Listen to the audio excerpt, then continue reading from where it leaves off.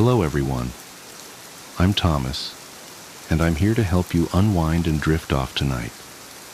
I know many of you use this video to fall asleep, so before you get too cozy, don't forget to like the video and subscribe to my channel, Stories for Sleep. Also, let me know in the comments, where are you from, and what time is it as you're watching this. Now settle in, get comfortable, and let yourself relax.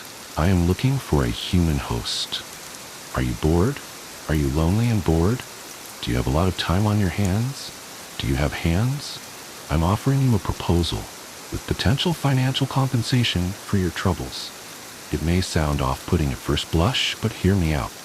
I am looking for a human host, and I mean a willing human host who might be willing to give up some of their time to help out an odd fellow that doesn't have hands or blood. Am I asking to control your body? Yes. Sometimes, you'll still be there but taking the back seat. Now you're probably thinking, that sounds no fun. I don't want to spend all my time riding shotgun. And that's valid, but you all spend about half of the day unconscious anyway. Your body is just there, doing nothing. A complete waste. As for me, I don't sleep, haha, so we could have it so that during the day I will graciously let you do fun human things, and at night, I'll do whatever. And by whatever, I mean perfectly safe, perfectly reasonable activities. I don't drink, and I rarely go outside. I enjoy baking, I look at pictures of birds online, I've been getting into neuroscience lately. Very interesting stuff. You're all very interesting. And maybe you're still thinking, hey now, I don't want some random mind-controlling thingy hauling my body around in my sleep, weekend at Bernie's style, to which I say, you're no fun, and you're not the kind of person I want to live with anyway. But I'm a light sleeper, you say. Don't worry, I can isolate your somatosensory cortex so you can't feel anything. But my family will think it's weird, you say. Don't worry, you don't have to tell them. Actually, I would prefer that you don't tell anyone. Please. And should anyone question me, I'm not bad at impressions. I'll get really good at a you impression. It'll be the first thing I do. I know this all sounds very strange and potentially unpleasant, but remember the financial compensation that may or may not be happening. Hell, I'll even do some of your chores if you like, while you sleep. You can wake up, and the dishes will be done, laundry folded, and coffee made. Doesn't that sound nice? And then you open the fridge and oh, what's this? Someone baked banana bread last night. That was me. I baked banana bread last night. Now I should say, I don't have a lot of standards. I really don't. But I do, unfortunately, have some, so let's just get them out of the way before I waste your time. Please do not contact me if you have any of the following. Anemia. Sorry, it's just not going to work out. I can pay for iron supplements, but I can't work miracles. A weak immune system. I don't like getting sick, I'm sorry. It's gross. Sick people are gross. I mean, I know it's not your fault, but healthy folks only, please. A strong immune system. Yes, I know what I just said, but I also don't want to be attacked by your immune system. So maybe you're not the picture of health, but you're just kind of okay. I'm looking for someone who is just kind of okay. A penchant for alcohol. It makes me feel strange. A name that starts with a P. I'm not the greatest at speaking. It's hard, moving air through your throat and moving your tongue and your mouth at the same time. You all do it so easy, can't say I'm not envious. I'm the worst at making the P sound.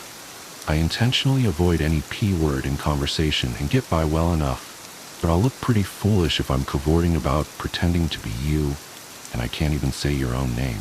Those are my standards, but really, other than that, I'll take anyone. I don't care if you're male or female or whatever. I don't care if you're gay. I don't care if you're smart. I don't care if you don't have a lawyer.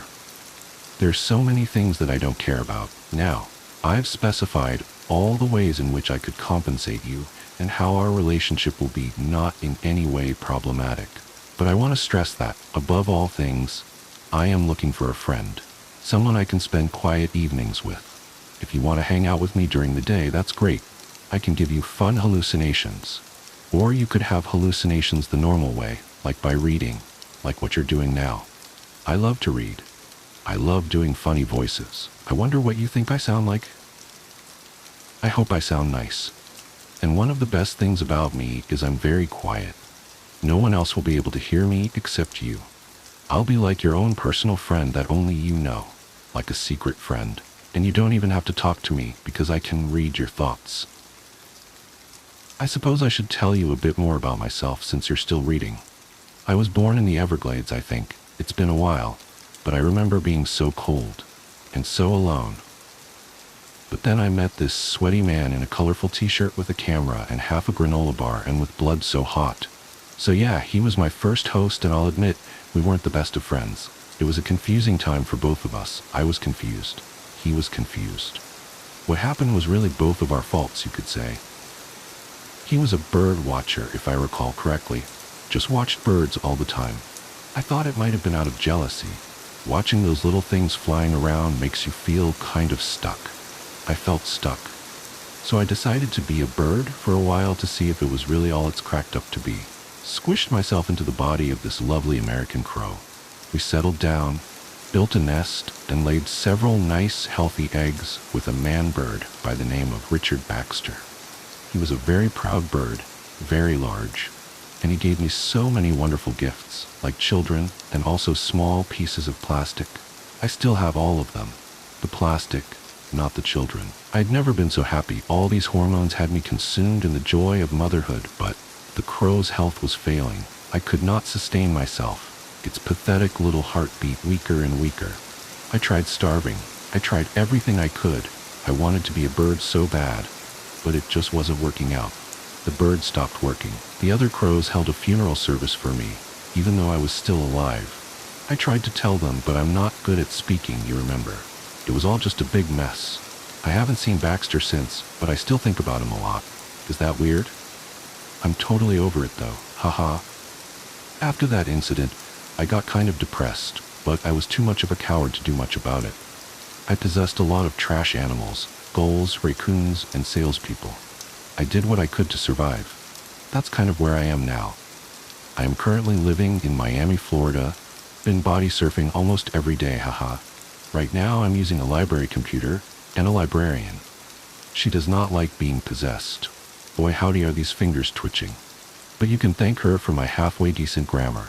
I'm tired of feeling like a parasite. I want to try a different approach. I want to be friends, like with Richard Baxter, except I also live in your brain and drink your blood sometimes. But I'll make you bread in your sleep, so it's okay. It's been really hard finding someone willing to put up with me. I've tried everything. So I thought I would put up an advertisement online. Why not? Can't say the P word in real life, but you can hear it in your head loud enough, I hope. I know I kept saying that I would compensate you financially, but I'm gonna be real with you. I don't have much. I've got like $20, some small pieces of plastic, and a book about finance, but I'm a real hoot. So, please, if you are interested, leave your comments below. I would love to get to know you. I need to go now. The library is closing soon, but I'll get back as soon as I can. Edit. Just borrowed someone's mobile device, and also fingers, so I can now respond. Edit 2. My name is James now. Edit 3. So many friendly replies. My prior experiences have not led me to believe that so many of you would jump at the opportunity of being possessed. Judging by your responses, learning to make banana bread was the single best decision I have ever made. To be sure, I will respond to and consider all of you, but I'm a bit overwhelmed. How can I pick from such a smorgasbord of potential lives? Anyway, I'm thinking I might become a bit of a swinger just to try new things, rather than commit to one partner. I want to know how you all think, how you all feel. I want to know everything. The passenger. I can still hear the rain pounding against the windshield, like 1,000 desperate fingers tapping to be let in. That night, the sky was a bruise, swollen and blackened, and the roads glistened like they were made of obsidian. I hadn't planned to be out so late, but plans have a way of unraveling when you least expect it. I was driving back from a work meeting that had run longer than it should have, and the weather had taken a turn for the apocalyptic. The radio crackled intermittently, the storm's interference punctuating the static like ghostly whispers. I kept my focus on the winding road, the beams of my headlights slicing through the torrent, when I saw her. She was standing by the side of the road, a pale silhouette against the darkness, drenched and shivering. At first, I thought my eyes were playing tricks on me, a shadow cast by the rain, a trick of the headlights. But as I drew closer, her form sharpened. A young woman, no older than her early 20s, wearing a dress that clung to her like a second skin, her hair plastered to her face. She looked fragile, like something that could be swept away by the storm at any moment. I hesitated. Picking up strangers wasn't something I'd ever done, but there was something about her that tugged at my conscience. She didn't flag me down, didn't even turn to acknowledge the car. She just stood there, her arms wrapped around herself. Before I fully realized what I was doing, I slowed down and rolled down the passenger window. "Do you need a ride?"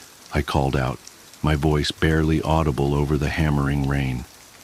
She turned then, slowly, and her eyes met mine.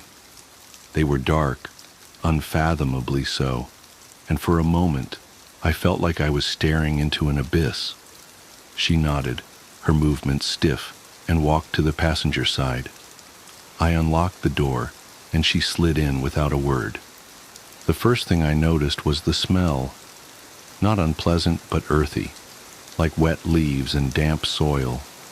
She was soaked, water pooling on the seat beneath her. I handed her an old sweatshirt from the back seat, but she didn't take it. Instead, she pointed straight ahead, her finger trembling slightly. "Where are you headed?" I asked, trying to sound calm, though my heart was thudding in my chest. She didn't respond, just kept pointing. Her silence was unnerving, but I chalked it up to shock or fear. Maybe she'd been caught in the storm, abandoned, or worse. I didn't press her. We drove in silence, the car's interior filled with the sound of rain and the rhythmic swish of the windshield wipers. Occasionally, I glanced at her out of the corner of my eye. She sat rigid, her hands clasped tightly in her lap, water dripping from her hair onto the seat. There was something off about her, not just her silence, but the way she seemed detached, like she wasn't entirely there. After what felt like an eternity, she lifted her hand and pointed again. We were approaching a turnoff, a narrow gravel path that led into the woods. My stomach tightened. "Here?" I asked, my voice cracking slightly. She nodded, her gaze fixed on the path. I turned, the car's tires crunching over the gravel, and followed the road as it wound deeper into the trees. The headlights illuminated twisted branches and the occasional glint of water from puddles, but nothing else. Then, up ahead, I saw it. A cemetery. It came into view suddenly, the wrought iron gates looming like the entrance to some forgotten realm. I pulled to a stop just outside, the car's beams casting long, eerie shadows over the headstones. Turning to my passenger, I opened my mouth to speak, but the words caught in my throat. The seat was empty. I stared, uncomprehending, at the damp indentation where she'd been sitting. Water still pooled on the seat, and the faint scent of earth lingered in the air, but she was gone. My first thought was that she'd somehow slipped out of the car without me noticing, but that made no sense. The door hadn't opened, and I hadn't heard a sound. I looked out into the rain, half expecting to see her figure moving among the graves, but there was nothing. I sat there for a long moment, my hands gripping the steering wheel, my mind racing. Finally, I stepped out of the car, the rain immediately soaking through my jacket. I called out into the night, my voice trembling, but the only response was the wind and the patter of rain on stone. As I approached the gates, something caught my eye. A headstone near the entrance, its surface slick with rain, bore a name that sent a chill down my spine. It was hers, The name etched into the stone matched the monogram on the bracelet I'd glimpsed on her wrist when she'd climbed into the car. The date of death? 5 years ago to the day. I stumbled back, my breath coming in shallow gasps. My rational mind struggled to make sense of it. Maybe it was a coincidence. Maybe I'd imagined the whole thing. But the damp seat and the lingering scent told a different story. I didn't sleep that night. I couldn't. The image of her pale face and those abyssal eyes haunted me, replaying over and over in my mind. In the days that followed, I scoured the local archives, piecing together her story. She'd been a local girl, loved and admired, until one stormy night when she'd gone missing. They'd found her body days later, washed up in a creek not far from the cemetery. Rumors of foul play had circulated, but nothing was ever proven. Her death had been ruled an accident, though the townsfolk whispered otherwise.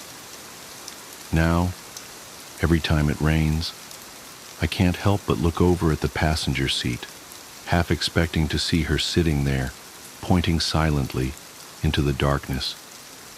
I've taken different routes, avoided that stretch of road entirely, but it doesn't matter, because deep down, I know she'll always find me. The morning commute. I've been trying to write this down for 3 days now. My hands still shake when I think about it, but I need to document what happened while the details are fresh. Maybe someone can make sense of it, because I sure can't. I keep checking news sites and local forums, but there's nothing. Just the usual traffic reports and weather updates. It started last Wednesday. Nothing special about that morning. Just another dreary February commute. I remember being annoyed because my travel mug was leaking slightly, leaving little brown rings on my center console. The heat was blasting to fight off the 28-degree chill, making that plasticky new car smell more noticeable than usual in my recently leased Civic. I always take the back roads to avoid I-95 traffic. There's this stretch of Route 27 that winds through the woods for about 4 miles before connecting to the industrial park where I work. Usually I zone out on autopilot there, just following the gentle curves while my mind wanders to the day ahead.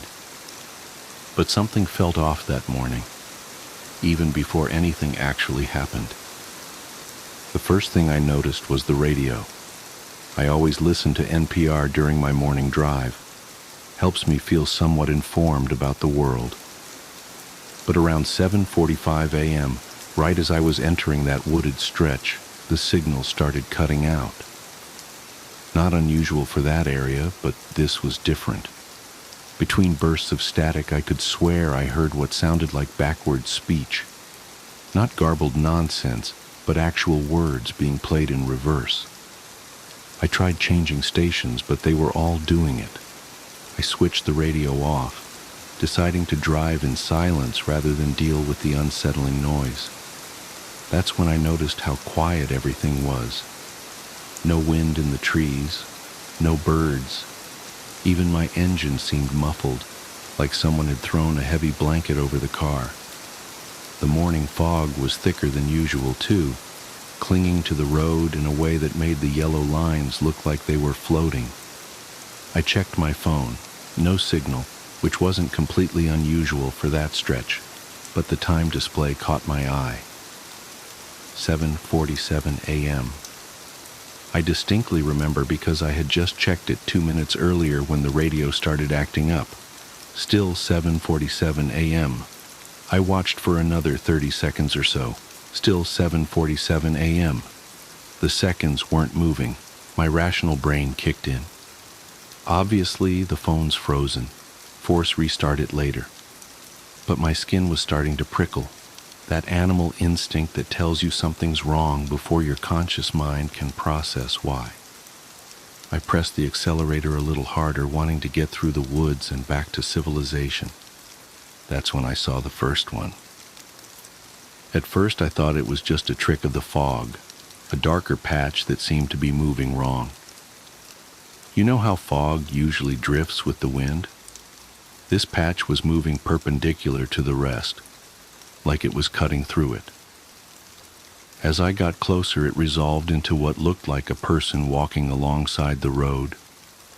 Nothing inherently scary about that, except they were walking backwards, perfect fluid backward steps, like a video being rewound.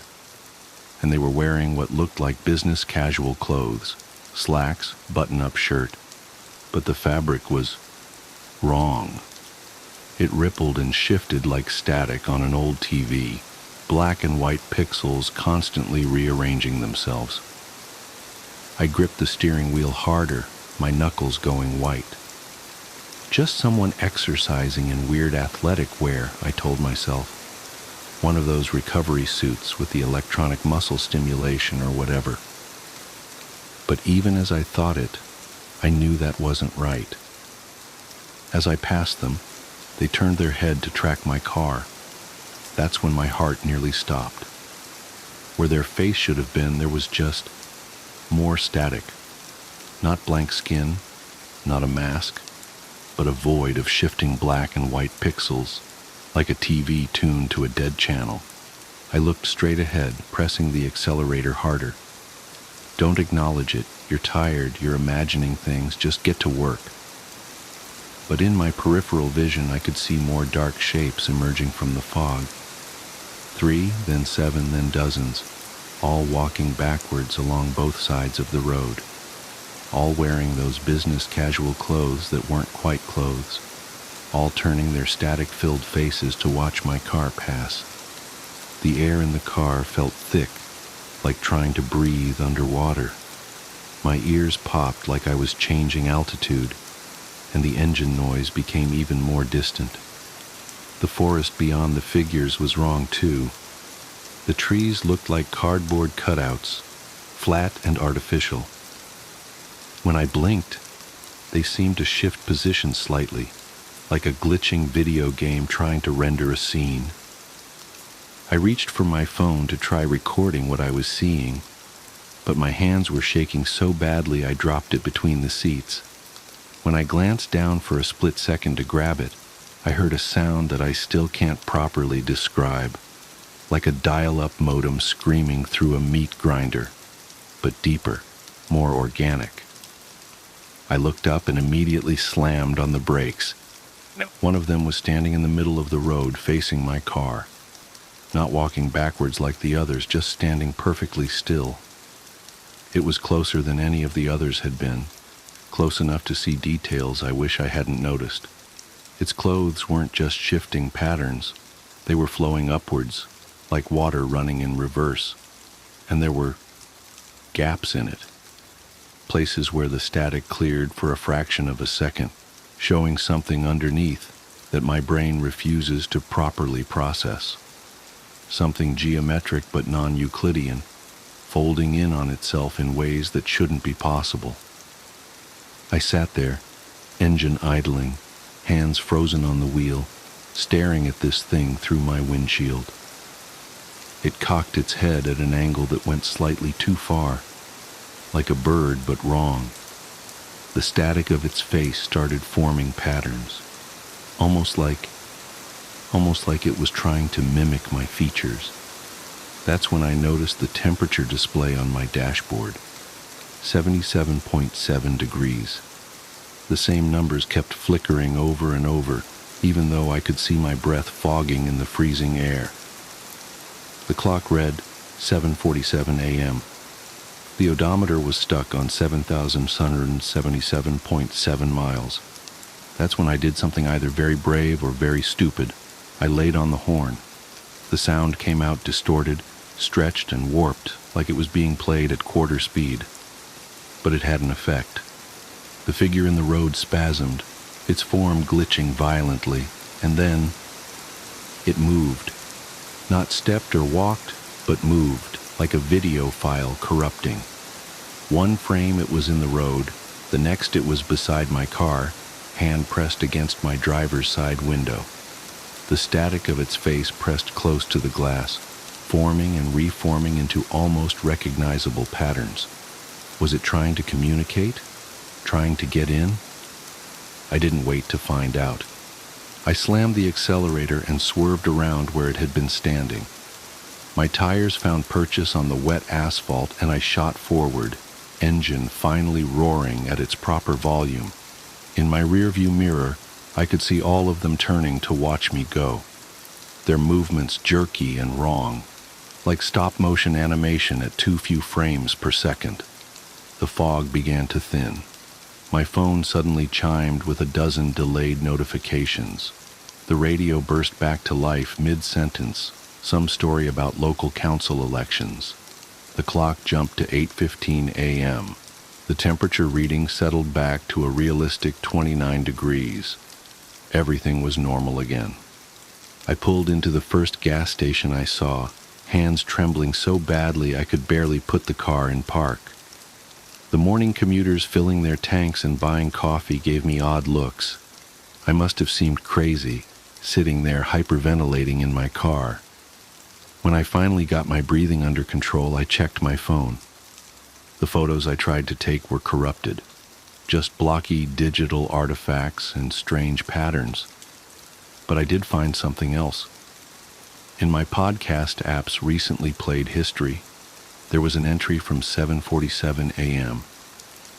It's just 30 seconds of what sounds like white noise, but if you play it backwards and adjust the speed, it almost sounds like words. I uploaded it to my computer and ran it through some audio software, but I still can't make out what it's saying. I called out sick that day, drove home taking the interstate, even though it added 40 minutes to my journey. I've been taking that route ever since, even though it means leaving an hour earlier and sitting in traffic. Better than the alternative. But here's the thing that really keeps me up at night. I decided to do some research into that stretch of Route 27. Found some old forum posts and local news articles. Over the past decade, there have been an unusually high number of single-car accidents there, always between 7:45 and 7:50 a.m. The police reports all read similarly. Driver lost control of vehicle. No obvious cause determined. Driver claimed mechanical malfunction, but no evidence found. And the victims? All commuters, all wearing business casual. I keep telling myself there must be a logical explanation. Bad cell reception and a frozen phone, fog playing tricks on my eyes, stress and an overactive imagination. But yesterday, I was reviewing some old work emails and I noticed something that made my blood run cold. Every email I've ever sent between 7:45 and 7:50 a.m. is corrupted. The text is replaced with strings of sevens and static characters. The timestamps are all stuck at 7:47 a.m. I have to drive to my sister's wedding next week. It's a 6-hour trip and I've mapped 3 different routes. They all intersect with Route 27 at some point. I don't know what I'm going to do, but if you're reading this and you commute through wooded areas in the early morning, do yourself a favor. Check your clock when the fog rolls in, and if it ever gets stuck at 7:47 a.m., don't stop driving. Don't look at the shapes in the mist, and whatever you do, don't honk your horn. They might just honk back. The empty frame. I never should have bought that antique mirror. The elderly woman at the estate sale seemed almost desperate to get rid of it, practically pushing it into my hands while rambling about family heirlooms and traditions. I thought she was just another eccentric trying to clear out her mother's belongings. The ornate silver frame was exactly what I needed for my photography studio's vintage aesthetic, and at $20, it was a steal. If only I'd noticed how she wouldn't look directly at its surface, or how her hands trembled when she handed me the receipt. The first few weeks were unremarkable. Clients loved posing in front of the 8-foot mirror, especially for wedding photos. The way it seemed to catch and amplify light gave every reflection an ethereal quality. Several people commented that they looked younger in it, more vibrant somehow. I started to think I'd discovered some old-world craftsmanship secret that made everything more beautiful. Then came the day I noticed the delay. I was cleaning the studio after hours, wiping down the mirror's surface, when I saw my reflection pause for a fraction of a second before lowering its cleaning cloth.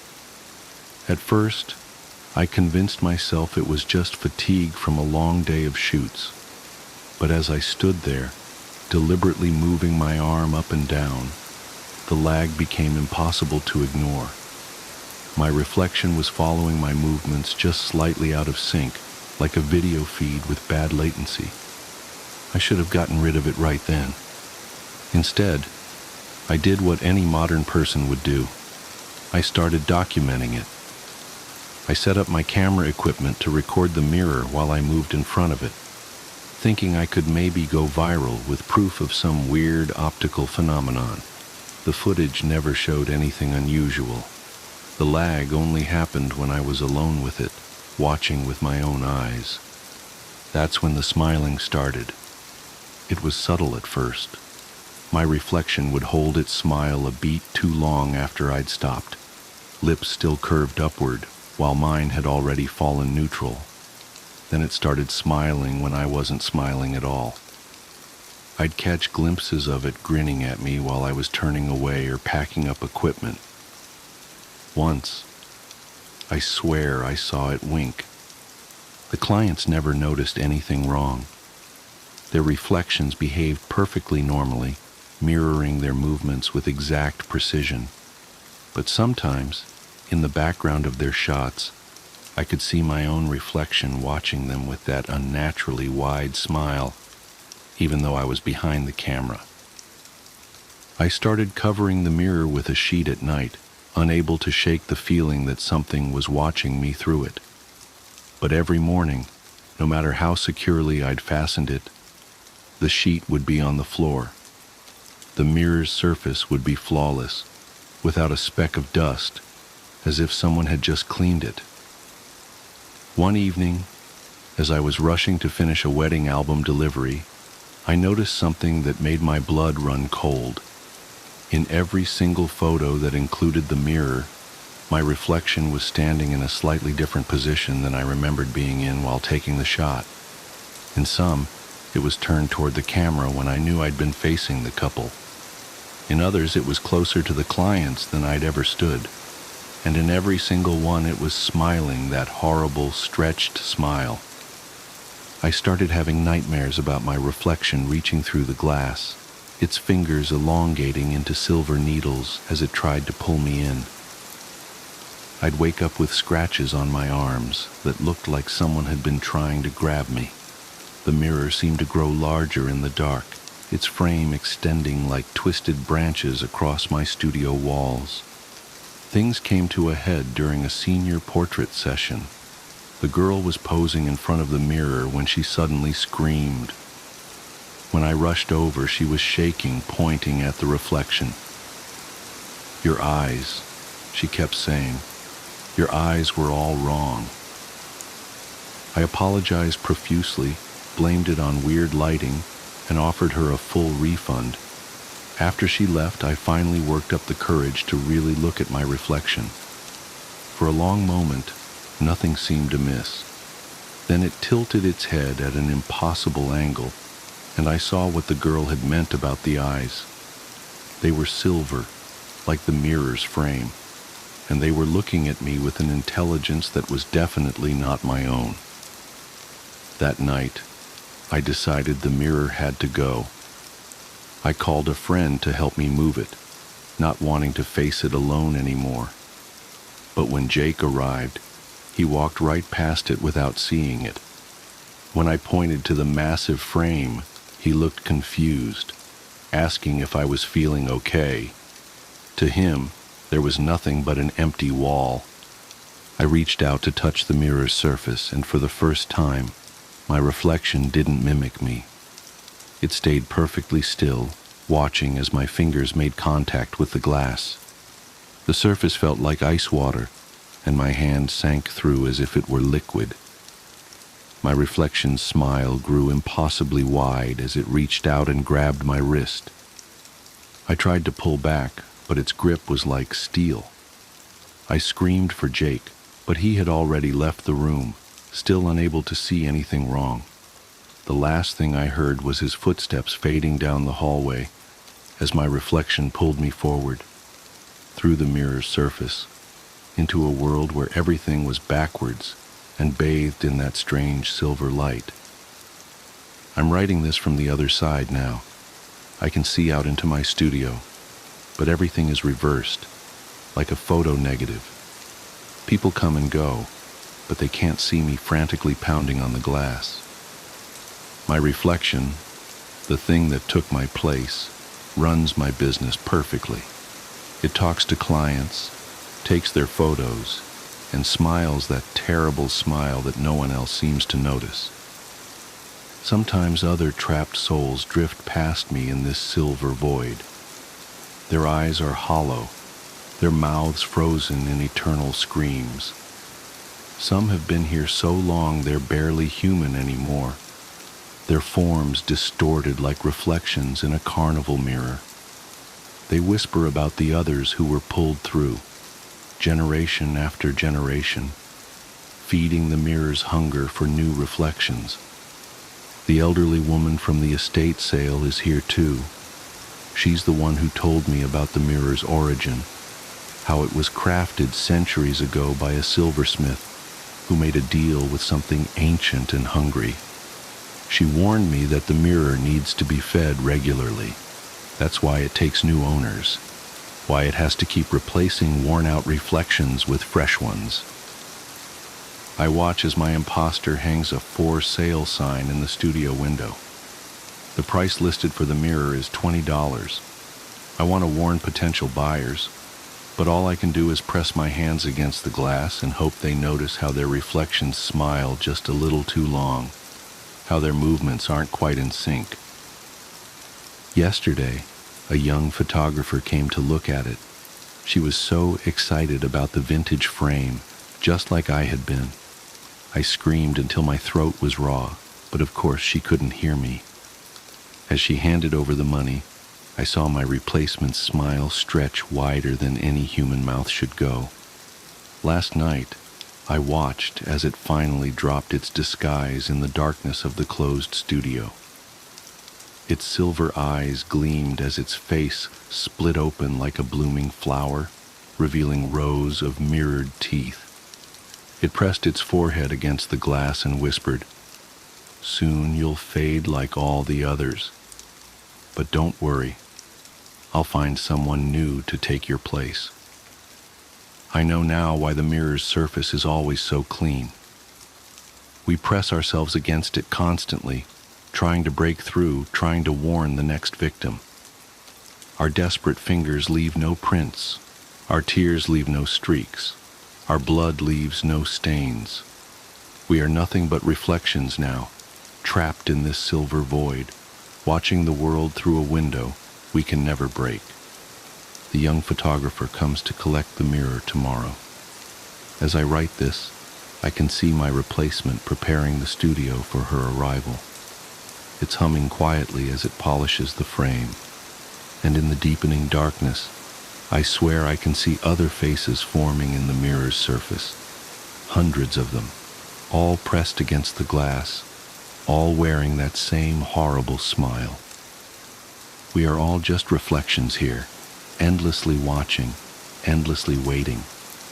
And somewhere, in an antique shop or estate sale, another mirror from the same silversmith is waiting too, its surface pristine, its frame gleaming with an otherworldly shine. Perhaps you've seen one.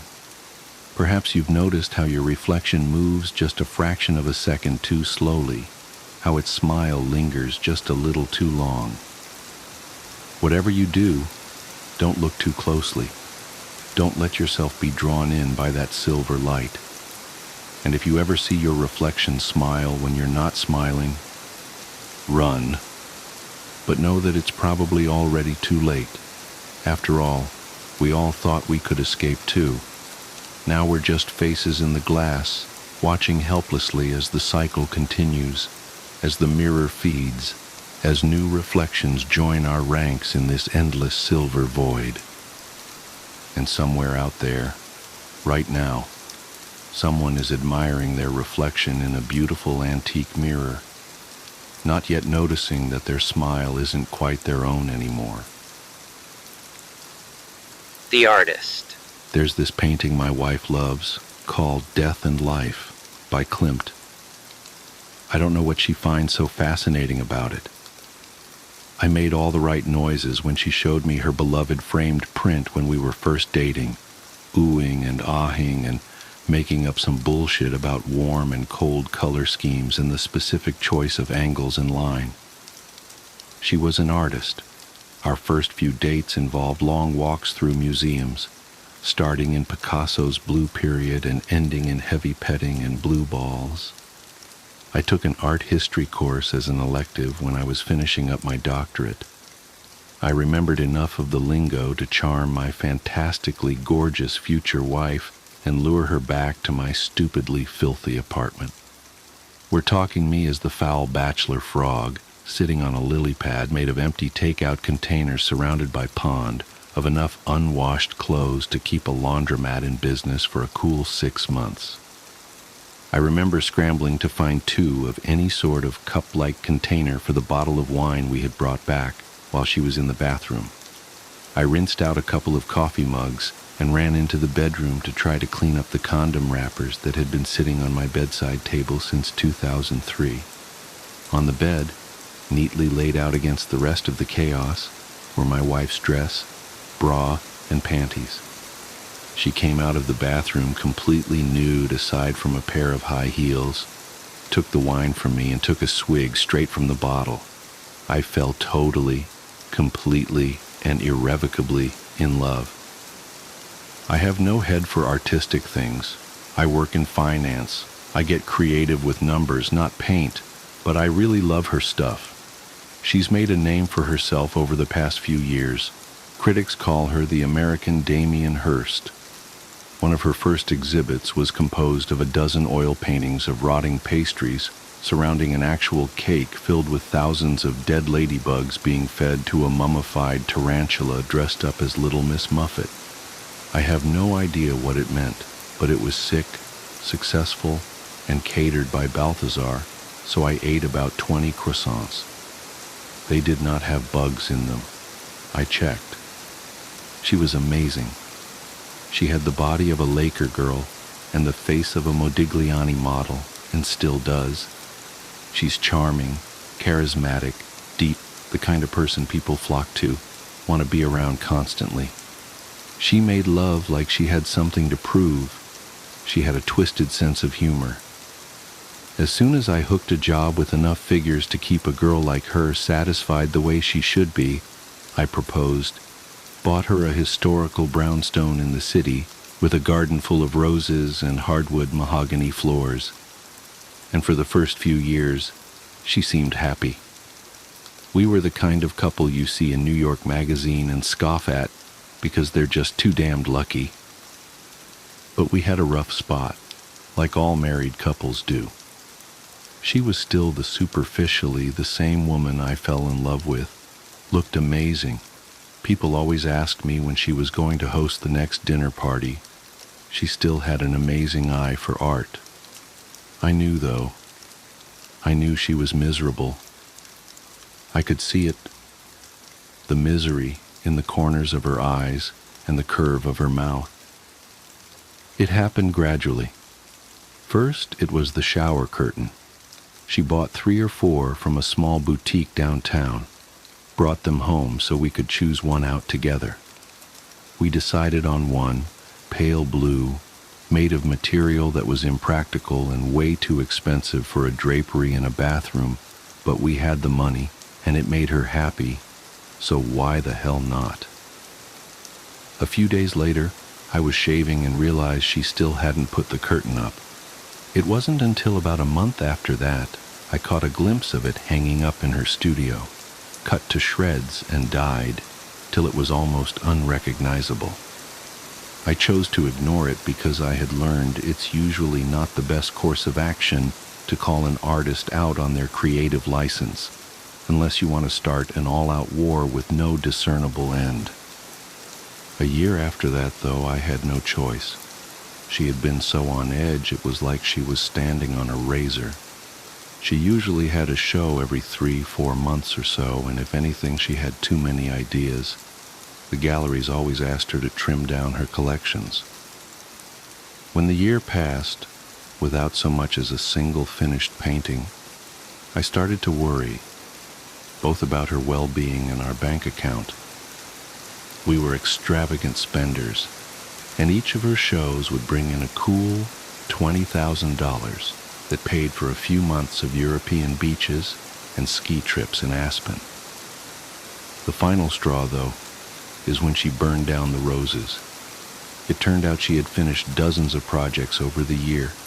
She had hated all of it and had either destroyed or painted over everything. While I was at the office, she flew off the handle, doused about 16 canvases in lighter fluid, and set the yard on fire. When I got the call from the fire department, I rushed home to find her sitting in the back of the ambulance covered in ashes, blonde hair singed at the ends. She was smoking a cigarette.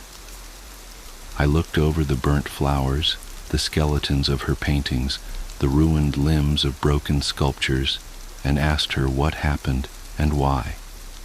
She took a drag of the cigarette and said it was mine to burn. She took big, fancy pictures of the inferno.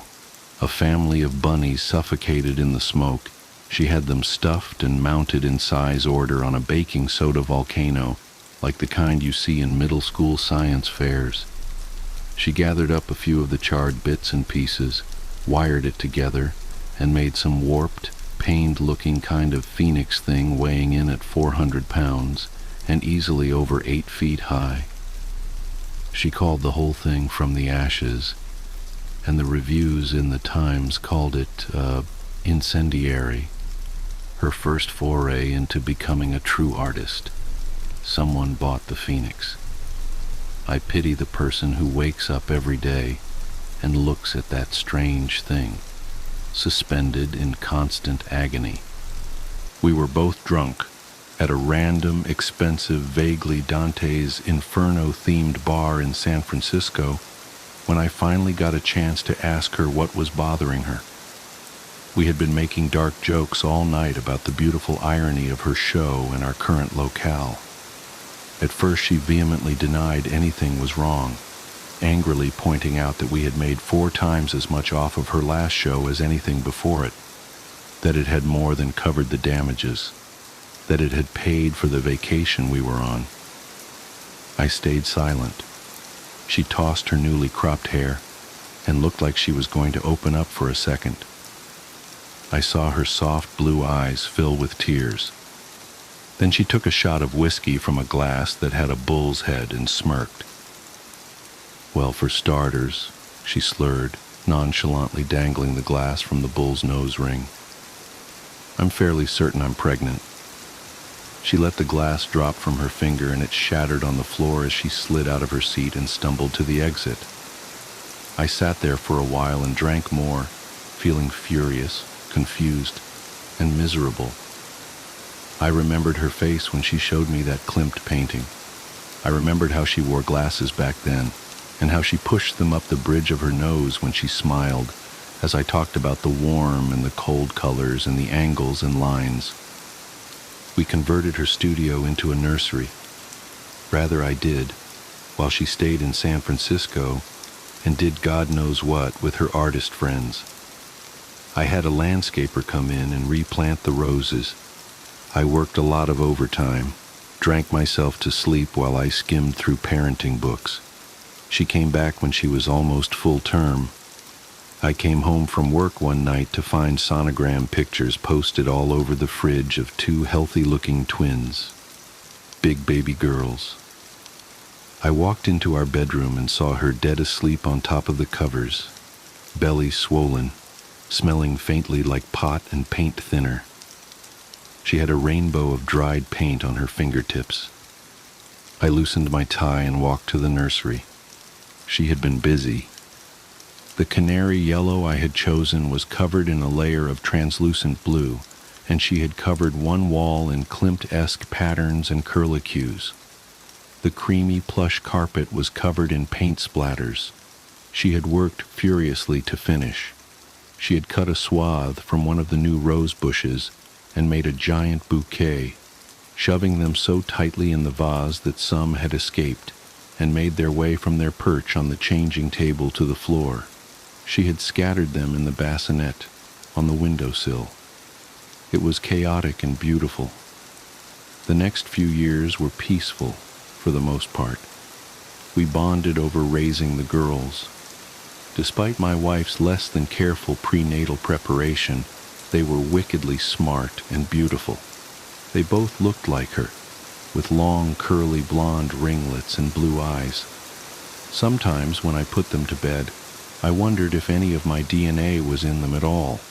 They were like miniature versions of her. My wife agreed to see a psychiatrist for a little bit. She took some medication for a while, Xanax, some mood stabilizers. Eventually, she and her doctor decided her crisis had been hormonal and temporary. We started having dinner parties again, soothed the gossip that had infected our social circles. She stopped painting and took up teaching at a university. She seemed content again, even happier than she was before. Every once in a while, I would catch a look in her eyes like repressed artillery fire, like she was ready to explode at any second. But it never lasted for longer than a few seconds before they went back to the soft cornflower blue I knew so well. And who doesn't get a little agitated every once in a while? I rose through the ranks at work. I loved the feeling of power that came with promotions. I loved my girls. And by God, I loved her, my crazy, disgusting, beautiful, hateful, and loving, extraordinary wife. Then came today. Today, I came home from work early. Today, my wife took the day off to be a chaperone on a class trip to the Metropolitan Museum. They were after her for months because of her expertise in the art world. They wanted the children to experience the culture in the most sophisticated way possible. I thought it was ridiculous. They were 1 to 3-year-olds in a private daycare. They saw more beauty in Cheerios than in Monet's water lilies. But they wore my wife down. And she was given a gaggle of toddlers and wide-eyed teachers to tour around the museum. I came home for lunch because I had forgotten my iPad that had notes on it for a presentation I was giving that night. I walked through the rose garden and noticed a tiny piece of sculpture left over from the Ashes exhibit from so long ago. It was half of a tiny bird. It had the kind of exquisite detail that my wife used to be so famous for. I was pretty sure it was an actual bird that she had cast in clay. I thought I could see a small piece of feather in one of the cracks. I idly wondered why I hadn't noticed it before. I went inside and poured myself a glass of orange juice. The fridge had pictures that my daughters drew, happy, crooked stick figures that looked nothing like the beautiful horrors their mother used to churn out. I was happy about that. I hoped they would fall in love with numbers like I did. It was absolutely silent, and I sipped the sweet citrus and enjoyed the nothingness. Then I thought I caught a vague scent of fresh paint in the air.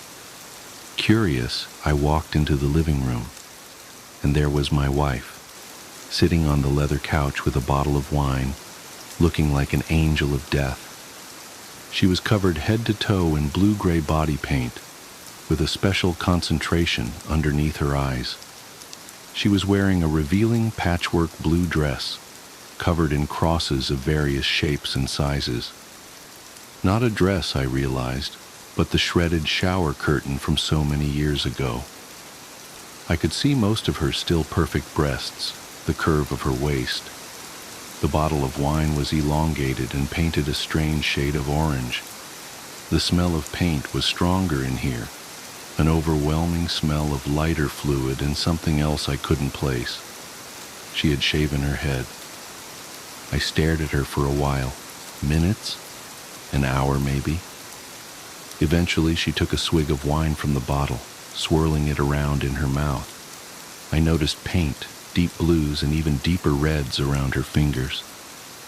I sat down in the armchair across from her, unable to think of what exactly I wanted to ask her. Maybe because I knew, maybe because I didn't want to know. I noticed a camera on the table between us. I went to pick it up and she rested her gray hand on mine before I could, softly, gently, with all the familiarity of years of marriage. She opened her mouth to speak, soft pink lips made pallid by the paint. They were mine, and I've been sitting here, knowing what's behind the door to my daughter's room, with the klimt wall we never repainted, knowing why my phone keeps ringing with calls from the school, from the NYPD, knowing why I couldn't find my sleeping pills last night, knowing what that smell is, seeing in my peripheral the red pooling and staining the carpet from underneath the door, the pile of clothes neatly folded next to my wife on the couch. I can picture that thick wire she used to fit all of her subjects where she wanted them. What a perfect, detailed recreation it must be, because she's so perfect. I see the phoenix in my mind's eye. I hope, when she flicks that cigarette she's about to light, we both fiercely burn. The vanishing. I used to think time was like a river, always flowing forward, never looking back. Now I know better. Time is more like a noose, and with each loop, it tightens around reality itself, strangling away pieces of existence one by one. It started subtly enough. That Tuesday morning, I noticed the same red Volkswagen Beetle pass by my house 3 times in 10 minutes. At first, I dismissed it as coincidence. Maybe the driver was lost or looking for an address. But then I saw the license plate. Loop 247. The same plate, same slight dent on the rear bumper, same elderly woman with pearl earrings behind the wheel. I remember standing at my kitchen window, coffee growing cold in my hands, watching that car make its 4th pass. That's when I saw the bird, a cardinal with unusual white patches on its wings. It landed on my windowsill, tilted its head at me, and flew away. 2 minutes later, the exact same bird landed in the exact same spot, performed the identical head tilt, and flew off again. My phone buzzed. A text from my sister Sarah. "Don't forget Mom's birthday dinner tonight." I checked the date, Tuesday, March 12th. Nothing seemed amiss yet, except for that nagging feeling in the pit of my stomach. Like the moment before you realize you've made a terrible mistake. I went to work, trying to shake off the morning's oddities. My colleague Tom greeted me with his usual, "Another day in paradise, eh, James?" He always said that, but today it felt different, rehearsed, predestined. I sat at my desk, opened my laptop, and found myself staring at yesterday's work. All of it. Every spreadsheet, every email, exactly as it had been. That's when the first real chill ran down my spine. I distinctly remembered completing 3 major reports the day before, yet here they were, unfinished. My sent folder showed no trace of the emails I'd written. The calendar meeting notifications I'd cleared were back, blinking insistently. I called Sarah. "Hey, what's up?" She answered exactly as she always did. "Sarah, this is going to sound crazy, but is today Tuesday?" "Yeah, March 12th. Don't forget Mom's birthday dinner tonight." The exact same words from her text. I hung up, hands shaking. Throughout the day, everything played out as a perfect replica of the previous day. Tom's coffee spill at 10:43 a.m. Janet from accounting's announcement about her daughter's acceptance to Yale at lunch. the fire alarm test at 2:15 p.m. Even the pattern of clouds outside my office window seemed familiar. That night at Mom's birthday dinner, I tried to warn them. "Something's wrong with time," I said, as Mom cut into her chocolate cake, the same cake I remembered her cutting into yesterday. "Everything's repeating." They laughed it off. Sarah patted my hand and said I was working too hard. Mom reminded me I'd always had an overactive imagination, just like when you were little. Dad didn't say anything, just gave me that concerned look he reserves for when he thinks I'm about to have one of my episodes, like during my breakdown in college. I went to bed that night praying I was wrong, that I was just having some sort of psychological fugue state. But when I woke up, it was Tuesday again. March 12th, the red Volkswagen, the Cardinal, Tom's another day in paradise. But something was different this time. Something was missing. It took me until Mom's birthday dinner to realize what it was: Janet from accounting. Not only was she not there to announce her daughter's Yale acceptance, no one remembered her ever existing. Her desk was occupied by someone else, her family photos replaced by generic office art. When I mentioned her name, my colleagues looked at me with blank expressions. That's when true terror set in. This wasn't just a time loop, it was an erasure of reality itself. The next Tuesday, Tom disappeared. Then Sarah's husband, Mike. Then the barista at my local coffee shop. With each reset, another person vanished from existence, leaving behind nothing but void spaces in photos and blank spots in memories. The world kept readjusting itself around these absences, like a wound healing over with scar tissue. I started keeping track in a notebook, writing down names, relationships, details about each person before they disappeared. But even that proved futile. The notebook reset with each loop, my frantic scribblings erased along with everything else. By the 10th loop, entire families had vanished. The Hendersons next door? Gone. The Chen family from my gym? Erased. My best friend from high school and his entire lineage? Never existed. The world grew quieter, emptier, yet nobody seemed to notice except me. I tried everything to break the cycle. I drove out of town, only to wake up in my bed on Tuesday morning. I tried staying awake for the entire 24 hours, only to blink and find myself back at the start. I even attempted darker solutions, but death itself proved temporary in this eternal Tuesday. The most maddening part was watching the world reconstruct itself around each absence. When my neighbor disappeared, his house transformed into a park that had always been there. When my first girlfriend vanished, my high school yearbook showed no trace of her, and all my friends had different memories of who I dated. Reality was like a self-healing membrane, closing over its wounds and leaving no scars. Only I remembered the truth, and with each loop, that truth became harder to bear. Sarah was the first of my family to go. One Tuesday, I called her number and got a message saying it had been disconnected. Mom and Dad had only one child now, had always had only one child. The family photos in their house showed just me, the spaces where Sarah had been filled with wallpaper or furniture or nothing at all. I screamed at them to remember her, showed them old emails that still existed in my phone from previous loops. But they looked at me with that same concern they'd shown when I had my breakdown in college. Dad suggested I see Dr. Matthews again, but Dr. Matthews had disappeared 3 loops ago. Mom went next. The birthday dinner became a quiet affair with just me and Dad, who couldn't understand why I was so insistent on chocolate cake when he'd always been allergic to chocolate. The wedding ring on his finger vanished along with her, replaced by the smooth skin of someone who had never married. then Dad.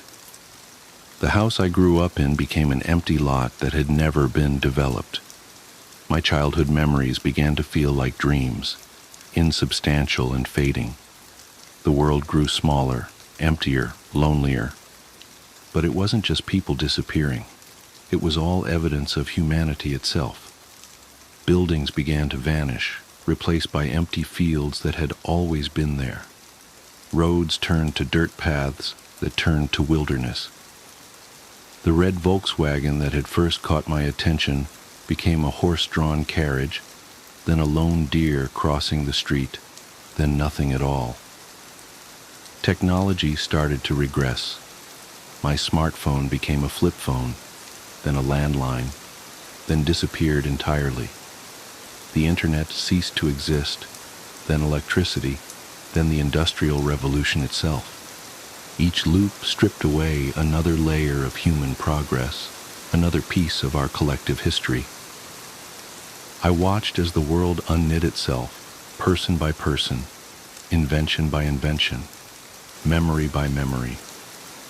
The universe was cleaning house, and humanity was the stain it was trying to remove. In recent loops, I've started to notice something even more disturbing. When I look in mirrors, my reflection seems less substantial, as if I'm beginning to fade. My fingerprints are becoming smoother, my footprints in the mud shallower. Sometimes when I speak, my voice sounds distant, like it's coming from somewhere else. I know what this means.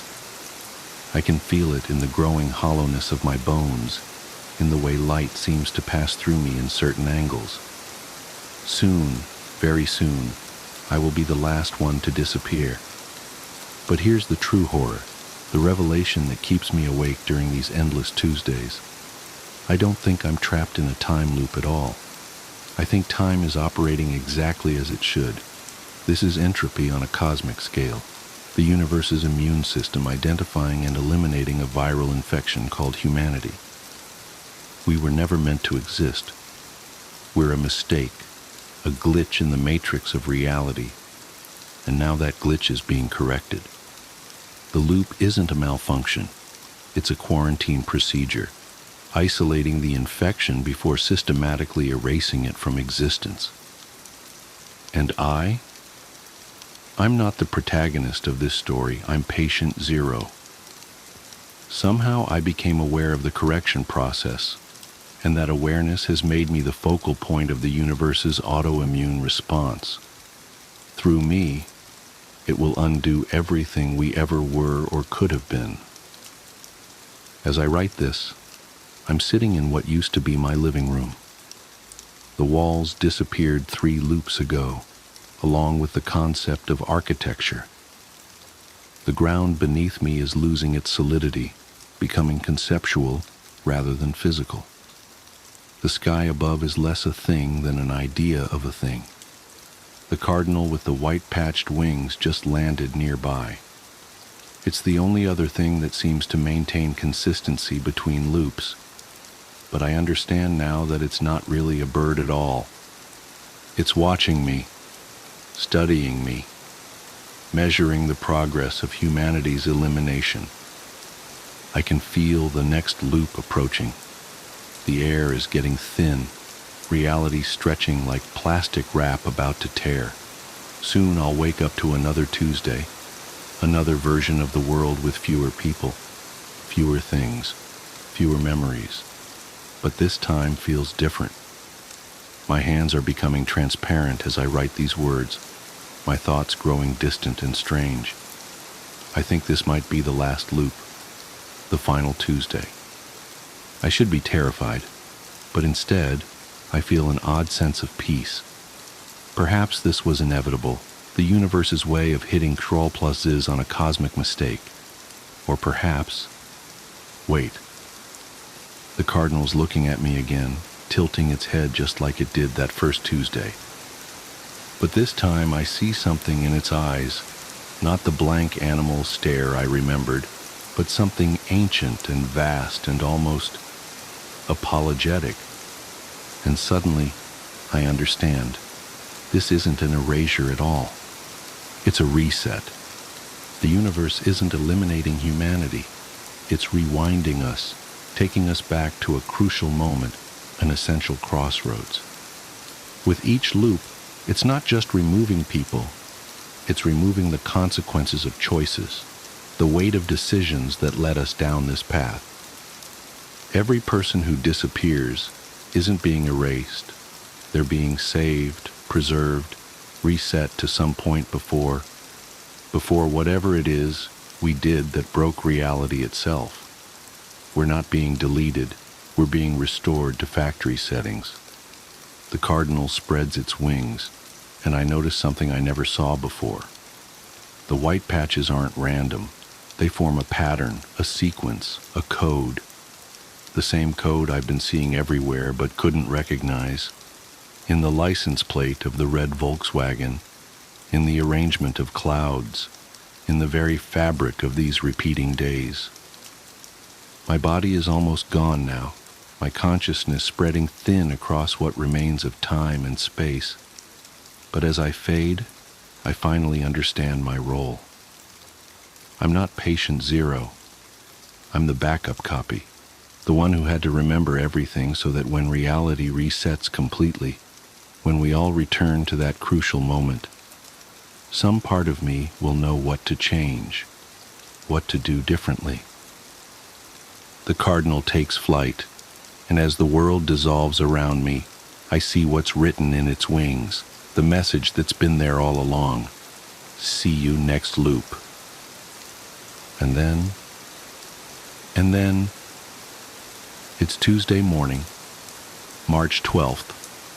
A red Volkswagen Beetle passes by my house.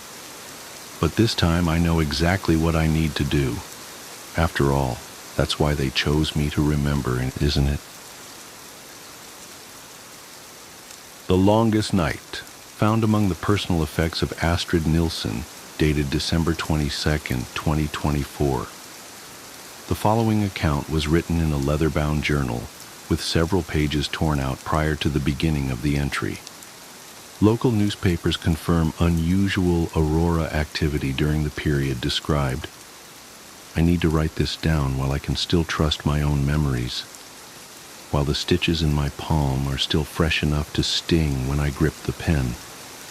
3 days have passed since the winter solstice, but I haven't slept more than a few hours. I keep checking my phone, 3:27 a.m., always 3:27 a.m., even when hours have clearly passed, even when the dim winter sun briefly shows itself above the mountains. The time doesn't change, but I'm getting ahead of myself. I should start from the beginning, from before everything went wrong in Hoyfjella. I hadn't seen my sister Maya in almost 2 years when she called about the teaching position at the village school. "They're desperate for an English teacher up here," she said, her voice crackling over the poor connection. "The pay is amazing, and you'd have your own cottage. Plus," she hesitated, "I miss you, Astrid. We need to fix things between us." I almost declined. Our last fight had been brutal. Accusations about our mother's care, about the family property, about who had abandoned whom. But something in her voice sounded different, vulnerable, and maybe she was right about fixing things. So I accepted the job, packed up my life in Oslo, and drove north into the mountains as the first snow of winter began to fall. Hoyfjella was smaller than I expected, maybe 50 houses clustered around a small central square, with the school, church, and grocery store forming a triangle of community life.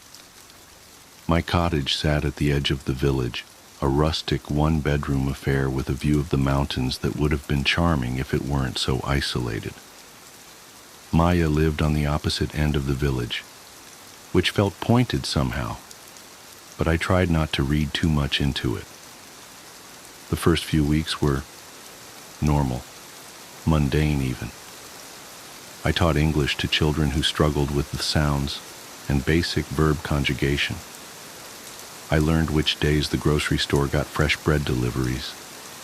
I got used to the constant darkness of winter, the way the aurora would sometimes paint the sky in shimmering curtains of green and purple. I even started wearing the old silver pendant Mom had given me before she died, the one with the intricate knotwork that matched Maya's, a peace offering maybe. It was on the winter solstice that things changed. I was grading papers when my phone buzzed with a text from Maya. Need to talk. Important. Come over tonight? I bundled up against the cold and made my way through the village. The snow was falling heavily, muffling every sound except the crunch of my boots. The aurora was particularly bright that night, casting an eerie glow that made the snow look almost green. As I passed the church, I noticed a group of ravens perched along the roof ridge, silent and still. Too still. I counted 7 of them, their black shapes stark against the shifting lights above. Maya's house was dark when I arrived, except for a single candle burning in the kitchen window. I knocked, but there was no answer. The door was unlocked, not unusual in a village this small, but something made me hesitate before stepping inside. "Maya?" I called out, stamping snow from my boots. "It's Astrid."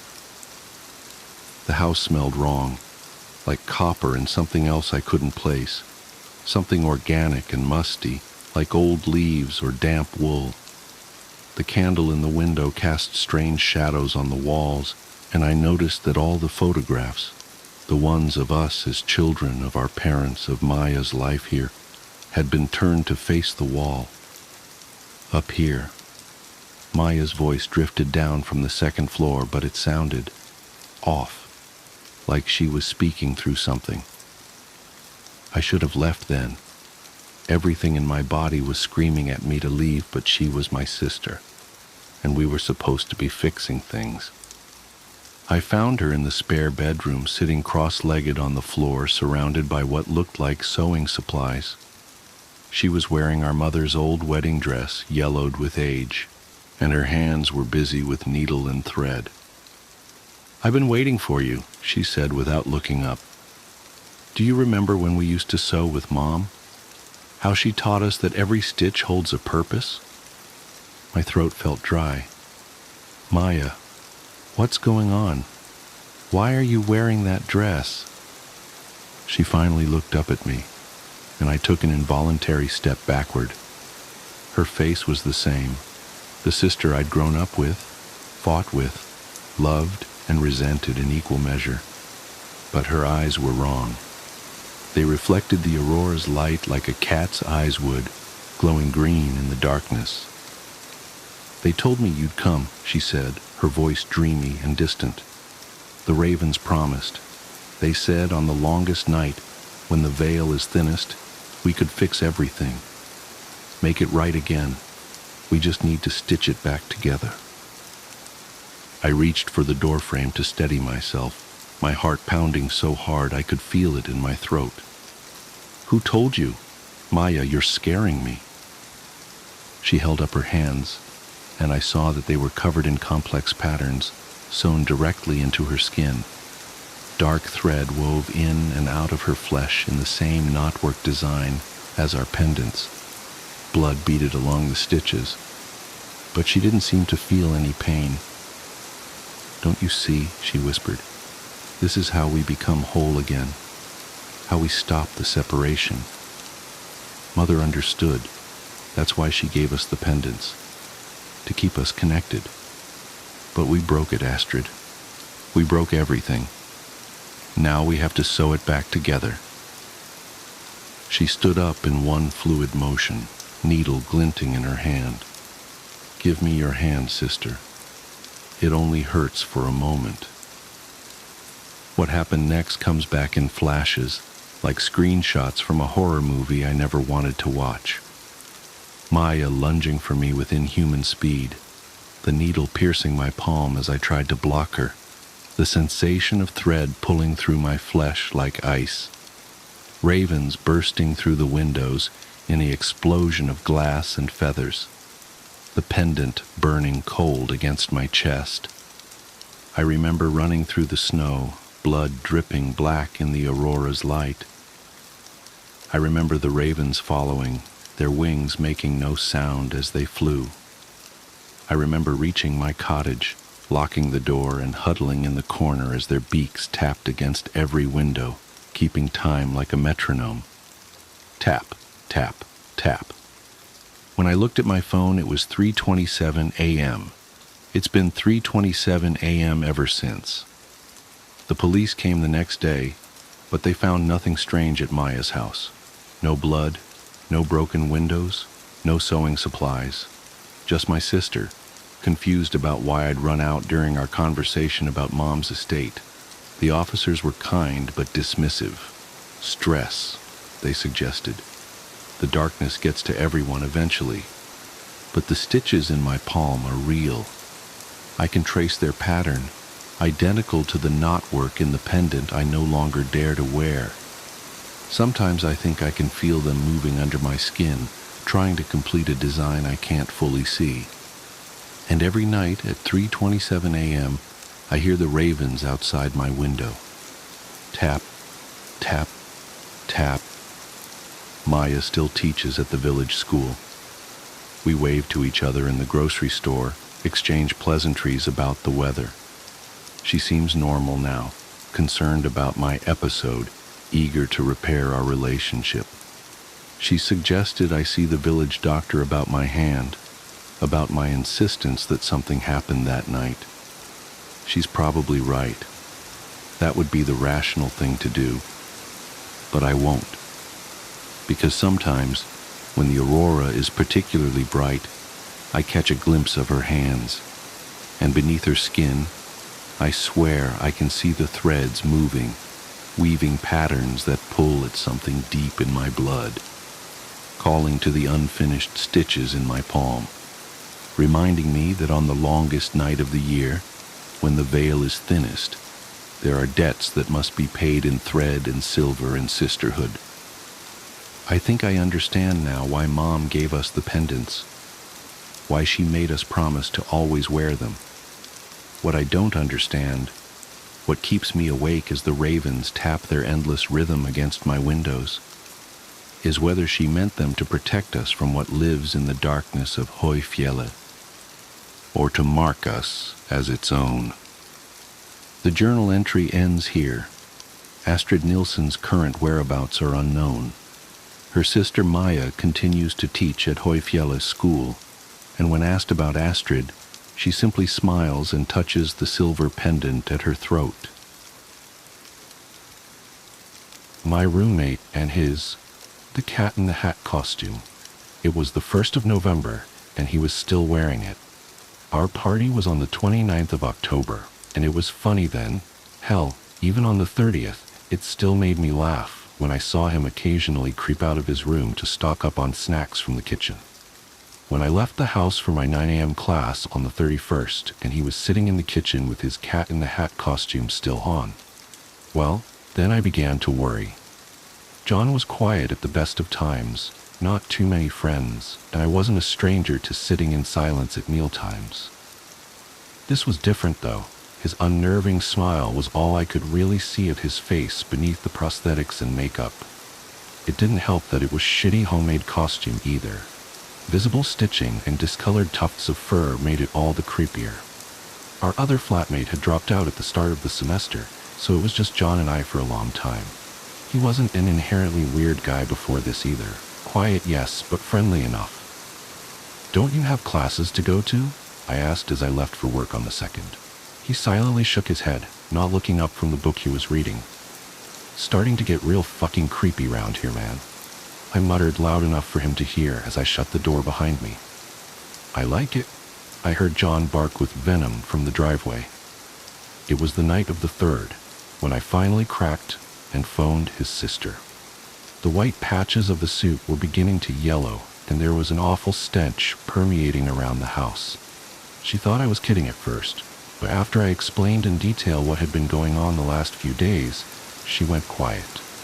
She assured me that he had been texting her regularly, as he usually did, but had never mentioned the costume. I'd known the guy for a little over a year by that point, but I really didn't know that much about him. His sister told me that he'd been obsessed with the Cat in the Hat movie after he'd seen it in the cinema when he was 8 or 9, but grew out of that phase pretty quickly. She assured me that she'd phone him and get to the bottom of whatever the hell was going on. It was the smell that woke me up. That's how pungent it was. "Don't meddle with my affairs," John said, standing in the doorway with a dim light behind him, which partially illuminated that fucking costume. "What the hell? Get out of here, you freak!" I shouted in a panicked daze. "Don't meddle with my affairs," he said again. His tone was calm, but there was a definite aggression behind it. He lingered there for a few more seconds, a silent tension between us. It was one of the few times in my life I'd ever felt genuine terror as I gazed at that horrendous cat costume and my roommate beneath it. The next day in class, I was going through my options in my head. My other friends had recommended calling the cops, and that John was in need of some serious help.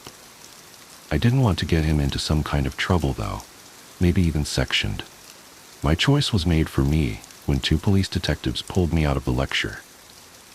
They sat me down in the cafeteria with stern looks upon their faces. My first thought was that John had killed himself. I don't know why, but that made the most sense to me. I was dead wrong. "Why didn't you report that he was missing? Did you not find it odd for him not to come?" One quizzed me. He isn't missing? He should be there right now, probably still wearing that stupid costume. A dog walker had discovered John's naked body in the bushes not far from my house. The police reckoned he'd been dead since the night of the 29th. They never found anyone in the house during their search, only that tattered costume which had been neatly folded on top of my bed. "If you're armed and at the Glenmont Metro, please shoot me. Make it a headshot. Shoot me in the temple, aiming slightly downwards. I need the bullet to travel the shortest possible distance through my brain before it hits my hippocampus. If I'm lucky, the sensation of the gunshot ripping through my skull will only last a few decades." As awful as this sounds, you'll be doing me an enormous favor. Death by a headshot, as soon as possible, is vastly better than the alternative. My ordeal started over 10,000 years ago, at 10:15 this morning. I earn extra money by participating in drug trials. I'm a so-called healthy subject who takes experimental drugs to help assess side effects. Once it was a kidney drug. A few times it's been something for blood pressure or cholesterol. This morning they told me the drug I took was a psychoactive substance intended to accelerate brain function. None of the drugs I had tested so far have ever done anything for me, in the recreational sense. In other words, none of the drugs I've tested have given me a killer buzz, or mellowed me out or anything. Maybe I've always ended up the placebo group, but nothing I've tested had affected me at all. Today's drug was different. This shit worked. They gave me a pill at 10:15 and told me to hang out in the waiting room until they called me back for some tests. Only about 30 minutes, the research assistant told me. I flopped onto the waiting room couch and read a few articles from a copy of Psychology Today that was sitting on the coffee table. They hadn't called me back when I finished the Psychology Today, so I picked up a U.S. News and read it cover to cover. Then I read an old Scientific American. What was taking them so damn long? I sluggishly turned my head to look at the wall clock. It was only 10:23 a.m. I had read all 3 magazines in 8 minutes. I remember thinking this was going to be a long day. I was right. The waiting room had a little bookshelf with some used hardcovers on it. When I stood up to walk to the bookshelf, it felt like my legs barely worked. It's not that they were weak. They were just slow. It took a full minute just to stand up off the couch, and another minute to take 2 steps to the bookcase. I scanned the old books on the shelf and picked out a copy of Moby Dick. My arms had the same problems as my legs. Just reaching 1 foot in front of me to grab the book took a long time. I actually got bored. just waiting for my hand to reach the spine of the book. I slogged back to the couch and collapsed onto it in a slow-motion fall that reminded me of the low-gravity hops of astronauts on the moon. I opened Moby Dick, slowly, and began reading. I started with Call Me Ishmael and got as far as Ahab throwing his pipe into the sea, which was all the way to friggin' chapter 30, before they called me back. "How are you feeling?" the research assistant asked me. "I feel slow," I said. "Actually, it's the other way around. Everything seems slow because you're so fast. But my legs, my arms, they're moving in slow motion. Your body seems like it's moving slowly because your brain is fast. Your brain is running 10 or 20 times faster than normal. You are thinking and perceiving reality at an accelerated pace, but your body is still constrained by the laws of biomechanics. Frankly, you're moving much faster than a normal person." She pantomimed a jogging motion. "But your brain is running so much faster right now that even your fast walk seems very slow to you." I thought about my slow motion flop onto the waiting room couch. Even if my muscles had slowed down, my body would still react to gravity the same way. But in the waiting room, I even fell in slow motion. Slow muscles couldn't explain why gravity seemed weaker. My brain was going at warp 10. That's how I managed to read 3 magazines in the first 30 chapters of Moby Dick in 15 minutes. They ran a series of tests on me. The physical tests were fun. They made me juggle 3 balls, then 4, then 6. I had no problem keeping 6 balls in the air because they seemed to be moving so slowly. It was boring, frankly, waiting for each ball to move through its arc so I could catch it with my slow-motion hands and toss it back into the air. They threw Cheerios in the air, and I caught them with chopsticks. They dropped a handful of coins, and I counted the total value before they hit the ground. The cognitive tests were less fun but very illuminating. Finish a 50-word word search, 3 seconds. Solve an intricate maze drawn onto a poster-sized paper, 2 seconds. View a slideshow projected at 10 images per second and answer detailed questions about what I saw, 95% correct. They told me I measured over 250 on the NUP scale. Apparently that's deep into the superhuman range of thinking speeds. Then they sent me home. "It'll wear off in a few hours," they said, "which will seem like days to you. Try to use the residual effects to get some work done. Catch up on work emails while you're still in high-speed mode." The ride home was horrible. It was only 3 metro stops, and in real-world time it only took about 35 minutes. But in my drug-accelerated hypertime, it felt like days. Days. Just walking out of the medical research suite to the elevator seemed like it took an hour. I sprinted out of the office, willing my legs to push me faster. But the laws of biomechanics held me prisoner. As accelerated as my brain was, I couldn't do anything to make my legs work faster. The huge disconnect between my body and mind made it extremely difficult to judge how and when to slow down, turn, or rotate my body. I had basically turned into giant slow-motion spaz. I misjudged my speed and rammed into the wall by the elevator button at a pretty good speed.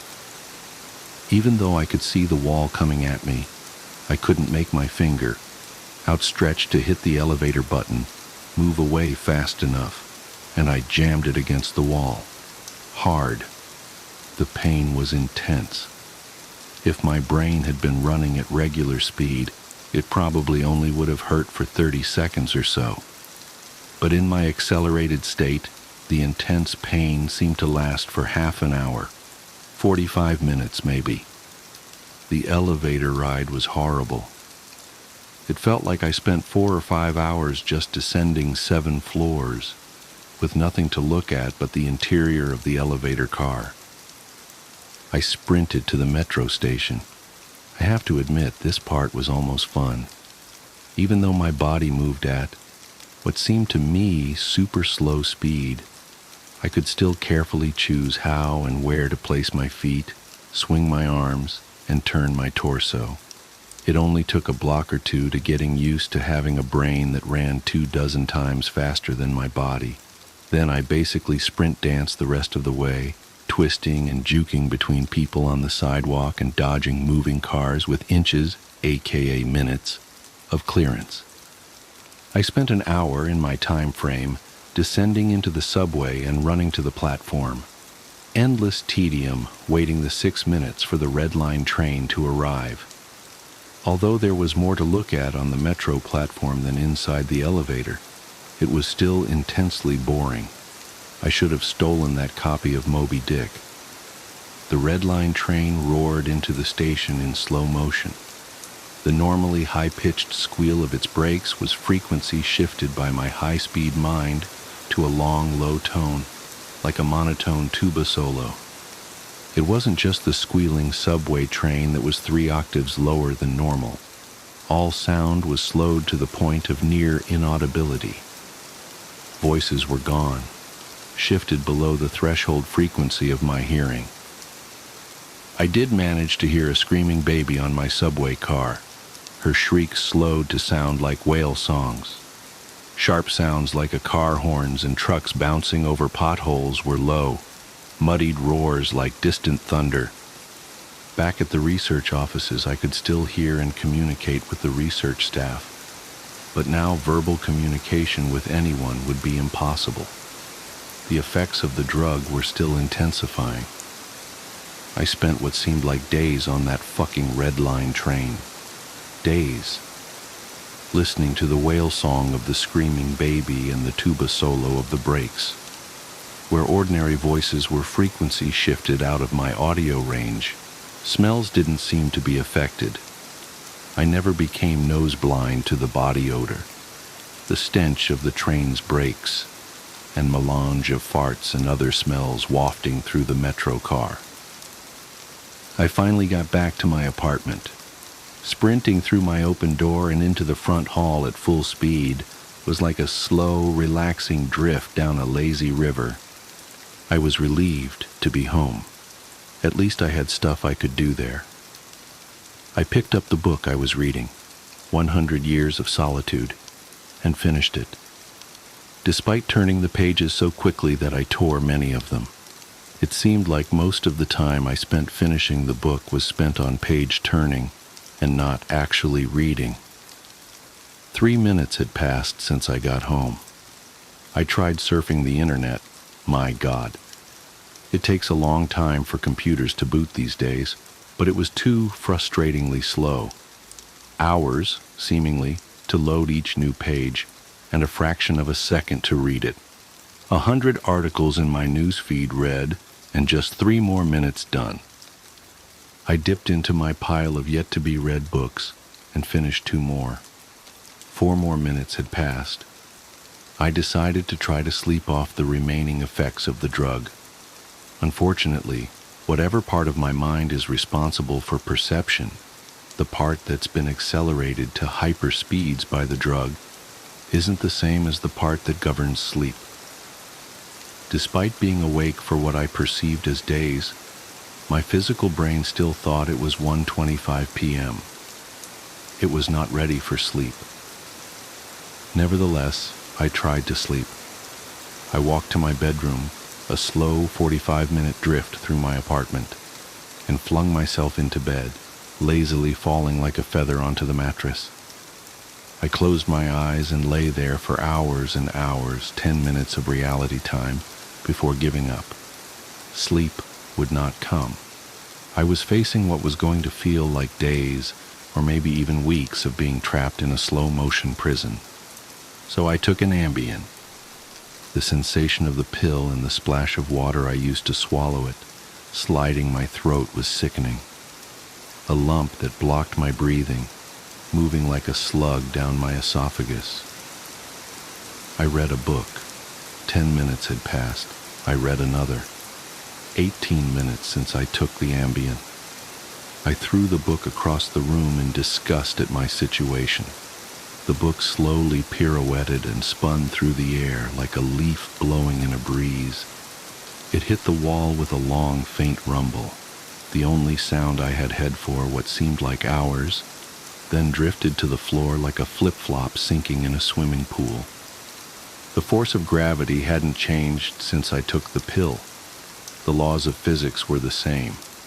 It was just my perception of time that had gone wackadoo. This meant I could use the speed things seemed to fall as a way of judging the effects of the drug. Based on how long it took the book to drift to the floor, I estimated the effects of the drug were still intensifying. I read a magazine. I turned on the television. I clearly saw each frame of video like I was watching a slideshow. Frustrated, I turned the television off. I read some more. The first 2 books of Churchill's A History of the English-Speaking Peoples. Not exactly a light read. Frankly, I hated it. But given the hours of tedium it would take to go get another book off my bookshelf, just sitting on the couch and reading Churchill was better, or at least less worse. It had now been 35 minutes since I took the Ambien. I lay down on the couch and closed my eyes. Time passed. I inhaled. An hours-long process. Time passed. I exhaled for more hours. Sleep would not come. I needed a new plan. I decided to go back to the offices where they gave me the drug. Maybe they would have something that could counteract its effects, or at least something to knock me out until it wore off. I exited my apartment as fast as possible, taking hours in my time frame to do so. I didn't even bother locking the door. It would have taken too long. Down the stairs, it's faster than the elevator if you run. Through the lobby, out the front door, and onto the street.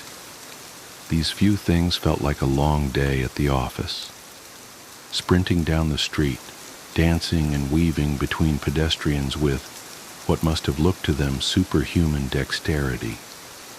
Down the first flight of stairs at the metro, across the landing, another hour, then on to the second flight of stairs. That's when the Ambien hit me. The Ambien didn't make me sleepy. Not at all. Instead, it must have had a severe cross-reaction with the experimental drug I took this morning. I was bounding down the second flight of stairs, moving in slow motion, but still making perceptible progress. Then, wham, everything stopped. The dull roar of the street and metro noise ceased, replaced by the most perfect silence I've ever experienced. My downwards motion seemed to completely freeze. Before the Ambien kicked in, my perception of time was maybe a few hundred times slower than real time. After the Ambien took effect, time moved thousands of times slower. Every second seemed like days to me. Even just moving my eyes to focus on a new point was like an impossibly slow scroll across my visual field. Over the course of the afternoon, I learned how to walk, run, and jump when my mind ran hundreds of times faster than my body. But with another 4 or 5 orders of magnitude of slowdown caused by the Ambien, body control was almost impossible. I fell on the stairs. Even though I was all but frozen in mid-step, controlling my muscles was impossible. I commanded my foot forwards for hours, then backwards for hours more, when it seemed like I would miss the next step. Hours attempting to adjust the angle of my ankle, then readjusting when it felt wrong. Despite these efforts, I rolled my ankle on the next step. The pain wasn't at all mitigated by the slowness. Hours of increasing strain on my bent ankle. The nerve signals that send pain into the brain must work differently than the nerves in my ear. Sonic energy was spread out over time, diluted until it was imperceptible. Pain flowed into my brain undiluted by the change in my perception of time. Hours and hours of increasing weight on my turned ankle turned into hours of increasing pain upon increasing pain. I pitched forwards, my high-speed mind completely unable to control my low-speed body. I drifted downwards for days, managing to rotate my torso enough to keep my head from impacting the ground first. I eventually landed on my right shoulder. At first the impact wasn't even noticeable. Then I felt a slight pressure in my shoulder as it came in contact with the ground. The pressure grew, bringing increasing pain for hour upon hour. My shoulder finally gave out, popping out of its socket with an endless, sickening tug. I came to a stop days later, crumpled onto the ground, staring at the ceiling. The pain in my shoulder still screaming with the intensity of a fresh, violent injury. I had plenty of time to think during that fall. If every second seemed like days to me, then each minute of real-world time would be like years. Even if the drug cleared out of my system in the next 2 or 3 hours, this nightmare would seem to last centuries. By the time I hit the ground, I had a plan. I would somehow get to the platform and throw myself in front of a train. I twisted onto my hands and knees, days of my dislocated shoulder crying for relief. I misjudged my rotation and rolled onto my back. I tried again, collapsing onto my face as I tried to figure out how to control a body that moved slower than grass grew. Weeks of effort were finally rewarded with success. I stabilized on my hands and knees. If just getting on all fours was this difficult, I figured that walking or running was completely out of the question. So I crawled. I crawled through the metro tunnel. The dumb looks on the faces in the crowd lingered on me for weeks. I crawled under the turnstile and onto the escalator. The escalator spilled the rush hour crowd onto the platform at the same speed a glacier spills ice into the sea. I looked out over the crowded platform during my interminable downward ride. The train status sign said the next train wouldn't arrive for 20 minutes. 20 minutes was like a year to me. I'd have to spend a year on the metro platform, waiting to die. I crawled off the escalator, enduring days of stupid expressions on the commuters' faces. I crawled a few feet to a concrete bench and curled up next to it, trying to find a position to lessen the pain in my shoulder. Then my problem with time got worse, impossibly worse. The massive slowdown on the stairs was just the beginning of the interaction between the experimental drug and the Ambien. It fully hit me while I was curled up by the bench. I blinked. Years of darkness followed. Sound was already gone, and with my blink, sight was gone as well. All that existed was the pain from my fall. My hyper-accelerated mind wasted no time compensating for the lack of sensory input. Voices spoke to me. They sung to me in languages that never existed. Patterns and faces and colors came and went in my mind's eye. I recalled my whole life and imagined living another. I forgot English. I settled into a profound despair. I spoke to God. I became God. I imagined a new universe and brought it to life with my thoughts. Then I did it all again, and again. My eyes opened with geologic slowness. A faint glow. Weeks. A slit of light. Weeks. A narrow view of the metro platform, ankles of the commuters near me, and an advertisement on the opposite wall. I extracted my phone from my pocket. A project that spanned decades. How can I even explain the boredom? The pain in my shoulder is nothing compared to the boredom. Every thought I can think, I have thought hundreds of times already. The view of ankles and advertisements never changes. Never. The boredom is so intense it's tangible, like a solid object of metal and stone wedged into my skull. Inescapable. What are my options? If I crawl and fall onto the tracks without an oncoming train to crush me, I won't die. I'll experience even more pain from the 4-foot fall, but I'll most likely be rescued by some do-gooder on the platform and unable to act when the train finally does arrive. My suffering in that scenario will be endless. So I wait for the train, so I can throw myself under it. When it finally hits me, I will experience the pain of being ripped to pieces for centuries, until finally, the light of life leaves my brain, and my experience ends. I've lived hundreds of lifespans at the foot of this bench. I am far older, in spirit, than any human who has ever lived.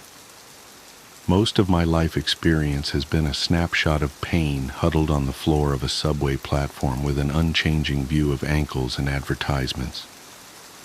This post is my plan B, my Hail Mary, my long shot. I've spent lifetimes typing and posting this message in the hope that someone will read it and become convinced that my suffering must end. Someone on this platform right now. Someone who will find the man curled under the bench, the man who crawled down the escalator, and kill him as swiftly as possible. A bullet to the temple. If you're armed and at the Glenmont Metro, please shoot me.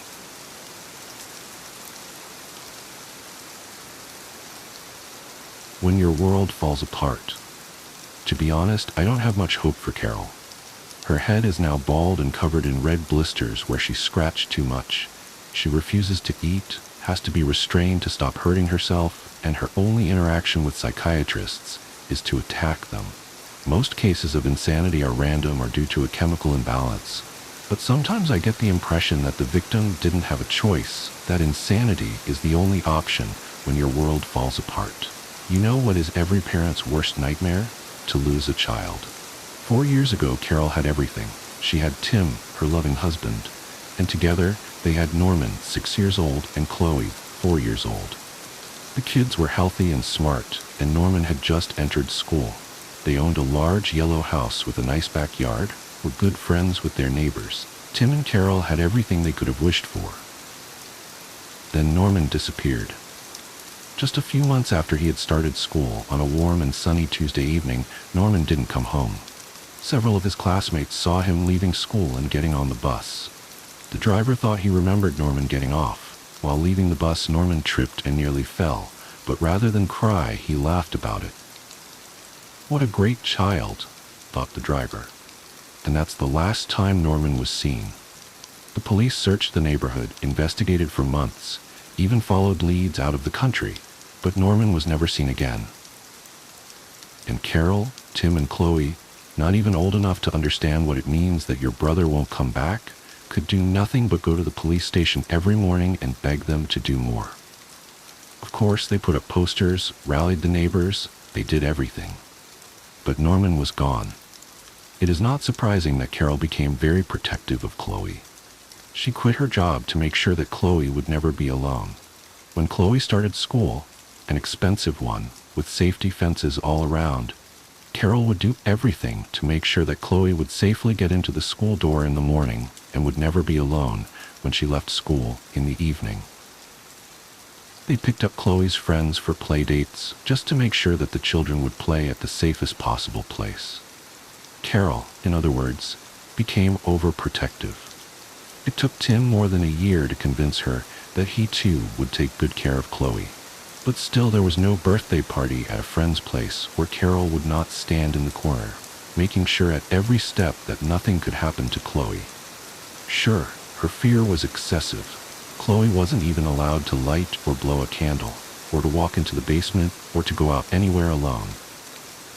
That's why Chloe was always happy when her mother was shopping. Tim too took care of Chloe. He even allowed her to play in the garden on her own.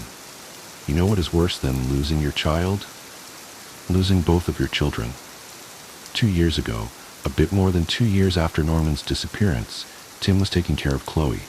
Carol was shopping for gifts for Chloe's upcoming birthday. And taking her to the mall would have been too dangerous, as Carol had always pointed out. Most child abductions, after all, happen in malls. It was a busy Saturday and Carol was gone for nearly 4 hours. Then she got the call.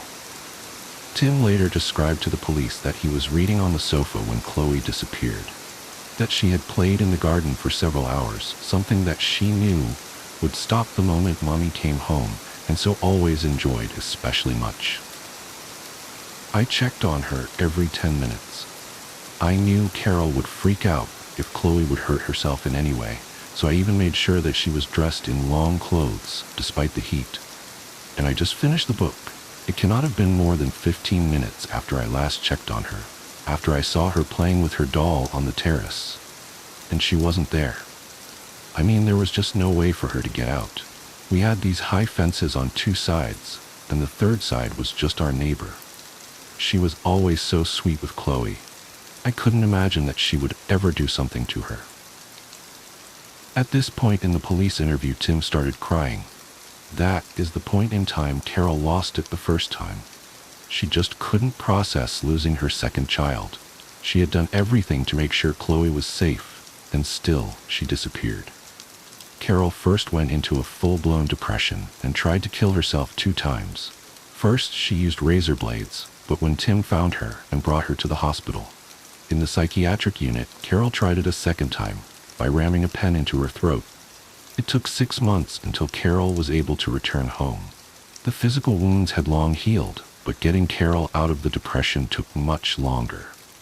And even then, when she returned home, she was still unstable. Tim took a sabbatical year from his job to care for her. The money was a bit tight, but both of their parents helped Carol and Tim out with their support. But because of the distance, they weren't able to visit very often. Carol spent nearly 6 months in Chloe's room, crying into teddy bears and hugging Barbies. Tim did the household chores, cooked and went shopping, and arranged for Carol to meet her old friends and colleagues whenever possible. Their neighbors and friends were all very supportive. But when all was said and done, Chloe couldn't be found. The police investigated for more than a year after the disappearance. They questioned neighbors and friends, even Tim and Carol themselves. Their direct neighbor was shortly even in custody. But when the neighbor's alibi turned out to be solid, a speed camera shot showed that she was too far away from the house at the time that Chloe disappeared. She too was released. More than a year after Chloe's disappearance, Carol started to get better. She started cooking and cleaning again, and she finally allowed Tim to give some of Chloe's old toys, some of which had belonged to Norman, to charity. A few times she even went out on her own again, but as Tim confided to a few friends, every night Carol would still cry herself to sleep. But at least, Tim said, she stopped blaming him. She stopped accusing him, every day, of being responsible for Chloe's disappearance. For more than a year he had heard the same message every day: it's your fault. If you wouldn't have let her in the garden. 6 months ago, Tim had to start his work again. That was hard for Carol, but it was the only way to save their strained finances and to restart their lives. You cannot live in the past, Tim would say. They are gone and we have to accept that. Carol would cry, but she would nod between her sobs. They planned to travel the world together and maybe to try again to have a child. It took Carol several weeks, but she learned to deal with being alone at home. She would chat with the neighbors and go to meetings for parents of lost children. She even started to organize a fundraiser for a new playground in the neighborhood. One, she would insist, where the neighbors together could organize a watch so that no child ever had to play without oversight. Carol had also taken again to doing the chores in the house. She started cooking, cleaning, and shopping. She tidied all rooms except Tim's holy DIY room, where she only dared to clean the floor and to eliminate the thick layers of dust on the shelves. Finally, Carol started the thing that she had dreaded the most after Chloe had disappeared. She started gardening. She mowed the lawn, trimmed the bushes, and seemed to be getting better from it. Tim wasn't sure all of this was truly a good idea, whether Carol might have another breakdown. But Carol felt her improvement. It was a cathartic experience for her, and she even felt as if it was reconnecting her with Chloe. To be in the last place that Chloe had been, and in the garden that Norman had loved so much. Carol even went so far as to start planting new flowers and bushes. You know what is worse than losing your children? Finding their pieces. Roughly 6 weeks ago, just when things seemed to be going uphill, Carol was renewing the hedge at the end of their garden. She dug a hole to remove an old bush when her spade cracked through something hard, a small bone. Carol figured it was a dead animal and continued digging. Just a few minutes later, she found the hand. Not an old skeleton hand. No, a clearly fresh, half-rotten hand of what must have been a 6-year-old child. Carol, with tears streaming down her face, kept digging. She thought that something might have buried Chloe there. That maybe Chloe had fallen into a small hole, and that somehow they had just overlooked the hill that must have covered her body. Carol dug for nearly half an hour, frantically heaping soil away from where she thought her child was lying. She didn't find more than the hand, and at least that's what her mother says. That's when Carol knew. That's, says her mother, is why Carol called the police and her own parents, but not Tim. Within the next 2 hours, the police found 4 more pieces: a rib cage, an entire arm, a chin bone, and a foot, still in small boy shoes. That's when they realized that there wasn't one child buried in the garden. It was 2. You know what is worse than finding the pieces of your children? Living with their murderer for 4 years. Tim was arrested at work. The police excavated the whole garden, carefully sieving through the soil, not to miss a single bone. Like the small one that Carol had found first and just thrown away, Norman's finger. They found the bodies of 2 dead children, around 6 years of age. The girl, the coroner determined, was buried for around 2 years, the boy for around 4 years. Still, it seemed that it must have been somebody else. Tim denied his guilt, denied that he would ever do anything to his children. And Carol believed him. It cannot have been him. He was the best father I've ever seen. Then, at the bottom of an old metal trunk in Tim's DIY room, wrapped into old towels, police found the heads. Only when she saw them, when Carol herself identified the 2 moldered heads as those of her own children, did Carol break down. As said, I don't have much hope for Carol. She is now here for 4 weeks. There is no hair left on her head. Every day she causes another dark blue or purple bruise to appear on her body, and her fingernails are long, either ripped out or chewed down to the flesh, and because most of the time she refuses to eat or drink, none of the damage to her body can heal. The doctors and nurses try their best to help, but there's just nothing we can do to help. Sometimes, when your world falls apart, insanity just is the only option. The house with painted doors, the doctor told me it was a figment of my imagination, a hallucination, a phantom limb, cut off, but the ghost of a feeling remains. The doctor tutted and prescribed me a different pill. I've lost count of how many pills I've tried. There was the yellow one, then the red and white capsule, and the green one. They have succeeded in giving me incontinence, nausea, and hair loss. But they haven't taken my girl away. My doctor told me to talk about it. Tell people. Who the hell am I supposed to tell something like this? My last friends abandoned me when Sylvia left. It's late here. It's just me and no sleep. Where to start when there is so much to tell? At the beginning, I suppose, it's always a good place. We thought we'd had it made when we moved into the suburbs. We had well-paying jobs. Fluke or competence had saved us when the waves of cuts hit around 2010. For once in our lives, money wasn't a problem. 8 years earlier, we had Annabelle, Belle for short. She was our little angel. Parents out there will know. A child shifts the center of gravity of your life. The move was good for her, good for us. Away from the hustle and danger of the city, busy streets, missing children, the sticky hands and staring eyes of sexual predators. It wasn't the house of our dreams, but it was close enough. A lawn for the balmy summer months, fireplace for the chill of winter, space for us to grow into, especially for a young girl. It came fully furnished, and it was a steal. A distressed sale, our agent called it, at least 1/10 off what a similar property would set us back. The euphoria and novelty lasted me till the first night. Sylvia was asleep next to me. The moonlight sparkled off the fine hairs on her bare shoulder. We shared a celebratory drink after dinner, and then another after that. I was lying in bed, basking in the warm glow of alcohol when I first heard it. My first thought was rats. That was exactly what it sounded like. The little tap dance of tiny claws on hard wood, coming from the walls. The delicate snoring from next to me told me that Sylvia was undisturbed by the scratching noise coming from the walls. I flinched as my bare feet touched the cold floor. The floorboards groaned in protest as I padded across the room like an overweight ninja. The tapping paused at the first creak of the floorboards, then resumed. the rough weave of the wallpaper under my palm as I leaned in to track the pitter-patter behind the walls. The scampering sounds eluded me. Every time I attempted to track the rats, the sound seemed to come from another part of the room. My knees grew sore from pressure. I wasn't some young child at a playground. I was a grown man, and my weight pressed down on the bony points of my kneecaps. Out of desperation, I put my ear to the wall, hoping that the source of the little noises would reveal itself to me. I was only met with a stubborn silence, or almost a stubborn silence. On the edge of my hearing, so quiet that I had to strain my ears to pick it up. A child's laughter from inside the walls. I did not speak of the incident.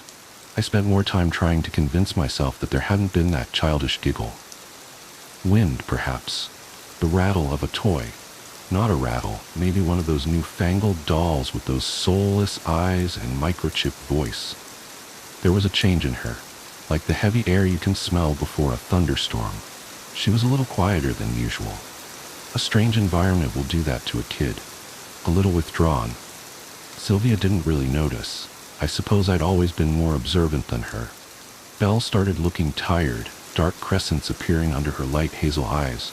She wasn't getting much sleep. My first instinct was to blame the rats in the walls. Who wouldn't? They got louder and louder as the days went by. The damn things were keeping me up at night. It seemed that the sounds progressed from simple scratchings to thumps, almost as though the cursed rodents were hurling themselves bodily against my walls. The thumping started sounding eerily like footsteps. I was not about to be defeated by a group of jumped-up rats in my own house. Fueled by testosterone-induced rage, I waged war. I tried glue traps. I tried poison. I tried cages. Nothing worked. I asked Sylvia about it, but she seemed oblivious to the late-night disturbances. That woman could sleep through a hurricane. I asked Belle if the noise was keeping her up at night. Sylvia was over in the living room, watching TV while Belle and I did the dishes. She just looked up with those big eyes of hers. The other children want to come in and play, but they can't open the door. The girl always had an overactive imagination, but this one hit a little too close to home for me. I felt the unfamiliar prickle of goose flesh on my arm. "You mean the door to the house?" I asked, keeping my tone deliberately playful. It was a game, just another of her little games. I had imaginary friends at that age. Why should my own child have been any different? "No, Daddy, the door behind the cupboard." We were up in her room. The opening theme from Desperate Housewives floated up through the floorboards, a world away. I thought I'd humor my little girl, but there was something deathly serious in her tone that I could not shake. I reached back around the standalone wardrobe and felt nothing more than the smooth paint on the wall. "There's no door here, honey." "Look closer," she insisted. I held up my cell phone for light, still playing along. There was something strange in that palm width of space between the cupboard and the wall.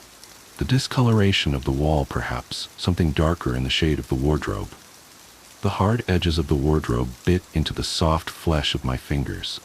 I put my back into it, and the piece of furniture gave ground grudgingly. And there it was. A door behind the wardrobe, just as Belle had said. Not any door, though. I ran my fingers over the smooth surface of the wall. Just a painted one. So convincing were the brush strokes on the door that I had to touch the wall again to tell myself that it wasn't real. "How'd you know this was here, baby bear?" I asked. The other children told me. From school. As far as I knew, she hadn't brought friends home before. "No, Daddy, the children from behind the door," she said. I looked into her tawny eyes, hoping to spot some twinkle of mischief there. There was nothing there but an innocent earnestness. I lay in bed that night, studying the cracks on the ceiling. My heart pounded hard in my chest, a heavy bass line above the distant rumble of the heating. My daughter's words had unsettled me in a strange way I could not pinpoint. It felt off somehow, like a surrealist painting, one tiny detail throwing my carefully ordered world into disarray. I took deep breaths, trying to drive away that strange tight fear in my chest. The odd painted door? A mural of some sort? Why was it still there when room had been so clearly repainted? The thumping of the rats in the walls, sounding so much like little footsteps. "The children from behind the door," she said. I rubbed at my forearms vigorously, trying to press the goosebumps back down into my skin. That's when the thumping started again. Not rats, I realized. Not rats at all. Footsteps. The light bounce of a child. I crept up to my wall again, pressing my ear against the wallpaper. There was laughter there, soft and faint. Not the laughter of a single child, children. Their happy footfalls beating a rough drumbeat on the wooden floor. There was someone else in there with my daughter. My heart jumped. I felt the chill in my veins as I rushed out of my room and tore down the corridor. The silvery light of the moon shone through the window. It gave everything an odd, flat look without contrast. Belle's room was only a few feet from the door to our bedroom, but my chest heaved with deep, body-shaking breaths. I could still hear them faintly through the door, the thud of feet on the floor. I steeled myself. It was nothing. Sound traveled strangely through these old houses. Echoes, maybe. She was just talking to herself in her sleep. The stress of moving, perhaps. Suitably calmed, I turned the doorknob slowly. There was a conspiratorial shush from the other side of the door, and silence descended like a shroud. I gave the door a gentle push. The room was dark and quiet. The moonlight crept into the room. My daughter was standing there, just behind the door, a still figure against a dark background. The shock took the strength from my legs. I backed away a little quicker than I meant to. She just stood there, swaying slightly. Thin white crescents showed from under her hooded eyelids. Her lips were moving, almost soundlessly. I leaned forward, straining to make out what she was saying. It slowly became clear. One sentence, over and over. All the doors are open now. All the doors are open. And from behind her, in the shadowed room, the quiet click of a door shutting. Belle didn't recall a thing the next morning. She could sense my frustration and fear as I quizzed her about the night before. Dark circles framed puzzled eyes in her pale face. She hadn't slept well last night either. Sylvia took her to school. I hadn't broached the topic with Sylvia yet. There was still some time before I had to leave for the office. I crept back to my daughter's room, feeling like a thief in my own empty house. I stood in front of that strange painted door for the second time in as many days.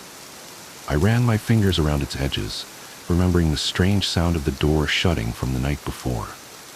Its edges were wholly contiguous with the wall.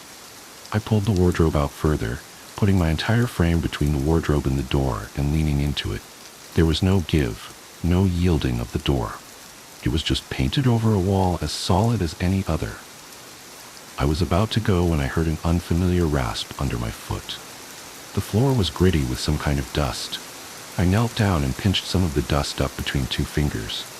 All the doors are open now. My daughter's dreamy voice in my ear, my memory of it so sharp that it seemed that she was right there whispering it. How odd it was for the dust to be pink. Of course it would be. It wasn't dust at all. It was paint. Paint from the wall. Things didn't get better. The gambling footsteps continued at night, unabated. That and the whispers and the giggles at night. Whatever was in my daughter's room toyed with me. It never let Sylvia hear it. I would stay up, waiting to wake my wife up just in time to hear it, only to be met with a stubborn silence. Trickery wouldn't work either.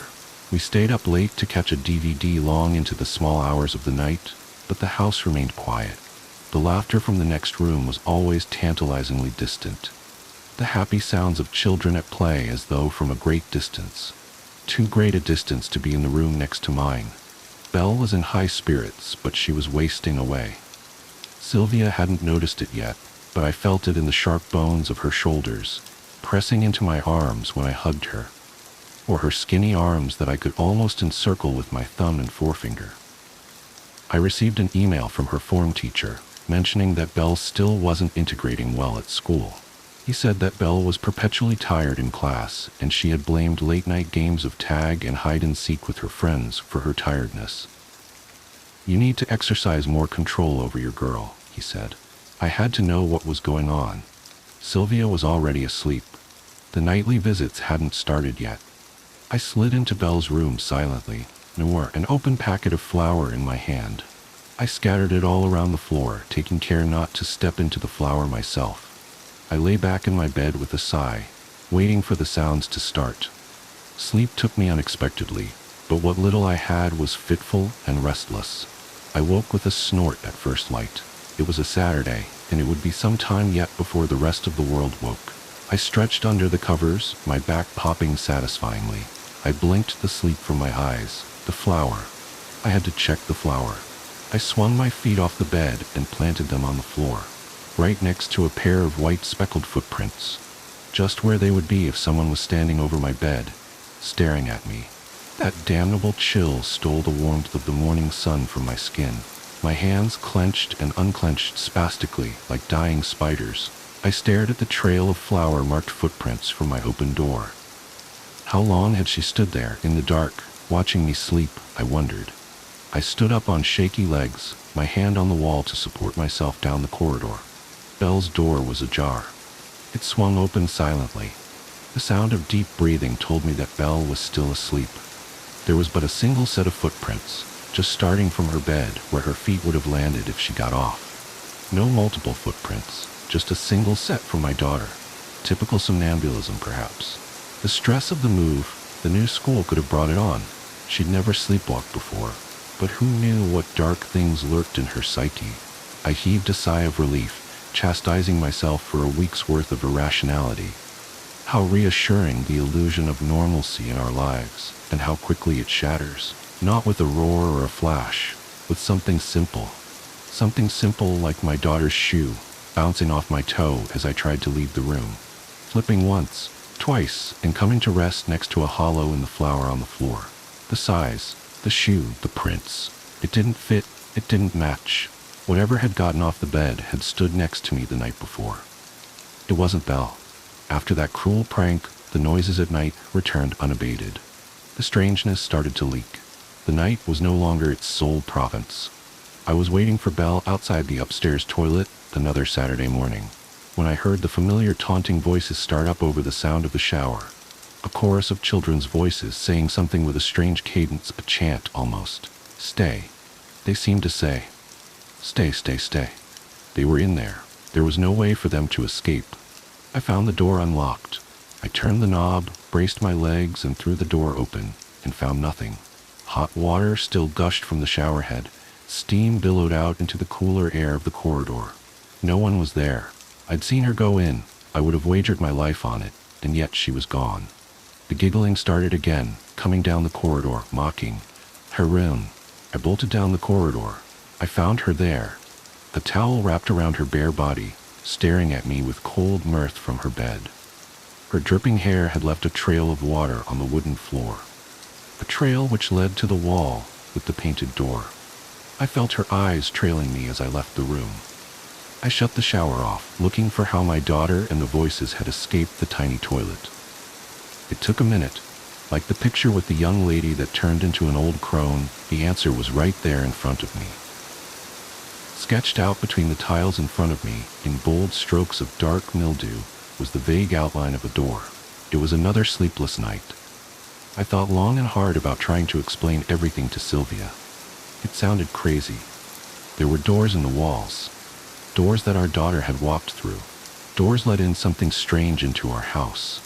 Something that wanted her to stay. The thought lingered in the back of my head like a suppurative scab, itchy and red and raw. Sleep would not come easy. I was contemplating a little chemical assistance to aid me along my way when I grew aware of a soft sliding sound. Movement caught my eye. I saw a slim figure slowly shuffle by the door to our bedroom. Belle? I called out to her softly. She didn't break step. And what a step it was. A stiff-armed and stiff-legged march down the corridor, her feet scraping over the wooden floor. Belle, I called out, a little louder. There was no response. I got out of bed and tiptoed to the door. The door to the toilet clicked shut softly. I followed. The lights revealed an empty corridor. The toilet door yielded with a squeak of complaint. The silence was thick and cloying. It seemed that no sound would carry through the air. The light clicked to life in the toilet. Shadows leapt and danced with its first few flickers. The shower curtains swayed. The draft I had left in when I opened the door, I told myself. It did not help. I chided myself for my childish fears, but the flutter in my gut remained. I yanked the curtain aside roughly, my other hand balled into a fist to protect myself. From what, my daughter? Nothing awaited me on the other side of the curtain. Nothing but that strange outline of a door etched out in lines the tiles. I heaved a sigh of relief. Perhaps the lack of sleep was getting to me, my fears spilling over into waking dreams. The calm was short-lived. I heard another door slammed shut. Downstairs, a series of childish titters carried up through the floorboards. I bolted downstairs. Again, the lights revealed nothing. Almost nothing. The huge throw rug that had come with the furnished house had been tossed aside. There, hidden under it, was another door, scratched into the parquet flooring. I felt sick to my stomach, thinking of the days we'd spent on the couch with our feet on that hideous thing. I ran my fingers around the thin grooves of the scratch marks. The door felt cool to the touch, cooler than the surrounding wood. The same feel of a front door guarding against the winter chill. Whatever it was that the door guarded against, it was cold. Very cold. The laughter started again, taunting, mocking. I heard the creak of my daughter's footsteps on the stairs to the basement. The light of the living room seemed to shy away from the depths of the basement. I could make out Belle's outline, just where the light of the living room met the darkness of the basement. The light switch was at the foot of the stairs. The steps sang under my weight. Belle didn't turn around. I reached out to grab her shoulder. Her bony shoulder was icy cold. I pulled her towards me. I could just nearly see her face. Something blotted out the light. I blinked at the silhouette at the top of the staircase. "Daddy, why are all the lights on?" Belle's voice. Oh God. Belle was at the top of the stairs. I felt the light caress of fingers on my hand. The girl in front of me, her fingers on mine. Her voice was a hoarse whisper, as though forced from a throat long turned to dust. "She's ours now." She giggled and twisted away from my grasp, vanishing into the dark. The dark space under the house suddenly filled with the patter of feet on the dusty floor. 2 pairs, 3 pairs, until it seemed that an entire legion of light feet were dancing across the floor. The sound was deafening in that confined space. I reached forward and thumbed the light switch, only to be greeted by silence and the slowly settling dust. Something was wrong with the wall again. I already knew what to expect. With a sweep of my hand, I cleared the dust from the wall. Just as I expected, another door, this one a huge set of double doors, painted on the wall with garish colors. Just before I left the basement, I saw the clean circles on the floor where the opening door had swept the dust away. We had to go. There was something dark in the house. Something wholly unnatural about those strange painted doors. I sprinted up the stairs. "Grab some clothes," I told Belle as I passed her. I did not stop to see if there was a shred of understanding in her blank eyes. She turned and followed me silently upstairs. I shook Sylvia awake roughly. 4 weeks to the day we moved in and we were fleeing our own home. She blinked the sleep from her eyes. In hushed tones, I tried to explain the situation to her. The painted doors, the sounds of the children, the danger we were all in. Her expression slowly changed from sleepy bewilderment to one of disbelief and annoyance. She told me that I was overreacting, that the stress of the move and our job was taking its toll on me. We would talk about it in the morning, she said. Get help from a doctor if we needed to. I grew increasingly agitated at her apathy. I begged her to humor me for just one night, for our family to shift to a motel for a single evening. Our conversation grew heated. All this was cut short when Belle reappeared at our doorway. Her hair was wild, her eyes burning with some inner fire. "You should go now. All the doors are closing soon. I must stay with them." Her voice was toneless, the flat delivery of an atheist reciting a litany. Sylvia gaped. Having her daughter acting as strangely as her husband tipped her over the edge. Weeping, she rushed forward and held Belle close to her. "You're not going anywhere. This isn't real. Daddy's sick. He's made you sick too. You and I will get away from here. Get away from Daddy." Those words felt like physical blows. I felt sick. My wife started pulling at Belle's hand, trying to move her. Belle stood fast, and there was nothing my wife, with her advantages in strength and weight, could do to shift her an inch. Sensing their prey about to evade them, the things in the house grew restless. Our room filled with the sound of feet on the floor, the sound of little feet running up and down the corridors. With a squeak, Sylvia pulled the door shut and leaned against it. The door shuddered on its hinges as unseen things flung themselves against it. Unsuccessful, the house grew silent. Sylvia stared at the doorknob. I shook my head, stepping off the bed.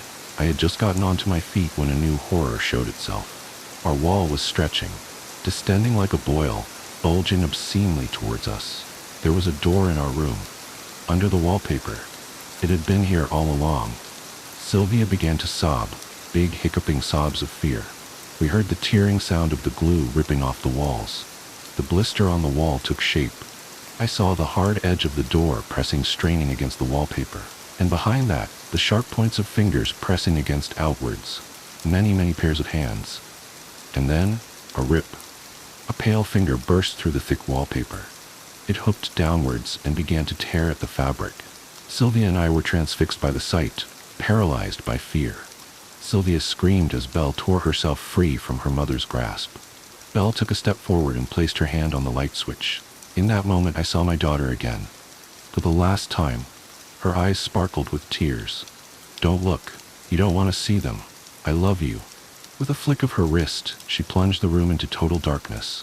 The sound of the wallpaper ripping was very loud. The temperature in the room fell. It felt larger somehow, that we weren't in the bedroom of our home anymore, but in some vast and empty space. A chill wind blew, and it smelt of dry dust. When the wind died down, we were alone in our room. Our girl was gone. What is there left to say after that? We did what we could. We moved into a motel. The police came. They looked for prints. They asked questions. They took pictures. They broke down the walls behind the doors with their hammers. Nothing. The detectives came. They asked more questions. Hard questions sometimes. They took me away for a while. The doctors came. They cajoled and counseled. They asked me about my parents, about our family, if I had ever hurt my daughter. The doctors found nothing wrong with me. The cops found nothing in my house. The detectives found nothing false in our story. They let me go. Sylvia and I stayed with her parents for a month. Belle's disappearance ripped a hole in our lives. We tried. Some things just don't heal right. Others don't heal at all. Things weren't the same. The split was amicable. We just drifted. No arguments, no fights. Just a slow death of the love that had once bound us. And what then? I came back here. There was nowhere else I could go. The first night was the hardest.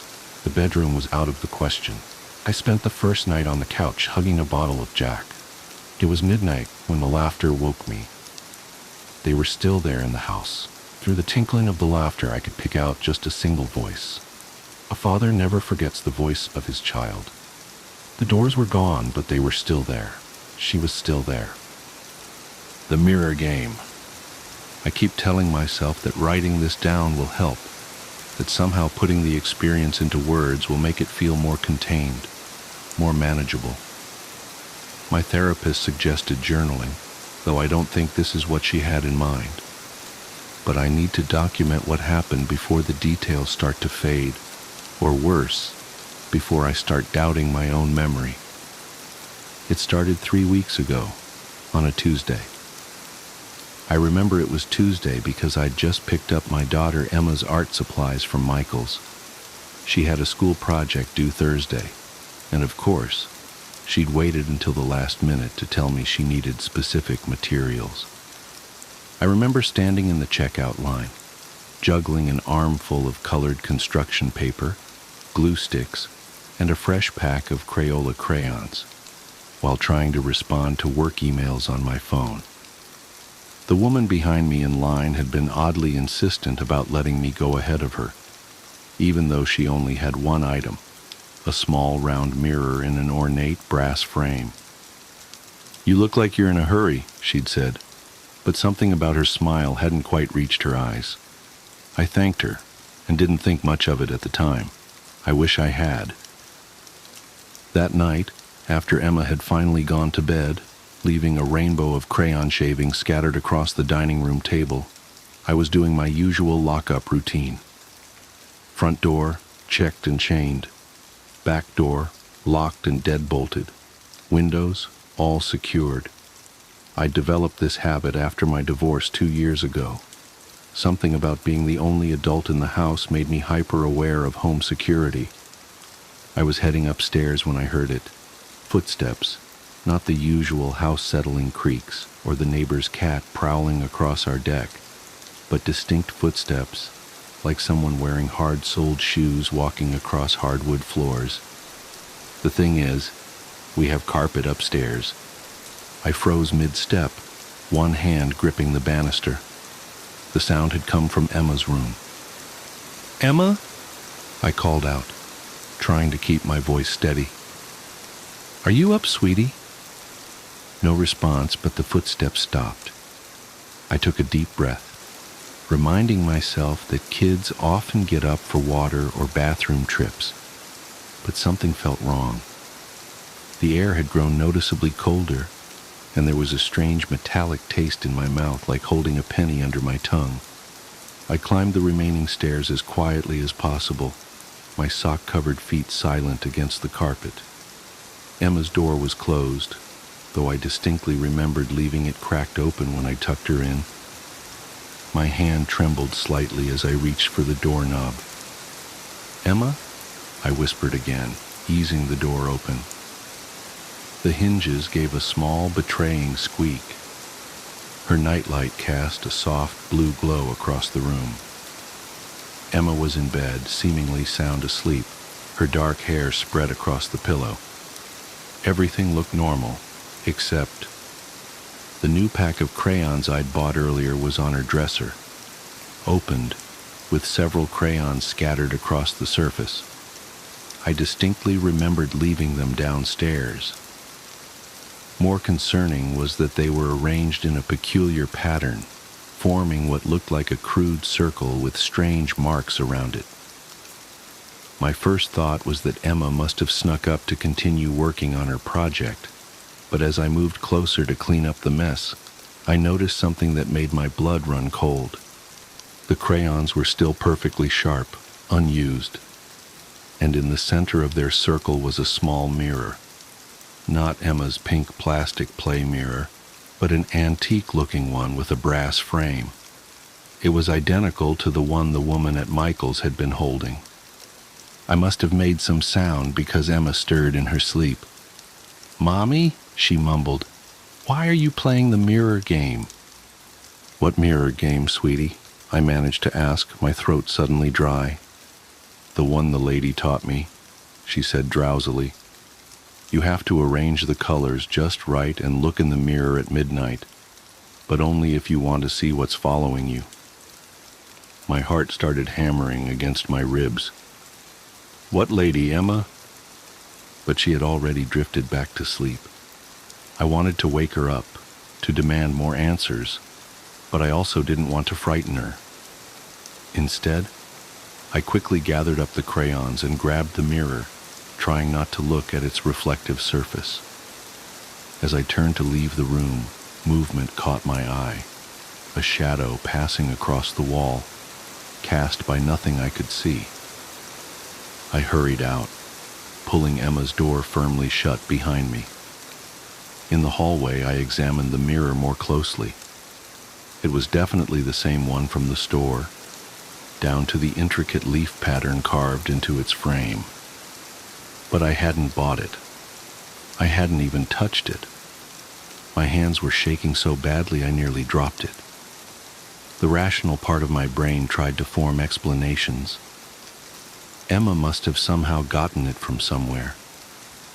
Maybe it was an old one we'd had lying around that just looked similar. Maybe... The sound of footsteps interrupted my thoughts. This time, they were behind me. I spun around, but the hallway was empty. The temperature had dropped even further.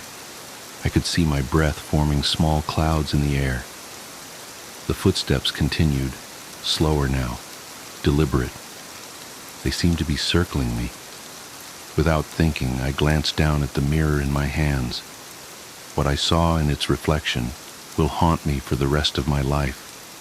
I wasn't alone in the hallway. In the mirror, I could see a figure standing directly behind me. It was tall, impossibly tall, its head nearly touching the ceiling. Its proportions were all wrong, limbs too long, joints bent at unnatural angles. But what truly terrified me was its face, or rather, the lack of one. Where features should have been, there was only a smooth, blank surface, like untouched clay. I couldn't move, couldn't breathe. In the mirror, I watched as the figure slowly raised one elongated hand and placed a finger against where its lips should have been, in a shushing gesture. The mirror slipped from my numb fingers. I lunged to catch it, some instinct telling me that breaking it would be catastrophically bad. But before it could hit the floor, the mirror disappeared, simply vanished, as if it had never existed. The temperature returned to normal so quickly my ears popped. I stood there for several long minutes, heart racing, trying to process what had just happened.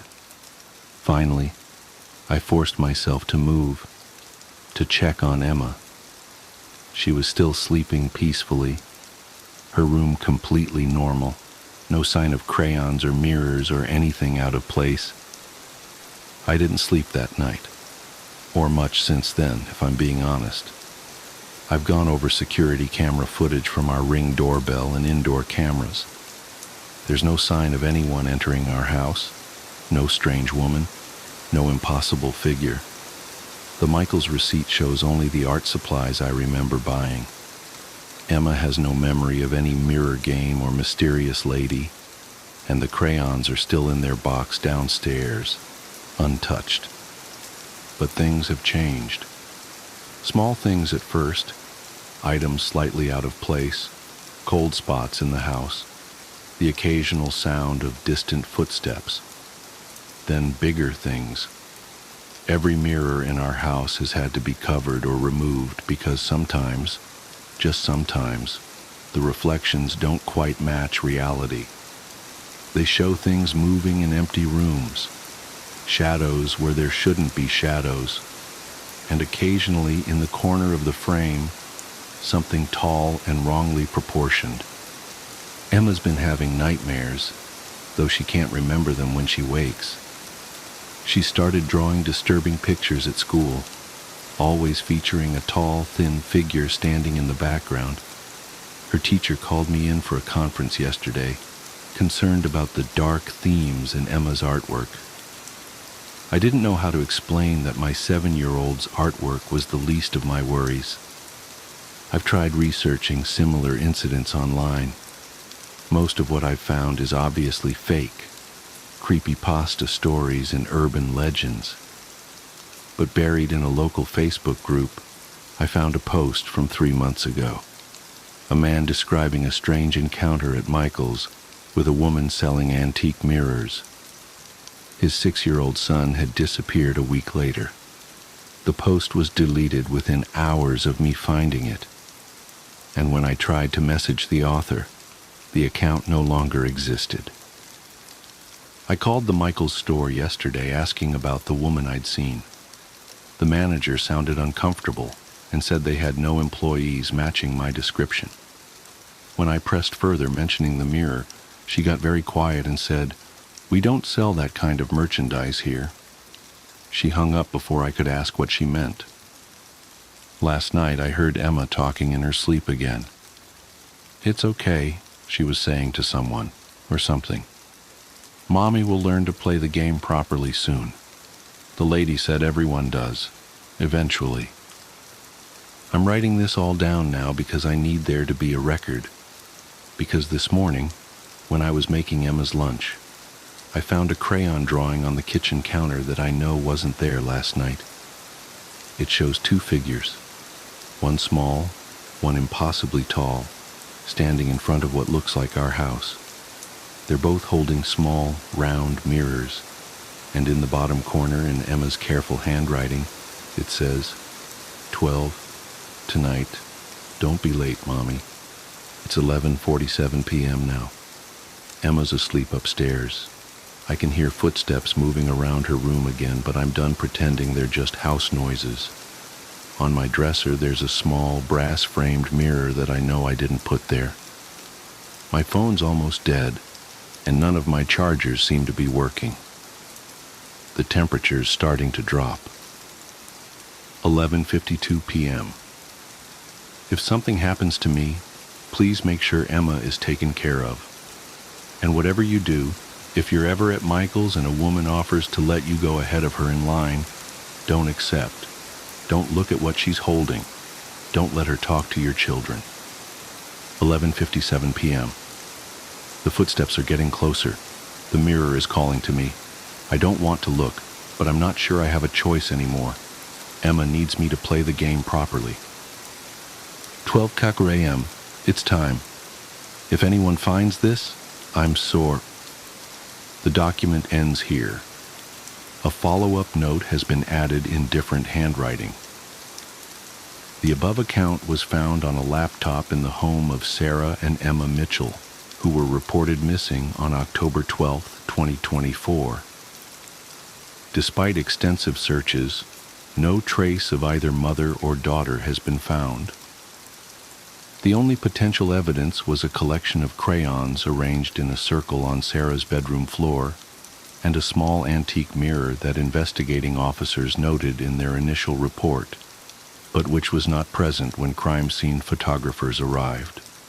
The case remains open. If anyone has information about Sarah and Emma Mitchell's whereabouts, or about similar incidents involving mirrors and art supply stores, please contact the Springfield Police Department, reference case number SP 2024-10-12-7731. Do not attempt to investigate independently. Do not attempt to recreate the mirror game. Do not accept offers from strangers in checkout lines. And if you hear footsteps in your house tonight, don't look in any mirrors. Just don't. Autopilot. Have you ever forgotten your phone? When did you realize you'd forgotten it? I'm guessing you didn't just smack your forehead and exclaim, "Damn," apropos of nothing. The realization probably didn't dawn on you spontaneously. More likely, you reached for your phone, pawing open your pocket or handbag, and were momentarily confused by it not being there. Then you did a mental re-step of the morning's events. Shit. In my case, my phone's alarm woke me up as normal, but I realized the battery was lower than I expected. It was a new phone, and it had this annoying habit of leaving applications running that drain the battery overnight. So, I put it on to charge while I showered instead of into my bag like normal. It was a momentary slip from the routine, but that was all it took. Once in the shower, my brain got back into the routine. It follows every morning, and that was it. Forgotten.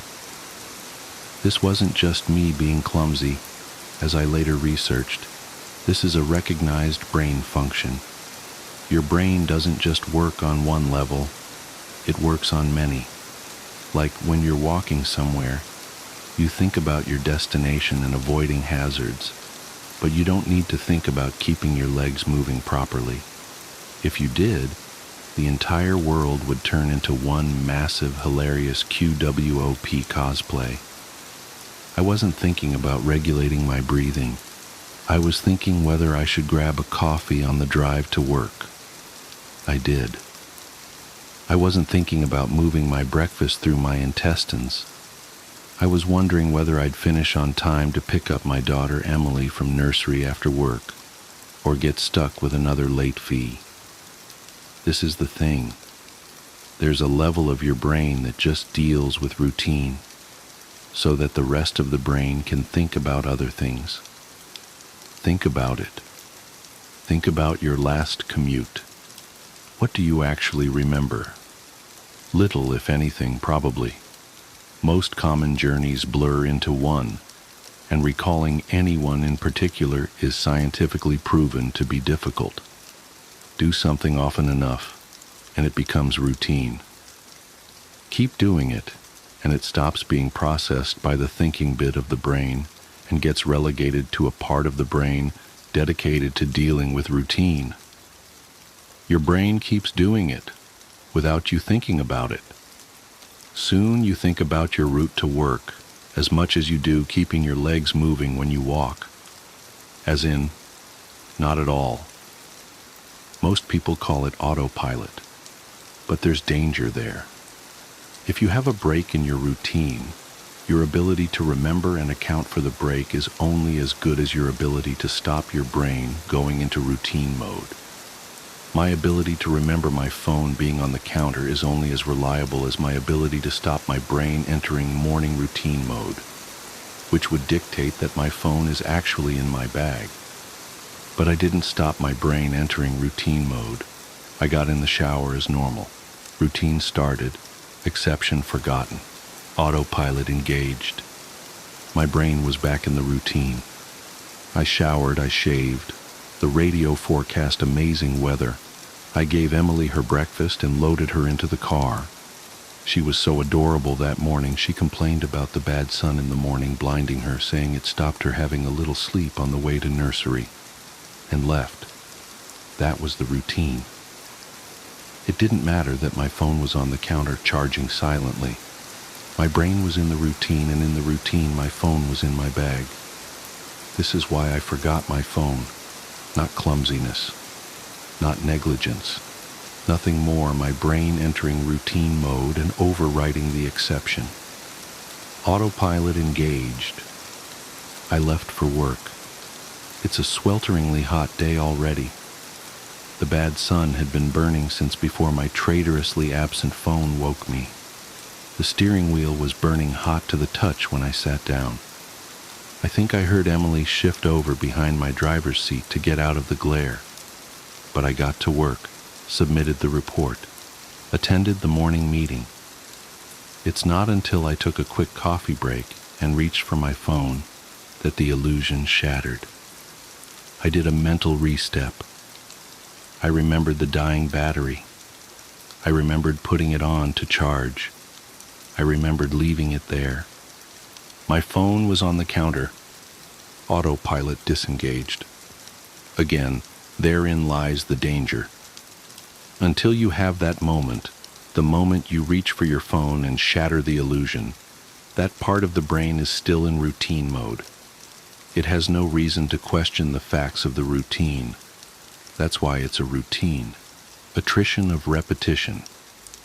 It's not as if anyone could say, "Why didn't you remember your phone? Didn't it occur to you? How could you forget?" You must be negligent. This is to miss the point.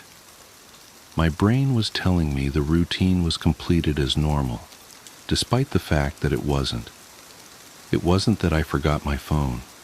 According to my brain, according to the routine, my phone was in my bag. Why would I think to question it? Why would I check? Why would I suddenly remember out of nowhere that my phone was on the counter? My brain was wired into the routine, and the routine was that my phone was in my bag. The day continued to bake. The morning haze gave way to the relentless fever heat of the afternoon. Tarmac bubbled. The direct beams of heat threatened to crack the pavement. People swapped coffees for iced smoothies. Jackets discarded, sleeves rolled up, ties loosened, brows mopped. The park slowly filled with sunbathers and BBQs. Window frames threatened to warp. The thermometer continued to swell. Thank the offices were air-conditioned. But as ever, the furnace of the day gave way to a cooler evening. Another day, another dollar. Still cursing myself for forgetting my phone, I drove home. The day's heat had baked the inside of the car, releasing a horrible smell from somewhere. When I arrived on the driveway, the stones crunching comfortingly under my tires, my wife greeted me at the door. "Where's Emily?" As if the phone wasn't bad enough. After everything, I'd left Emily at the nursery after all. I immediately sped back to the nursery. I got to the door and started practicing my excuses, wondering vainly if I could charm my way out of a late fee. I saw a piece of paper stuck to the door. "Due to vandalism overnight, please use side door. Today only." Overnight? What? The door was fine this morning. I froze. My knees shook. Vandals. A change in the routine. My phone was on the counter. I hadn't been here this morning. My phone was on the counter. I'd driven past because I was drinking my coffee. I'd not dropped off Emily. My phone was on the counter. She'd moved her seat. I hadn't seen her in the mirror. My phone was on the counter. She'd fallen asleep out of the bad sun. She didn't speak when I drove past her nursery. My phone was on the counter. She'd changed the routine. My phone was on the counter. She'd changed the routine and I'd forgotten to drop her off. My phone was on the counter. 9 hours. That car, that baking sun, no air, no water, no power, no help. That heat, a steering wheel too hot to touch. That smell. I walked to the car door, number shock. I opened the door. My phone was on the counter and my daughter was dead. Autopilot disengaged. The Smiling Man. About 5 years ago, I lived downtown in a major city in the U.S. I've always been a night person, so I would often find myself bored after my roommate, who was decidedly not a night person, went to sleep. To pass the time, I used to go for long walks and spend the time thinking.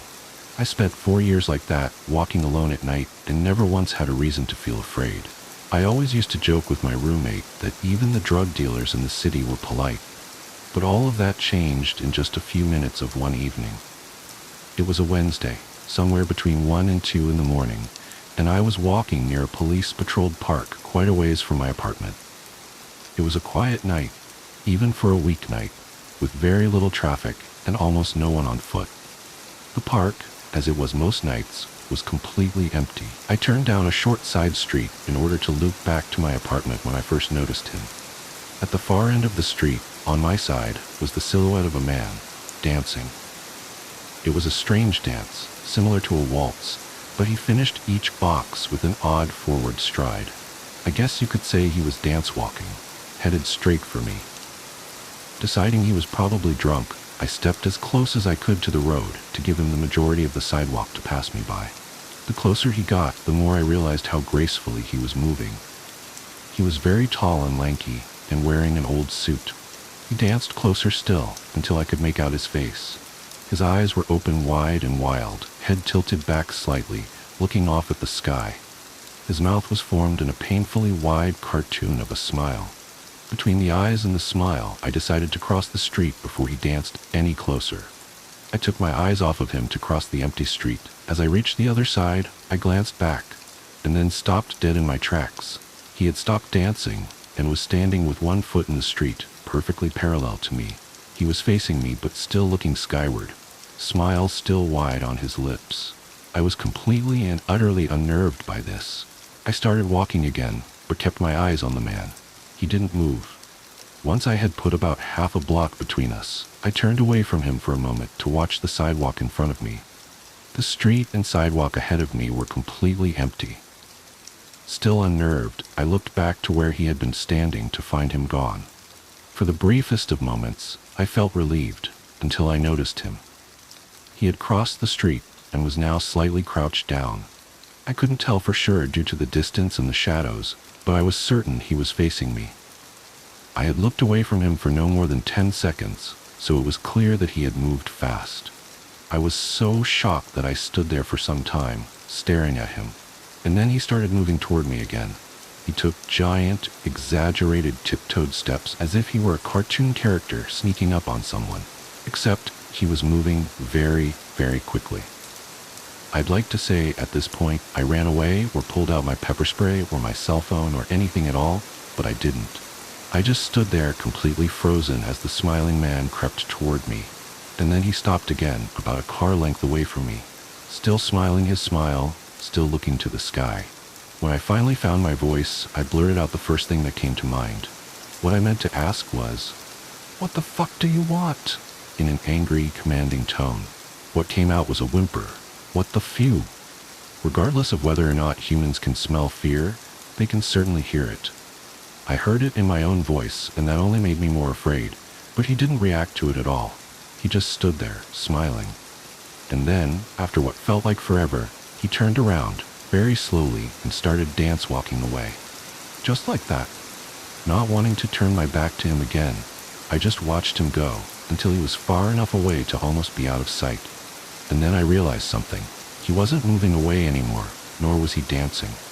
I watched in horror as the distant shape of him grew larger and larger.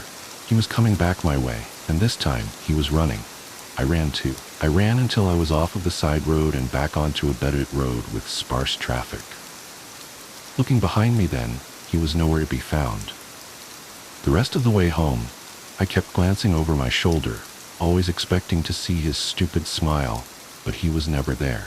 I lived in that city for 6 months after that night, and I never went out for another walk. There was something about his face that always haunted me.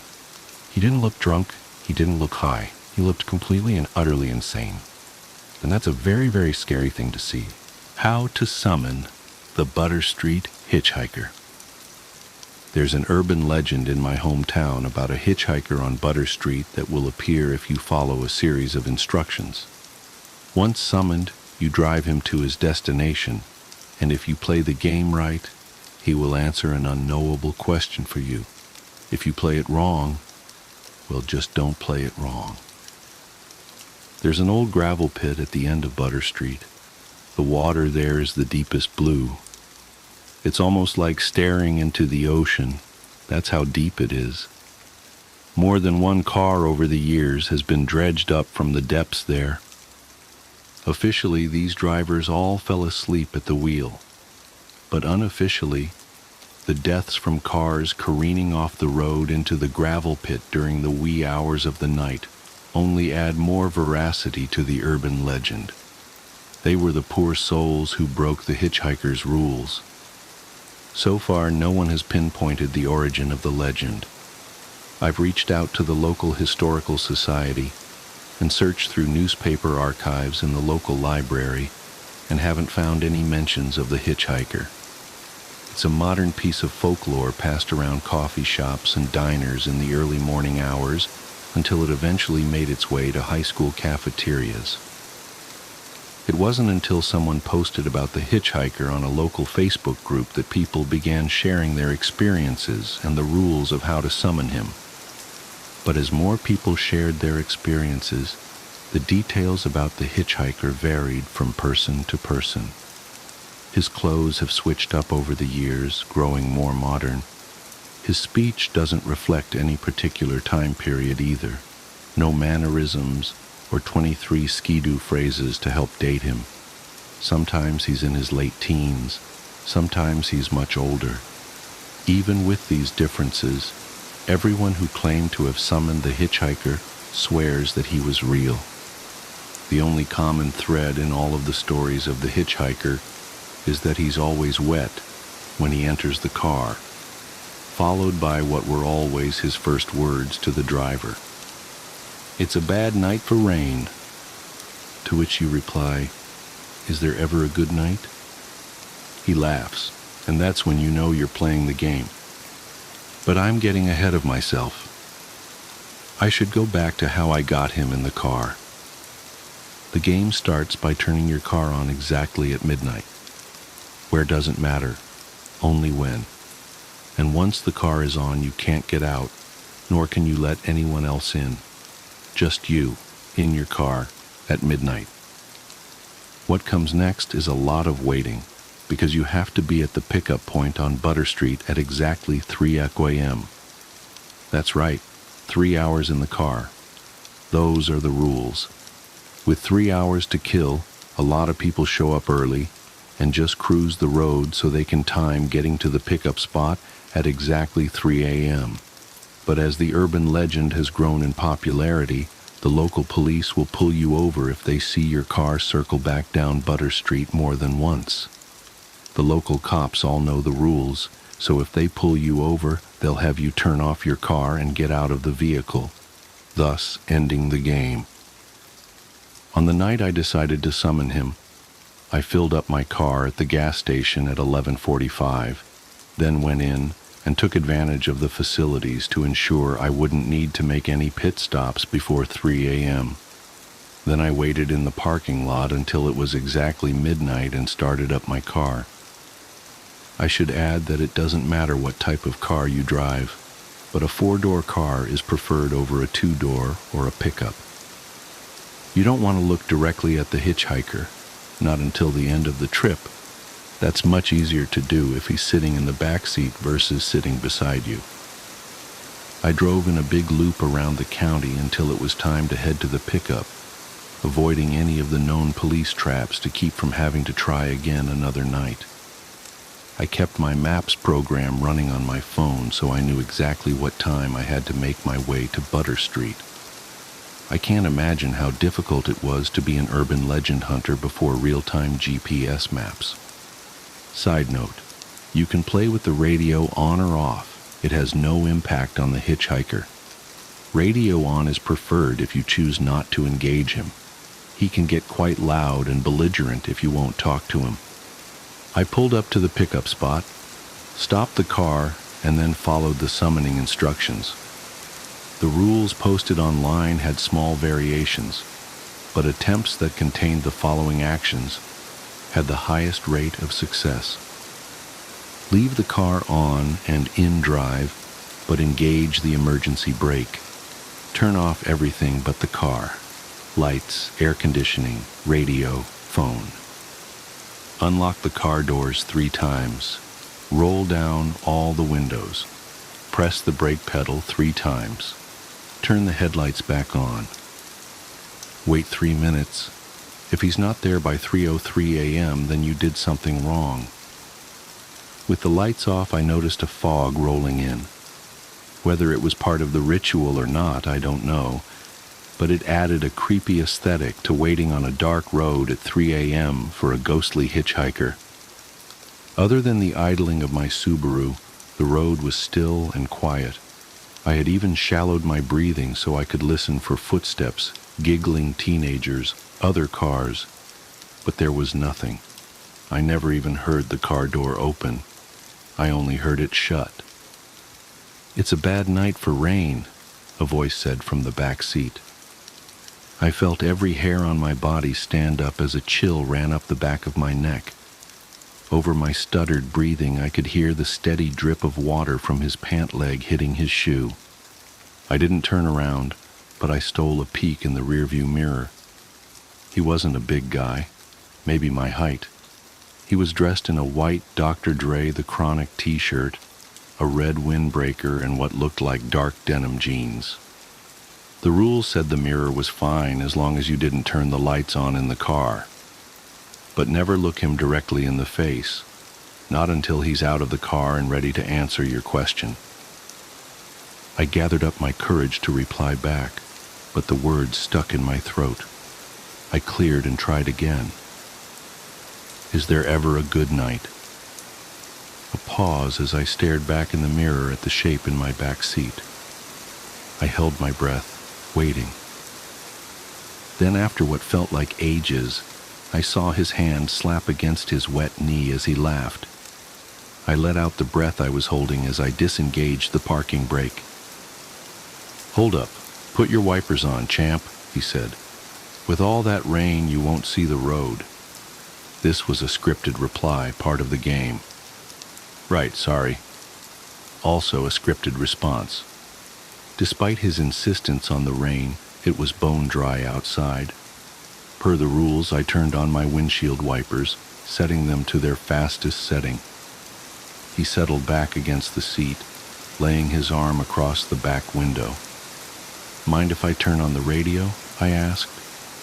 This wasn't part of the game, but I figured it was best to ask and be polite. "It's your ride," he said. His voice was a smooth baritone. "One request, no country, please." "Sure thing," I answered. I put on a local top 40 station. I pulled back onto the road just as the clock hit 3:03. I stole looks in the rearview mirror as often as I felt comfortable while still keeping the car on the road. Luckily, this part of Butter Street was pretty straight, and not a lot of traffic. From his voice and the hand tapping against the wet knee in the back seat, I could tell he was a black man, maybe mid-20s, and dressed like he came straight from 1996. Nothing like any of the descriptions I read on the Facebook post about the hitchhiker. "Where you headed?" I asked. This was a scripted part of the game. "I'm headed to see my girl. I worked the late shift tonight. Thought I'd pop in to surprise her." His response to this question was always different. That, coupled with the fact that the appearance of the hitchhiker seemed to shift, led many to believe that it's not the same spirit every time. I pulled up at the stop sign at the end of Butter Street. "Yeah, you want to make a right here," he said. I followed his orders, turning right. Other than following them, the destination and directions were irrelevant. The ride goes until 3:33 a.m. when he tells you to pull over. "So what's your story, man?" he asked. A scripted prompt, but how you reply was completely up to you. Some have ignored talking to him altogether, which apparently is not recommended. Some have shared a little out of politeness. Others have talked right up until drop-off time, filling the air with their own words. The more you talk to him, the more he talks back. It doesn't impact the game, it just makes the journey a little more interesting. Even though I'm driving a ghost, his voice is disarming, making him easy to talk to. I have a day job that pays the bills, just boring office stuff, but in my spare time I like to explore urban legends and haunted places. Go out looking for proof of life after death. "Ah, for real? Damn, that sounds spooky as hell." Unscripted reply. He leaned forward, putting his elbows on his knees. In the rearview mirror, I could see the sleeves of his windbreaker were shredded. "What's the scariest thing you've seen? Take a right up here." Unscripted. I wanted to say, "Besides this?" but I held my tongue. All indications from everyone who has played the Hitchhiker's game say that he was unaware of his situation. He's just a passenger getting a ride to his destination. Attempts to get him to recognize his ghostly predicament do not go well, so I do not advise bringing it to his attention. I took the next right as I continued my story. About 2 years ago, I was on an overnight ghost hunt at the Ohio State Reformatory. It's an old prison up in Mansfield, where they filmed Shawshank Redemption, I said. I figured if he was from the 90s, he might remember the movie. So there's a group of 6 of us on the tour, and we're over in the administration wing, and I felt this hand press into my back, like it was guiding me forward. Oh, hell no. My ass would be gone up out of there. I ain't even playing. Unscripted response. It's about this time that I realized that all of the street lights were off. Not just the lights on the streets. Everything was dark. Granted, it was the middle of the night, but we drove past a Taco Bell that was open 20 minutes ago when I passed by on my way to Butter Street. Now it was completely dark. Not a single car in the parking lot. That's the second thing I noticed. No cars. We've driven 15 minutes without passing a single car. Not only were there no cars on the road, there weren't any cars in any driveways or parking lots. As we rolled by a Ford dealership, the entire lot was empty. It's like we'd stepped completely out of reality into a different one. So what did you do? Unscripted. I've got his interest, apparently. I continued the story. I turn and look, and no one is behind me, but I can smell rose-scented perfume. Apparently one of the ghosts there is the wife of the warden. She was killed when the warden's gun went off by accident. It fell out of the closet, went off, and shot her in the lung. That is crazy, man. But I can feel why she might be hanging around still, you know what I'm saying? Like she's got some unfinished business and shit because her life was cut short like that. We rode in silence for a bit. I don't know for how long. I tried looking back at him in the mirror, but he hung to the shadows. Then I felt his cold breath against my neck, sending shivers up my spine. Could you imagine what that's like? He said, unscripted. What do you mean? I replied, also unscripted. Having your life cut short like that due to the careless act of another human being? That's pretty messed up. Unscripted. My heart thudded against my chest. Did I mess up? Did I not follow the rules? Did he... He laughed and sat back in his seat. I'm just playing, man.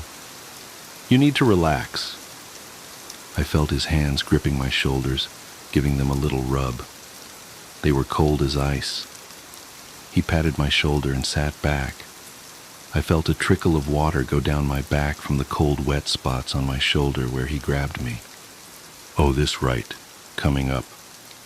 He leaned forward, pointing at the road. His skin was ashy and his thumbnail was split to the nail bed. The smell of wet loam wafted into the front of the cabin. I made the turn. I peeked at the clock on my dashboard and saw it was 3:29, only 4 minutes to go. You got any family? He asked. Scripted. I felt my heart leave my throat and drop back into my chest. We were back on script. I used to. Just me now. That's tough, I know. Before my girl, I was all alone. I don't know what I'd do if I didn't have her.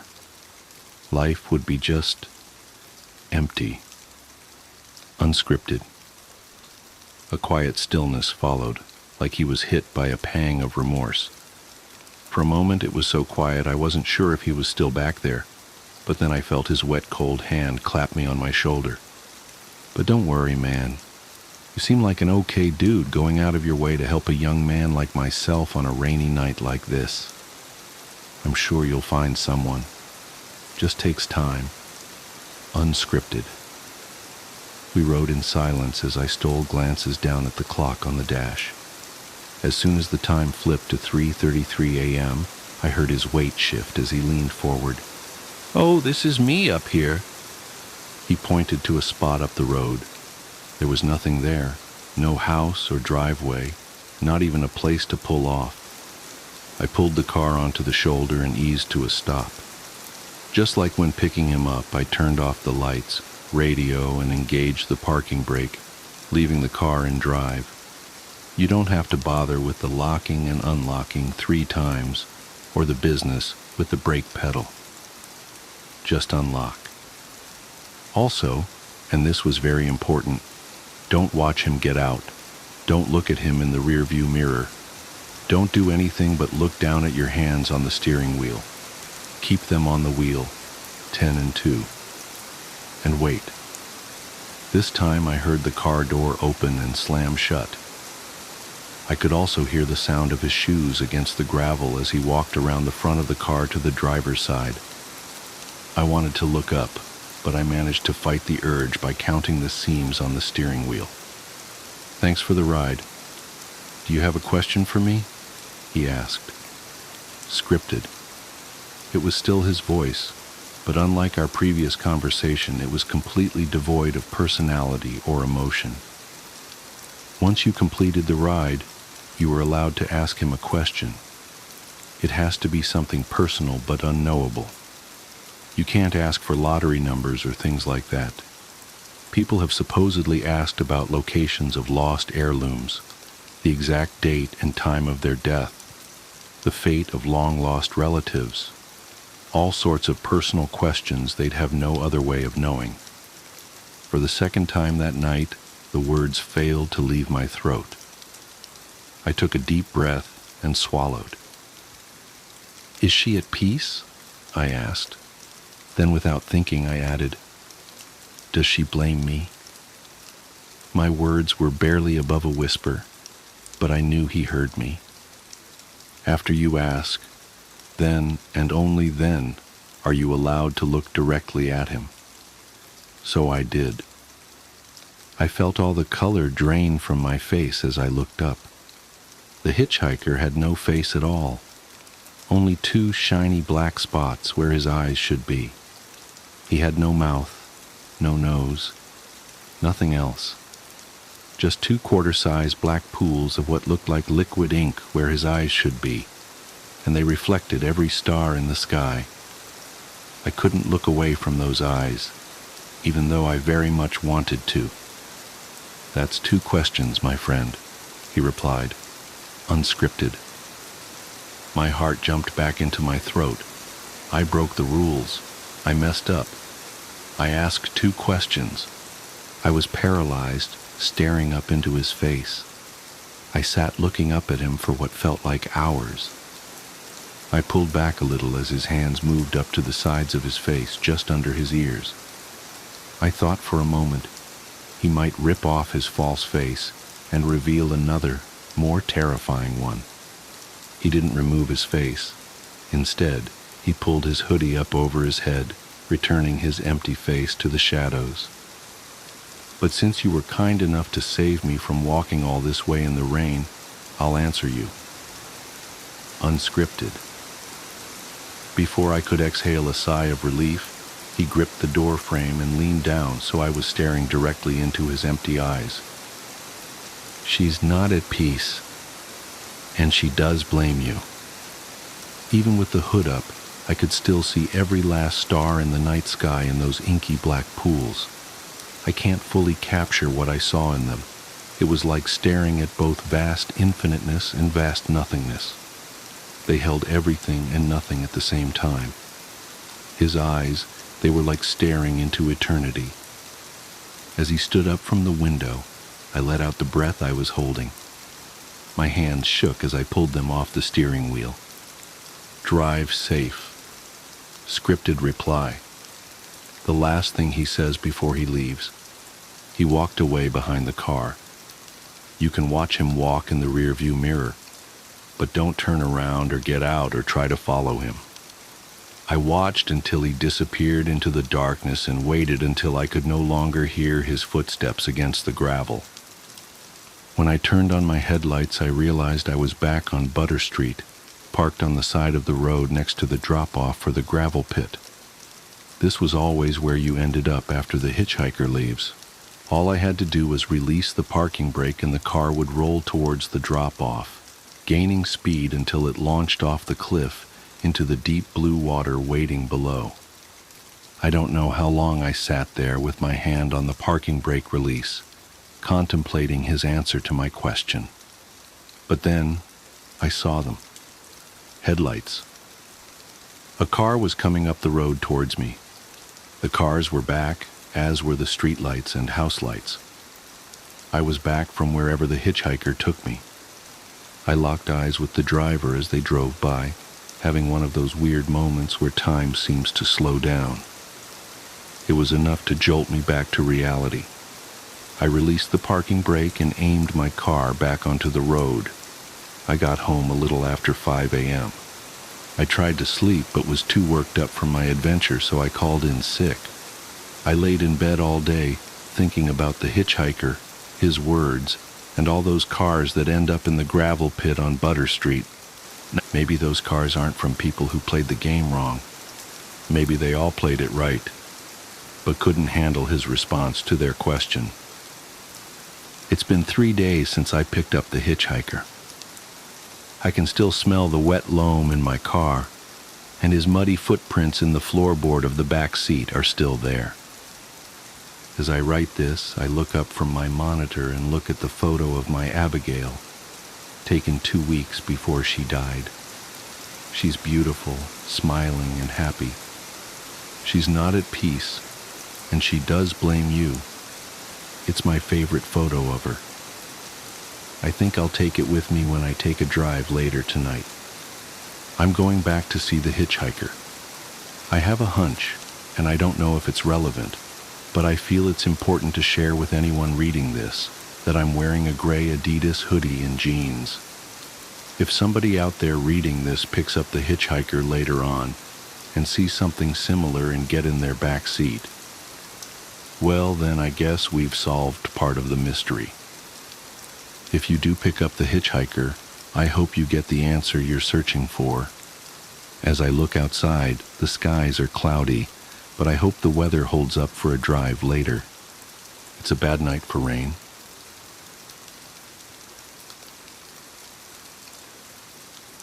There's a ladder in the middle of the ocean. It was discovered 25 miles off the coast of Maine by a lobster fisherman.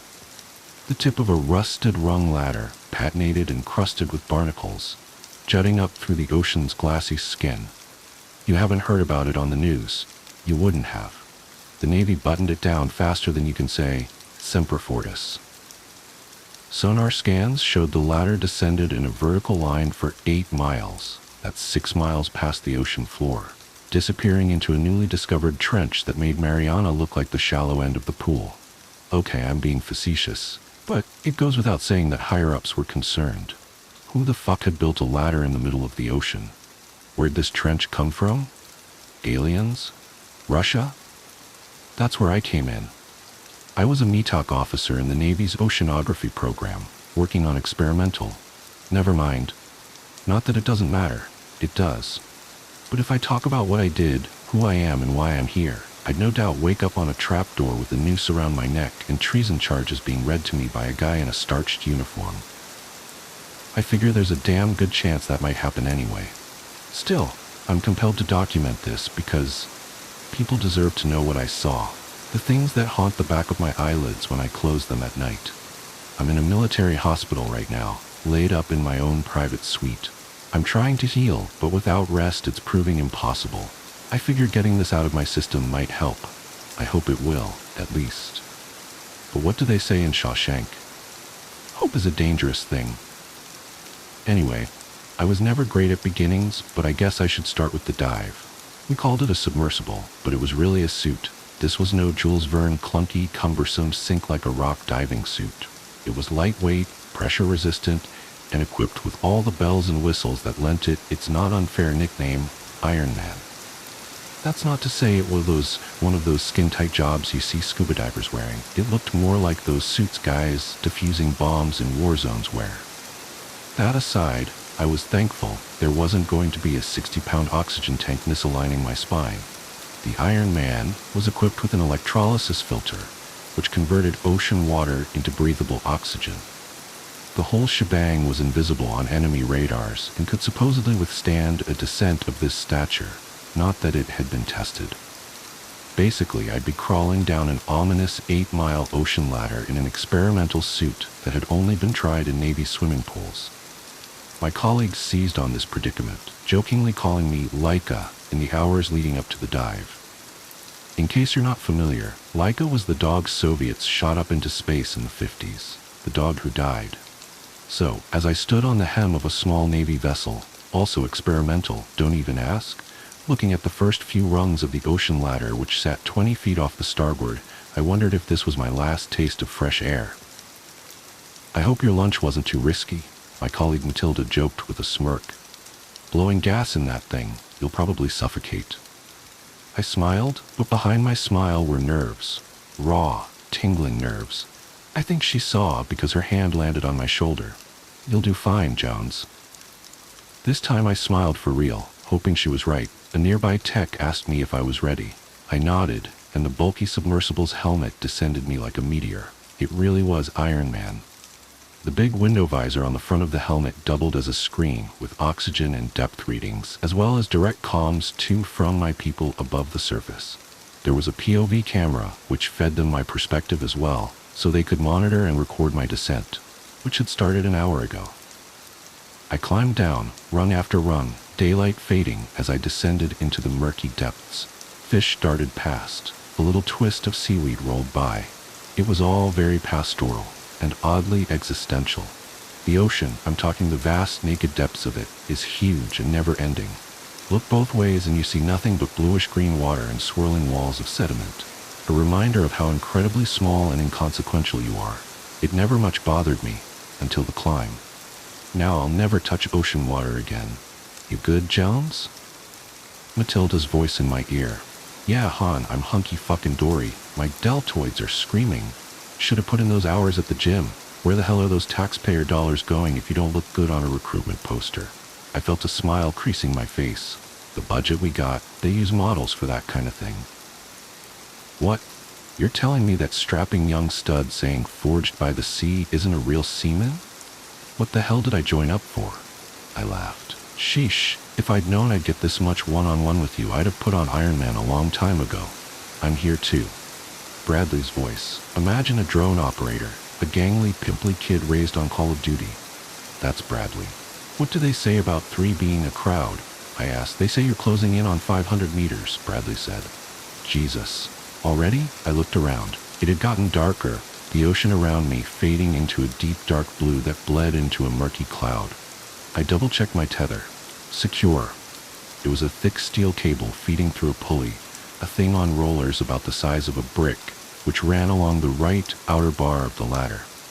The tether was there, in case, for some reason, I lost my grip on the narrow, rusted rungs. 'Cause if that happened, well, anyone seen Gravity? I shuddered at the thought of sinking down and down with nothing and no one to save me. How's breathing? Matilda asked. I smiled at the concern in her voice, looked up at the little black eye on the top right of the visor, the camera pointing down at me. They could see my face. I could, in theory, see them too, had they decided to beam some footage onto my visor screen. But this was no time for screwing around, and my visor was filled with numerical readings. On the left side sat a little map detailing the ladder and my position, a red dot on it. I had barely made a dent. Just fine, darling.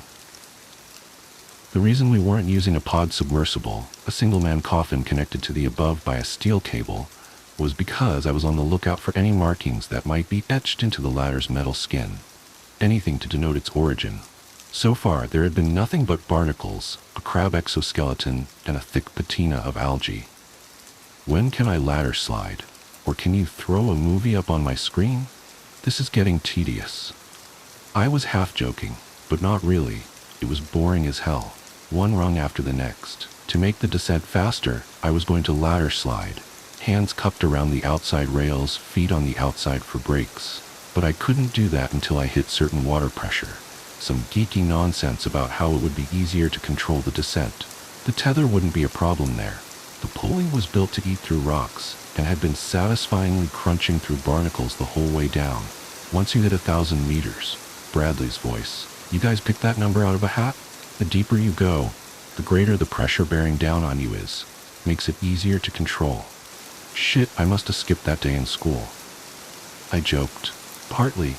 It was in the orientation, Bradley said, not trying to hide his irritation. I think he must have been jealous of my rapport with Matilda. I skipped that too. Matilda chuckled. I smiled again, even though I hadn't been joking. Closing in on 750M, Leica, Matilda said, calling me that goddamn dog. Better hope I've got a little more luck in my bones than rusky canines, I said, secretly hoping I was right. I'd hate for you guys to fish me up and just find my naked skeleton. You've got charm. That's got to be worth something, Matilda said, a smile in her voice. Is it worth dinner next week? Bradley groaned. God, you guys make me sick. I chuckled. Aw, don't get blue, kiddo. You can carry rings at the wedding. Matilda laughed. Dinner first. Where? I know this great place called the Base Cafeteria. 8 o'clock Friday? It's a date, I said, continuing down into the abyss. I had worked up a killer sweat by the time I'd reached the midnight zone, which sat just past 1,000 meters. Murky blackness crushed in. It was suffocating. Eerie. I clicked on my shoulder-mounted floodlights. 2 powerful beams of light blasted forward and wham! An ugly deep-sea fish with a mouth of fangs went whizzing by my head. I barked a pathetic yelp and jerked back, nearly losing my grip on the ladder. What's wrong? You okay? Matilda asked, concerned. Fine. Satan's spawn just caught me off guard. Deep-sea life? The deepest. Your go for slide, Bradley said. I hesitated, suddenly not sure how I felt about plunging down at speeds unknown into the deep inky blackness beneath me. Wish me luck, kids? Luck, Bradley and Matilda said in chorus. I sucked a deep breath, moved my hands and feet off the rungs into the outer rails. And then I slid. It wasn't as exciting as I'd thought, but it was considerably faster and less draining than climbing down. My eyes watched the ladder blur by, still on the lookout for any markings. Once or twice I skidded to a stop, thinking I had spotted something, only to discover it was nothing but deep-sea gunk caked to the metal. By the time I did see any markings, I was too far gone for anyone to care. I stopped, not sure what I was looking at. A strange symbol etched directly into the middle of the rung in front of me. It looked like a weird cross between Arabic and Chinese. Guys, you seeing this? No reply. Hello? No reply. Finally, Matilda's voice. Jones, the footage is freaking out. You okay? I'm fine. Is this getting through? Silence. No reply. Jones? You there? Matilda, growing concerned. I said I'm cool. Bradley, distress in his voice. Buddy, you getting us? Just fine. Can you hear me? I felt panic squeezing at my lungs. Was the comm system fucking up? My screen began to flicker, glitching out. I was growing concerned. Jones, you're not coming through. I reached up to my visor and gave it a smack. The readings on the screen momentarily realigned before spazzing out beyond control. Now my colleagues' voices were warbled. Words were lost, full of static. Jones, can't hear. Are you? Guys, I can't hear you. Fear in my voice, a low hum built in my ears, and then silence. No voices. Nothing. My helmet basked in the glow of the flickering screen. I had lost contact with the world above. I froze, not sure what to do, split between the symbol on the rung and the disconnect from my safety net. Well, that's not completely true. Remember the tether connecting me to the rung ladder? There was a little button on the pulley box beneath the lucite case. Punch that button, and the pulley box would zip me back up to the surface. Okay. Fuck it. I was going back up. None of this was worth a damn if I didn't have my crew watching my back. I fumbled out an underwater camera stashed in the pouch on my chest, snapped a photo of the symbol, and began the 10-foot climb back up to the pulley box. That's when I saw the mermaid. It flitted out of view, the silhouette of a man-sized fish. I froze, not sure what I'd seen. It had only been there for an instant, etched in the beam of my floodlights. Then it was gone. Had I really seen anything? My breath was shallow, cold in my helmet. I looked to my right. The water was black and murky. I looked to my left, and at first, I didn't realize what I was seeing. A wall of bodies. Hundreds of mermaids surrounded me, their eyes glowing pinpricks in the light, their needle-sharp teeth jagged and yellow. They were awful, deep-sea things. Their tails yellow and scaly, their torsos pale and emaciated.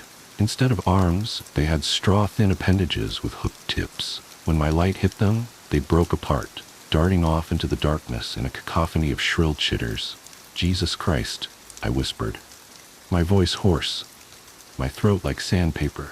I looked up and saw the pulley box, 5 rungs away, the button taunting me, the button that would save me. Or maybe I was already past the point of saving.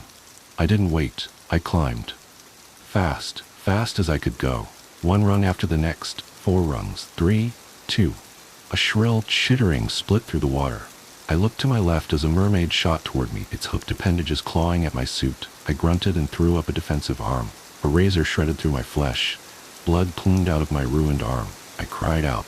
My suit beeped, screaming warnings in my ear. The fabric instantly sucked together, automatically sealing the breach as the mermaid flew off, and in came another. I threw the button box on the pulley open, about to slam it down when a freight train barreled through my midsection. The horrible, twisted face of the mermaid filled my visor. It had torn me off the ladder. I floated, entangled with this awful creature. Its gills undulated as it chittered in my face, a great ear-shredding sound that cut a bolt of fear through my stomach like an icy dagger. I grunted and jammed my fingers into its gills, hating the way its flesh crackled as I twisted. Now the mermaid was struggling out of my grip. I was winning. Then I wasn't. Something pounded into the ladder, jarring the pulley box, and something else hammered into my back. It was like being caught in a trash compactor, a dozen of these things crushing in on me. I screamed, flailed, fought for my life. Then suddenly, the mermaids dispersed, tails flickering as they flew off into the depths. I was alone, completely alone, floating through the water, 15 feet from the ladder. I assessed the damage. My suit was mostly okay, except for my arm. Blood plumed through the fabric, funneled out and into the ocean.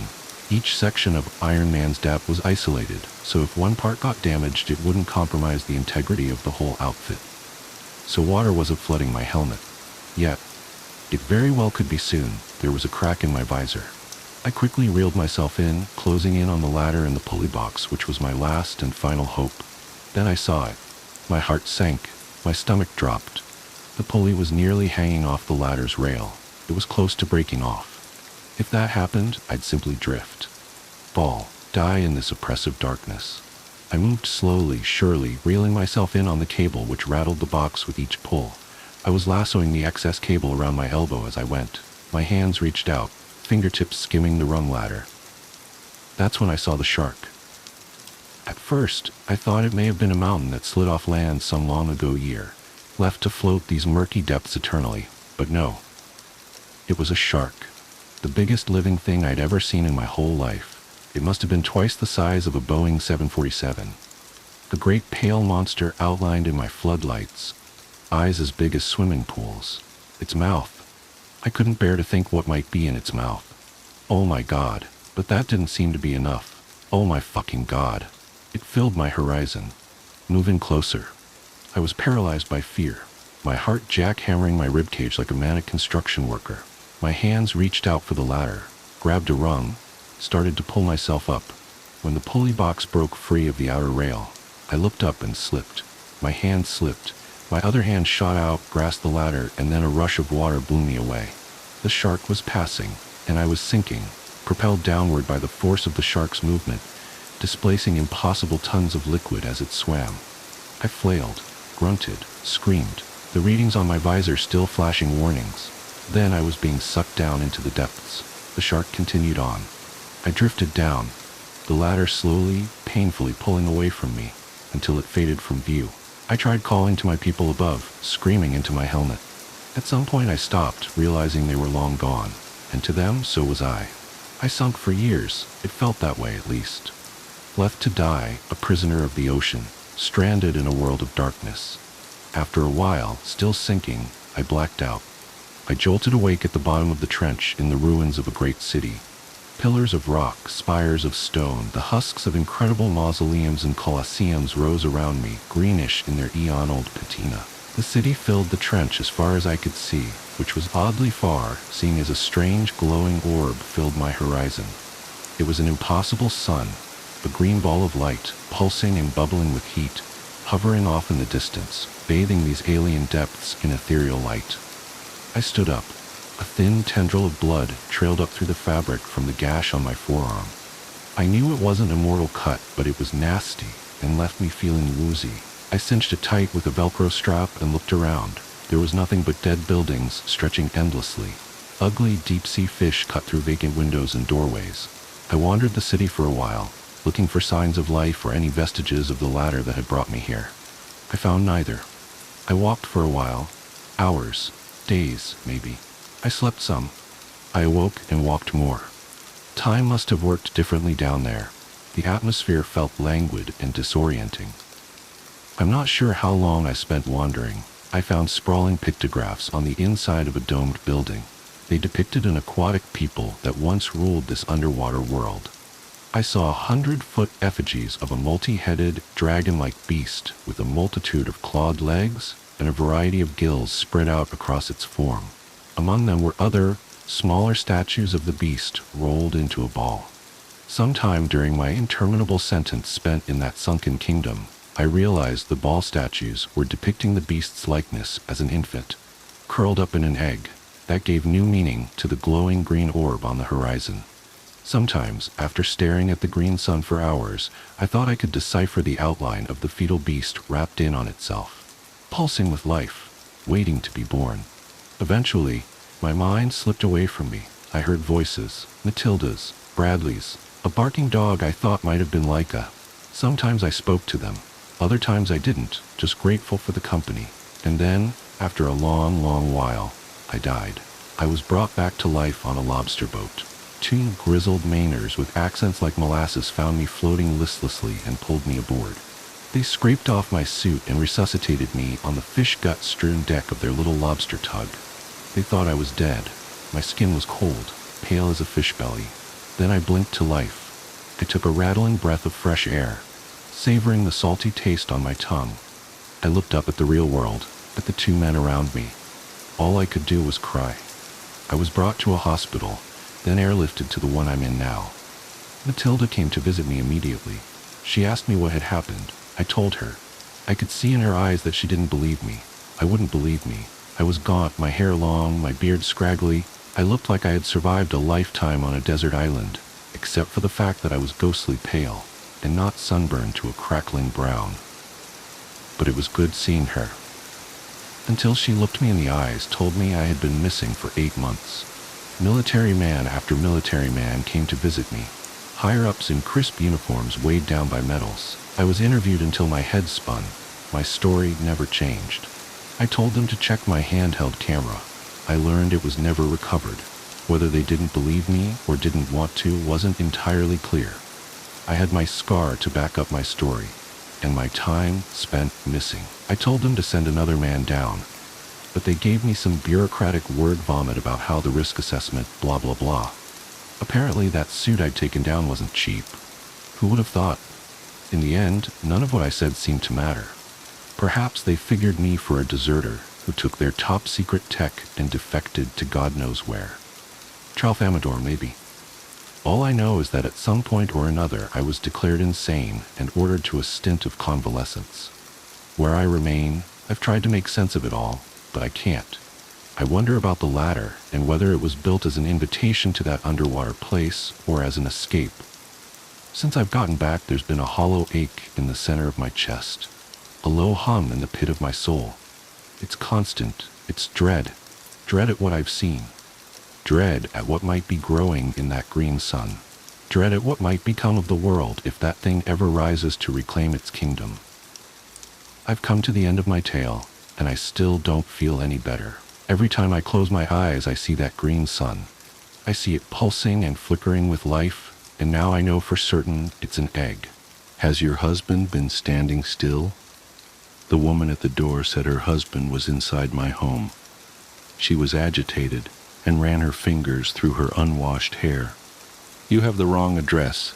It's just me, I said, then lied. And my boyfriend is here.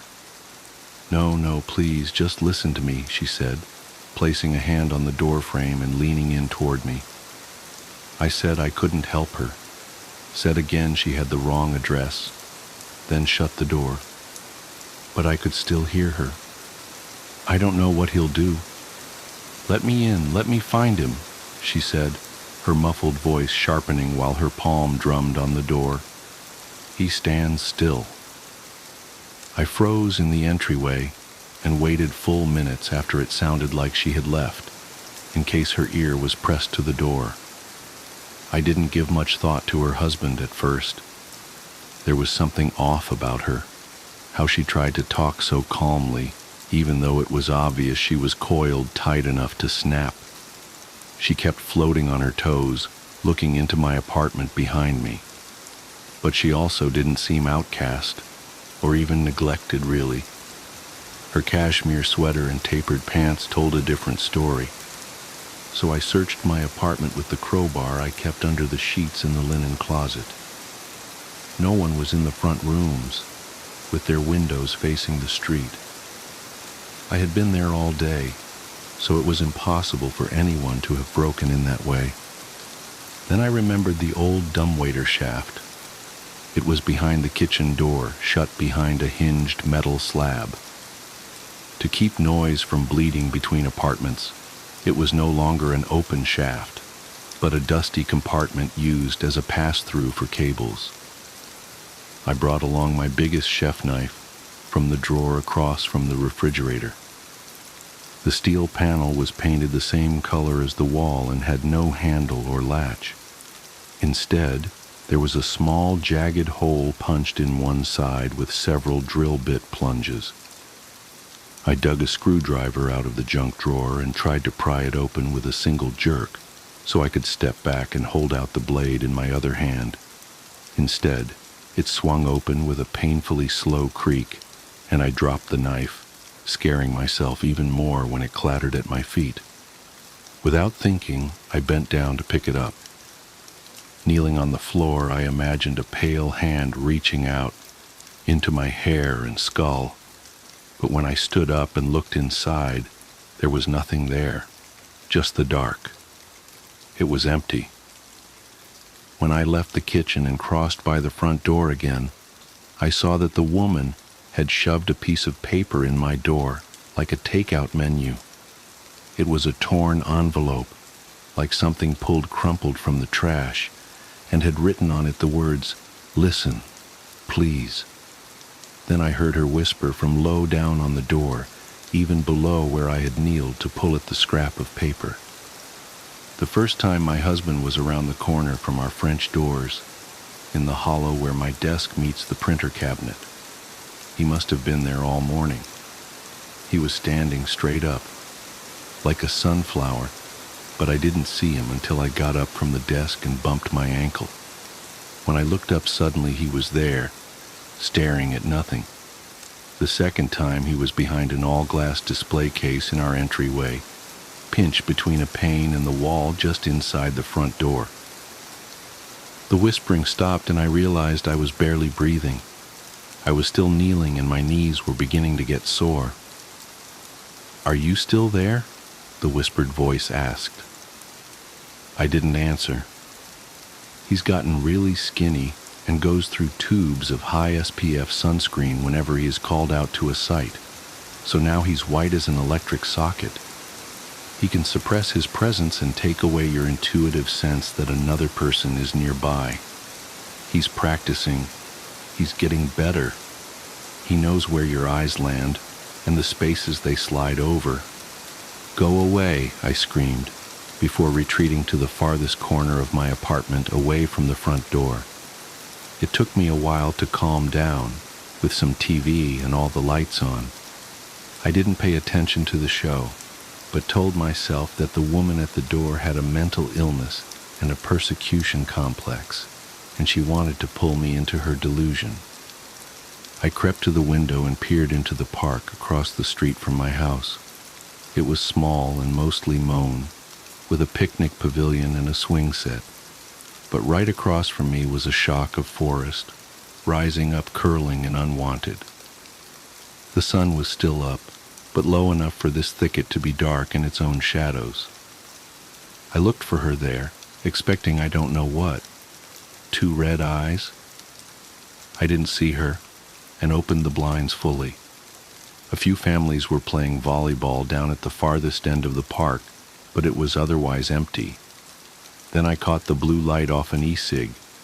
It was her, seated in a shadowed beach chair, with her legs stacked casually in front of her. I could barely see her face, but it looked as if she was staring into my windows. I debated whether to go out to confront her, but when I turned around, I saw her husband. I didn't scream. My throat snapped shut on my breath.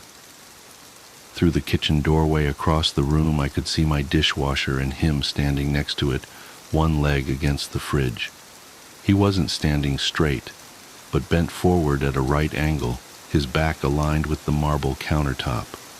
One arm was held pinned against his thigh, the other down, then the wrist up, with fingers out in odd angles.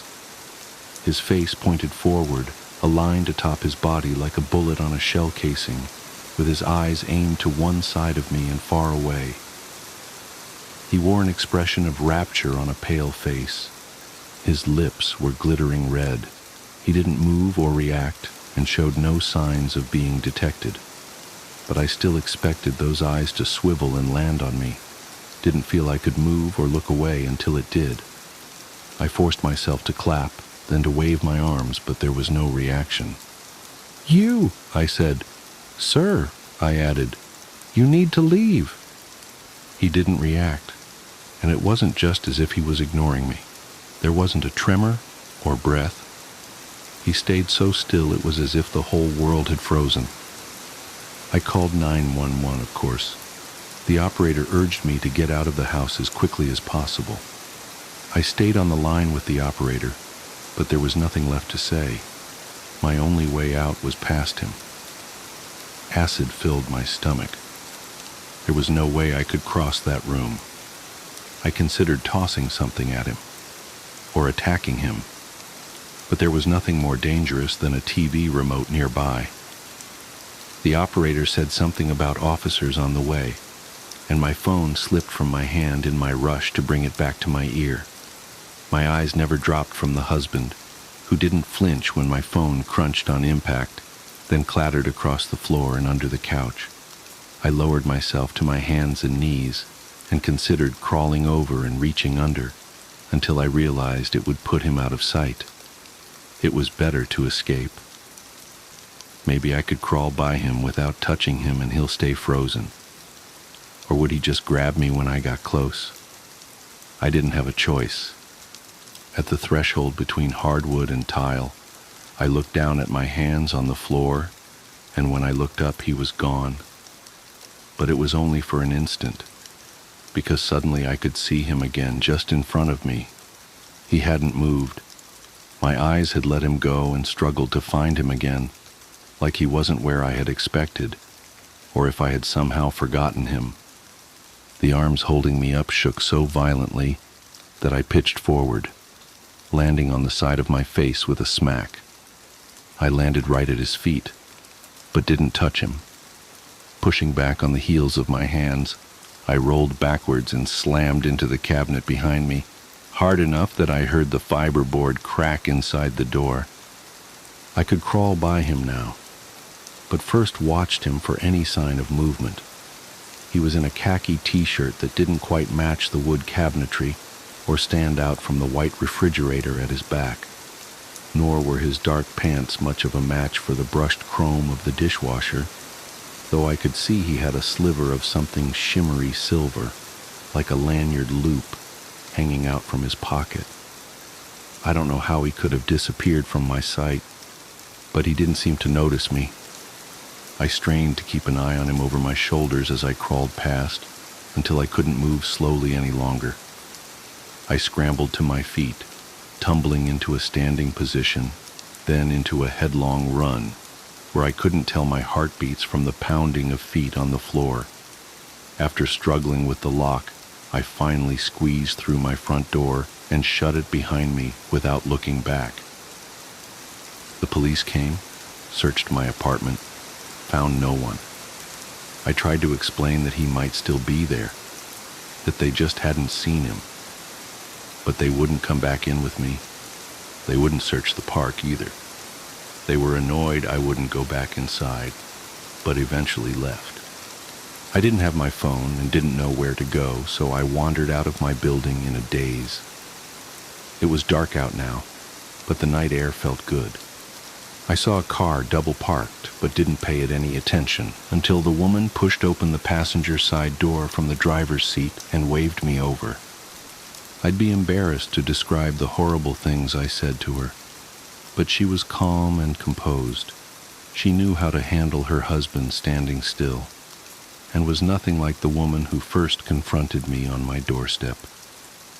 I don't want to give her real name, so I'll call her Flora. "I'll teach you to see him," was the first thing Flora told me once I was able to listen. I didn't want to see him or to go anywhere with this person, but I didn't know what else to do. She drove me far outside of the city until I could see stars over a sprawling suburbia.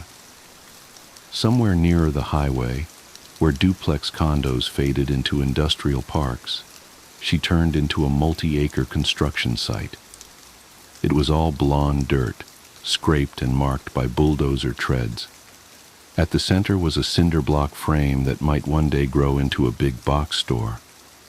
She turned off her headlights, and suddenly the feeling I had ignored in favor of her serene understanding of my situation could no longer be ignored.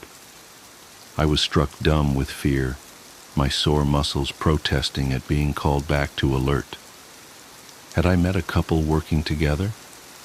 But she kept talking reasonably, kept her instructions simple, and I found no moment to protest. Instead, I followed her, even let her take me by the hand and pull me in a circuitous path out into the center of the standing blocks. She laid out a picnic blanket and urged me to lay on my back next to her with a friendly pat. Inside, I was screaming. "We're in the middle of one of the dimmer meteor showers that doesn't get headlines," she said, "but we can see one every few minutes if we know how to look. Men who stand still," she told me, "can't be searched out like a bird among branches or a face in the crowd. That is a search for specificity. Even if you could live in a state of constant scrutiny, where every pixel of reality is examined, you would not often find these unmoving men. They slip into your scotoma and escape your attention because they are no longer objects to be found. There was one, she said, pointing to a part of the sky. Did you see that one? I hadn't. Because you are darting around looking for shooting stars, she said, instead of looking at the surface of reality. Her husband had receded into the sky of our day-to-day existence, she said. When standing still, he wasn't an object to be found in space, but had shut down every part of himself to become permanent. She taught me to make my eyes flat and to search without an idea of what I wanted to see. To see them, you can no longer want anything from the sky, she said. You have to deaden yourself to know what surrounds you. I laughed when I saw the first shooting star and forgot about my terrible day. Then there was another and another. Now please, please don't be afraid, she said, sitting up and placing her hand on my goose-pimpled forearm. I looked around with my meteor eyes. There were men standing in strange shapes, pressed against the cinder blocks, and standing in the mud at bent angles, and even across the street, holding themselves straight. I see them everywhere now, she whispered. There are so many of them standing still. Why I didn't shower for 21 years. I have nightmares where I'm trapped in a shower. The drain is plugged, and the water won't stop pouring down on me. Water rises to my ankles, to my waist, and then over my head. The shower curtain turns to glass, and my screams turn to gargles. A dark figure presses its face against the glass on the other side, and it watches me. I plead, but it won't let me out. I swallow water and flail helplessly in my glass coffin. I wake up gagging. I know where the nightmare came from. I never have to dig deep. The incident is never far from my subconscious. Finding it is easy. Getting over it is not. It was the summer of my 12th birthday when the Hudsons moved in across the street. 3 people, one of them a really old woman. She was tiny, frail, skeletal almost. Thin white hair, faded blue flowery dress. Her head hung from her neck, and it wobbled as the man pushed her up a makeshift wheelchair ramp into the house. At the time, I couldn't figure out if she was alive or dead. A few minutes later, she appeared in an upstairs window, sitting in her wheelchair. She was directly facing my bedroom, and I cautiously peered out from behind my curtains. Her head was upright now, and she stared at me. Just stared, without moving her head an inch. I closed my drapes. For days she sat at the window. She watched the cars putter down our suburban road and gazed at the neighborhood kids scurrying through their yards. I never saw anyone else in the room. Never saw her move from that wheelchair. At night, I'd nervously peek through the crack in my drapes. Her silhouette was still in that window, lights off, staring out into the darkness at my bedroom. I couldn't tell, but I knew she was watching me. The stories about her cropped up pretty quick amongst my friends in the neighborhood. That she was a witch, that she was just a doll, that she was actually dead. But I knew she wasn't dead. Sure, I never saw her move from that window, not once, and I never saw her head turn, but I felt her eyes move as they studied me. I could feel her watching me. All alone in my bedroom, in the middle of the night with my drapes firmly shut, I'd wake up and shudder. Her eyes were on me, I just knew it. I began sleeping on the floor. The lower I was, the better. Maybe she couldn't see me if I was on the floor. I told my parents that the old woman across the street was creeping me out. I pleaded with them to talk to the Hudsons and ask them to move her to a room without a window. They laughed and told me to let her live out her twilight years in peace. She was just watching the street, they said, and that probably made her feel happy and feel younger. Are you just going to stick me in a windowless room when I'm an old lady? My mom laughed. Remind me to move in with your sister when I'm in a wheelchair. A week later, there was some commotion at the Hudsons. I watched from my bedroom window as the man ran out of the house and opened up the double doors of his van. He jogged inside, and he reappeared minutes later pushing the old woman in her wheelchair down the ramp. She looked frailer than before. She couldn't have weighed more than 70 pounds. Her head was flung to the side, resting on her right shoulder. Her body jostled in the wheelchair, but her eyes never left me, watched me the whole time. The man picked her up and placed her in the car. He folded the wheelchair and stuffed it in the trunk. He quickly hopped into the driver's seat. The younger woman pounced into the passenger seat, and the man put his foot to the pedal. The old woman's limp head still faced me. It bobbed up and down as the van reversed down the driveway. I studied her face. It was expressionless, emotionless. Her tongue slightly hung from the right side of her mouth. But her eyes were on mine, and they stayed on me. The van accelerated down the street, and it was gone. My parents heard the news that afternoon from other neighbors. The old woman's condition was getting worse, and the Hudsons had taken her to some sort of a home. She wouldn't be coming back. I went straight to my bedroom, and I looked across the street. I smiled. Her window was finally empty. The Hudsons didn't come back the next day. No van. That night, I looked out towards the old woman's window. There was no one there, no wheelchair, but the bedroom light was on.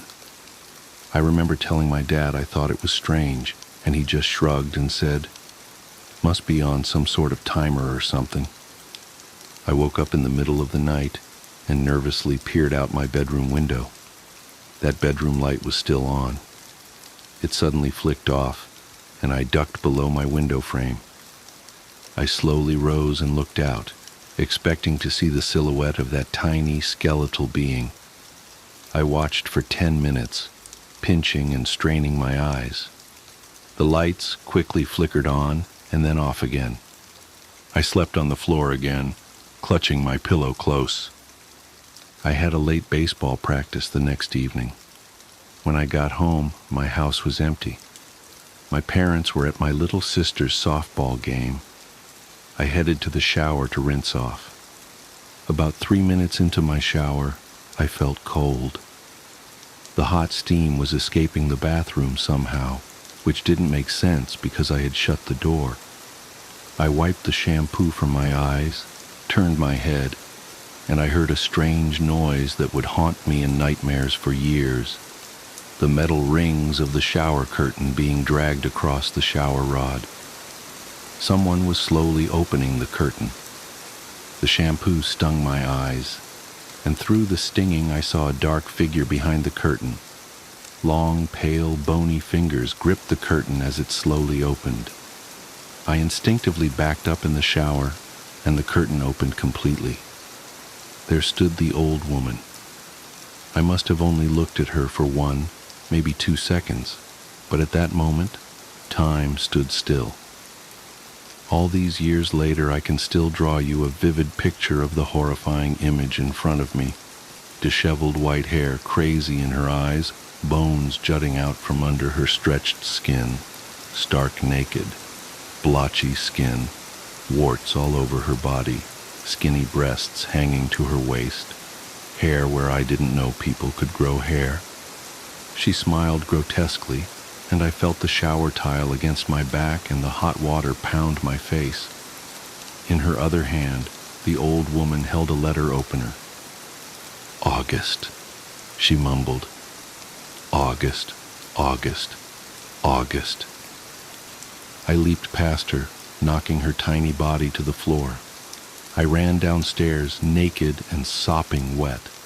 In my panic, I somehow remembered I was nude, and I yanked a pair of shorts out of the hamper in the laundry room, sending the hamper crashing to the floor. I hightailed it on foot down the street, eventually winding up at my friend's house. When the police arrived, they found the old woman, crumpled to a heap in the bathroom. The shower was still running. The policemen were all really nice to me, admiring me for my bravery. I told them what she said to me, August, and asked if they knew what she could have meant. It will be August in a few days, one of them shrugged, and you can never fully understand old and crazy, son. The Hudsons only came to our street once more to retrieve their stuff. The for sale sign was up in days. My mom told me they couldn't face the neighbors for what happened. Apparently they had taken the old woman, the man's mother, to a special home downstate. Somehow, some way, the woman managed to escape the home and caught a bus back to our town. It never quite made sense to me. She was so old, so frail, so helpless. She could barely move those weeks she lived in that house. How had she managed to travel hundreds of miles on her own? Anyway, you can imagine what this did to me. I didn't shower for 21 years. I took baths, which I suppose aren't that different. It's still a tub, and it involves hot, soapy water. But a shower, with its closed curtain, water peppering the tub floor and steam climbing the walls, you get lost inside your own head in the shower. Thoughts consume you, and it feels so utterly safe. For a few minutes, you are alone from the world. It's your own private, misty kingdom. But that's what makes the shower dangerous. You're enclosed, vulnerable, naked. You're exposed. I talked to people about it. My parents, a shrink. But mainly I tried to push the incident deep down into places where I couldn't find it. I didn't talk about it with anyone since I was a kid. Life carried on. Besides the baths, I was pretty normal. A few months ago, something inside me clicked. I felt the urge to re-examine the incident. It was almost like a voice in my head was telling me to do it. My head wanted closure. I spent hours online one night trying to track down any information on the Hudsons and the old woman. I finally found what I was looking for. An obituary for the old woman. She had died 4 years ago. Somehow that walking skeleton hadn't checked out for another 15 years. The obituary photo was a black and white picture from when she was a young woman. It was a photo of her and her deceased husband on their wedding day. His name was August, and he looked exactly like me. I closed the browser and stared at my computer desktop for 10 minutes. It finally made more sense why she called me August, why she was obsessed with watching me. Maybe she used to write letters to her husband, and that's why she was clutching the letter opener that night. For a small moment, I felt a little better. Things always feel better when they make more sense. Honey, is everything okay? It was my wife. I think so, I said. I took the first shower I had taken in years that night. I didn't even jump when the curtain rungs dragged across the shower rod and my wife entered. But as she embraced me under the hot water, one question wouldn't leave my head. How come the young woman in that wedding photo looks exactly like my wife? The yellow fog. The first thing I noticed when I arrived at St. Augustine's Artists' Commune wasn't the converted church's imposing Gothic spires, or the way its weather-darkened stone seemed to absorb the weak autumn light. It was the smell, an earthy, almost sweet decay that reminded me of compost and something else I couldn't quite place. I would later learn that the surrounding woods were famous for their mushrooms, but at that moment, standing in the perpetual drizzle with my suitcase and art supplies, the scent only made me wonder if I'd made a mistake accepting the residency. Marion Blackwood? A tall woman with silver-streaked hair emerged from behind the heavy wooden doors. I'm Diana Winthrop, the director. We spoke on the phone. Her smile didn't quite reach her eyes as she gestured for me to follow her inside. "You're just in time for evening meditation. We ring the bells at sunset." The interior was darker than I expected, despite the rows of tall windows. Maybe it was the weather, that strange yellow-tinted fog that had followed me for the last few miles of my drive, or maybe it was the way the old church seemed to swallow light rather than reflect it. My boots echoed on the stone floor as Diana led me past what must have been the nave, now subdivided into individual studio spaces by hanging canvas partitions. "Your studio is in the north transept," Diana said, her voice carrying that particular New England crispness that made everything sound like a gentle criticism. "You'll find all the basic supplies, though I see you've brought your own." She glanced at my wrapped canvases with what might have been disapproval. I clutched my favorite brushes closer to my chest. Handmade sable that had cost 3 months' rent but were worth every penny for the way they seemed to anticipate my movements, extending my intent directly onto the canvas. "I prefer to use my own tools," I said, trying to keep my voice steady. There was something about Diana that made me feel like I was back in art school, defending my thesis to a particularly unimpressed committee. "Of course," she replied, though her tone suggested otherwise.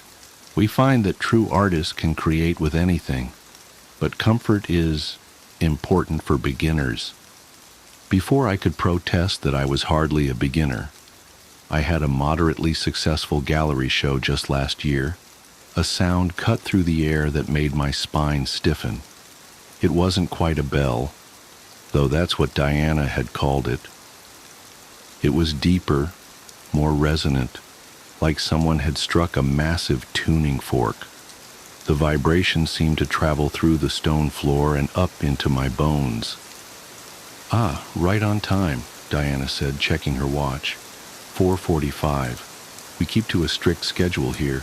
You'll learn to appreciate the routine." She turned to me with that same not-quite smile. "Would you like to settle in first, or join us for meditation?" My head was starting to ache, either from the drive or that strange bell tone that seemed to linger in the air. "I think I'll unpack," I said.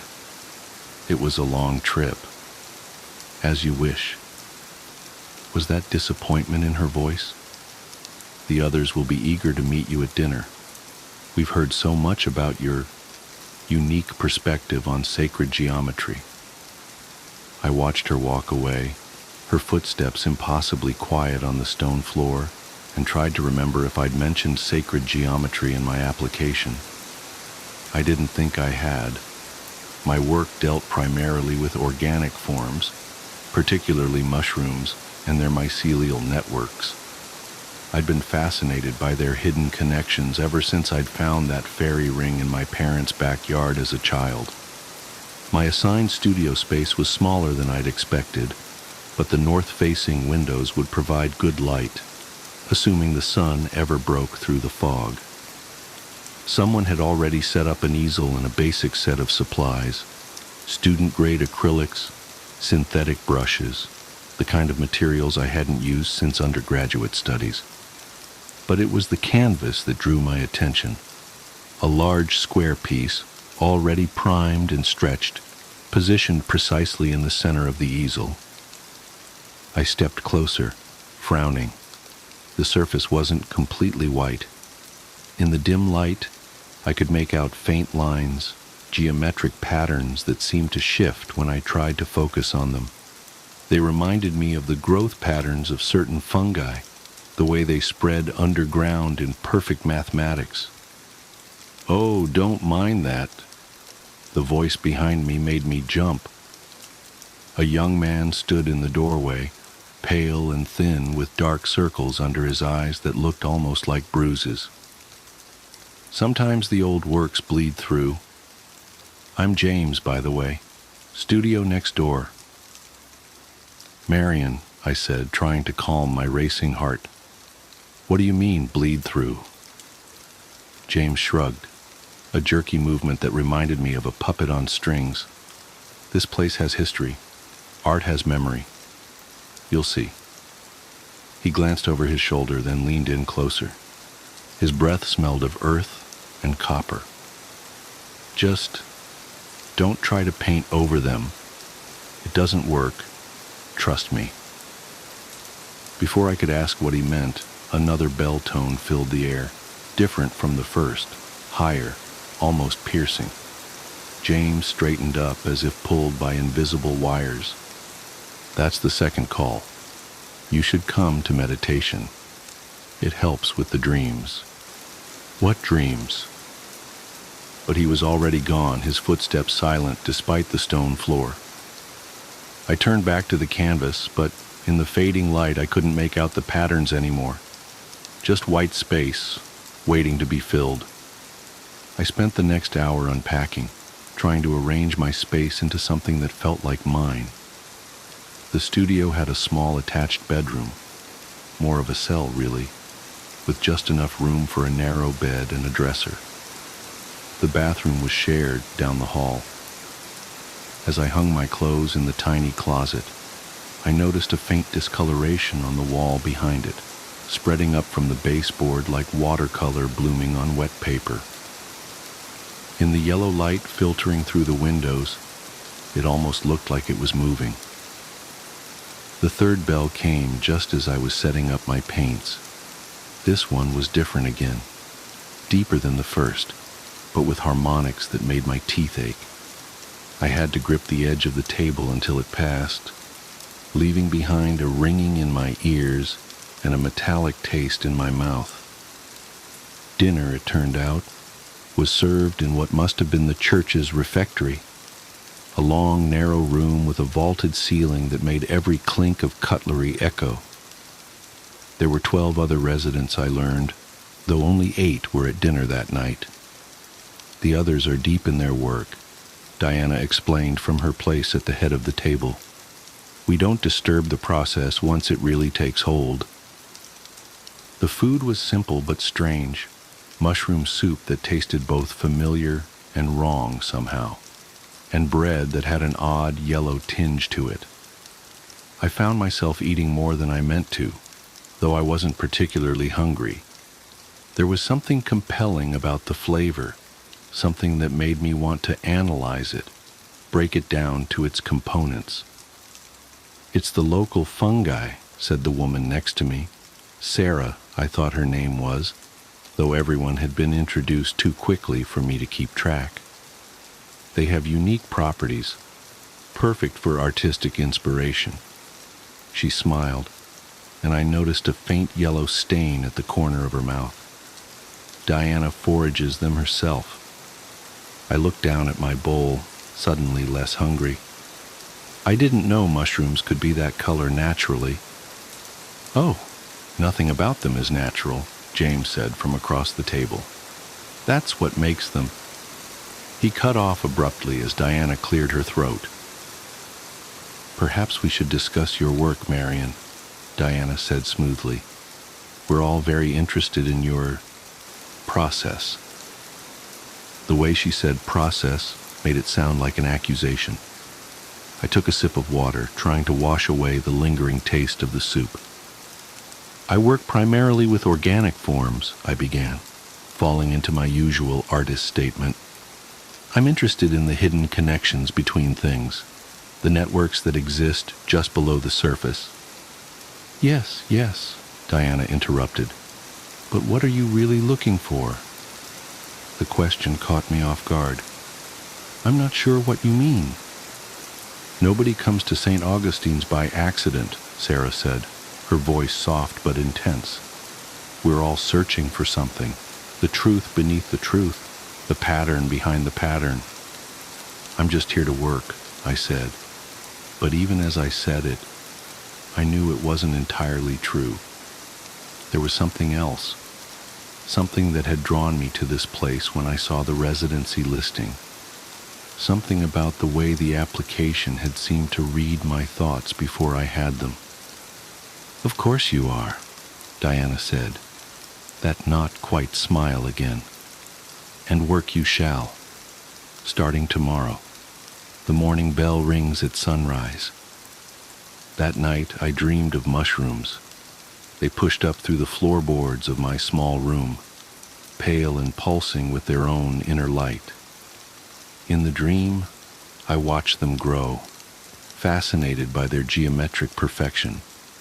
They formed patterns, circles, spirals, complex fractals that seemed to contain infinite depth.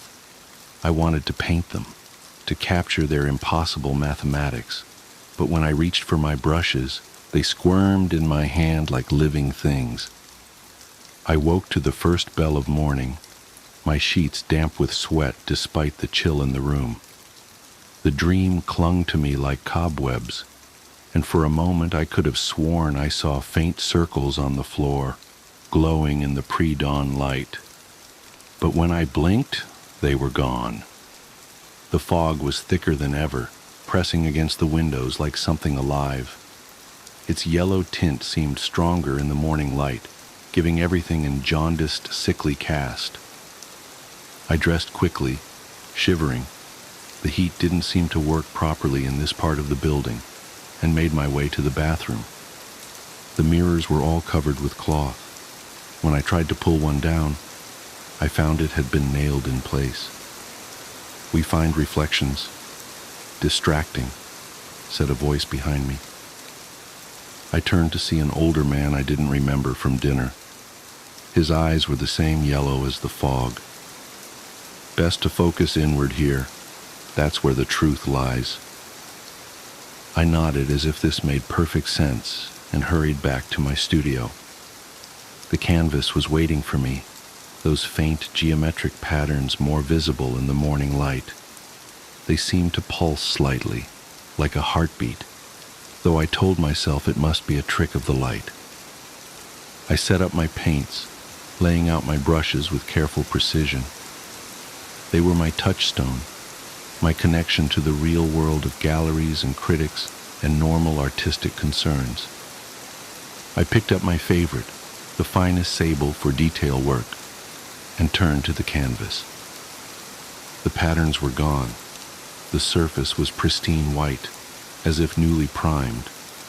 But when I moved my head slightly, I could see them again, just at the edge of my vision, like after images from staring at the sun. "They do that," James said from the doorway. I hadn't heard him approach. "They hide themselves until they're ready to be seen, like mushrooms before they fruit." "There's nothing there," I said firmly, more to convince myself than him. "It's just a blank canvas." He made that puppet jerk shrug again. "If you say so. But you might want to try working with them instead of fighting them. It's easier that way. Less painful." Before I could ask what he meant, the second bell rang.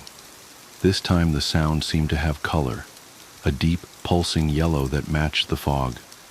I closed my eyes, but I could still see it behind my eyelids, forming those same geometric patterns I'd seen on the canvas. "Time for morning meditation," James said. His voice sounded distant, as if coming through water. "You should come. It helps with the adjustment." I wanted to refuse, to stay in my studio and start working on something normal, a still life maybe, or some preliminary sketches. But my feet were already moving, following James down the corridor to what had once been the church's main sanctuary. The other residents were already there, sitting in a circle on cushions. Diana stood in the center, holding something that looked like a bell, but wasn't quite. In the yellow light filtering through the windows, its surface seemed to ripple and flow. "Ah, Marian," she said, "I'm glad you decided to join us. Please sit. We were just about to begin today's visualization." I sat between James and Sarah, trying to ignore the way the floor seemed to pulse beneath me. Diana struck the not-quite bell, and the sound filled the space like liquid light. I felt it in my bones, in my teeth, behind my eyes. "Close your eyes," Diana instructed, "and look for the patterns. They're always there, just beneath the surface, waiting to be found." I closed my eyes, but I could still see geometric forms spinning and multiplying, mushrooms growing in perfect Fibonacci spirals, mycelial networks spreading like neural pathways. They were beautiful, terrifying, true. When I opened my eyes again, the room was empty except for Diana. The quality of light suggested hours had passed, though it couldn't have been more than minutes. Could it? "How do you feel?" Diana asked, helping me to my feet. My legs were stiff, as if I'd been sitting for much longer than a morning meditation.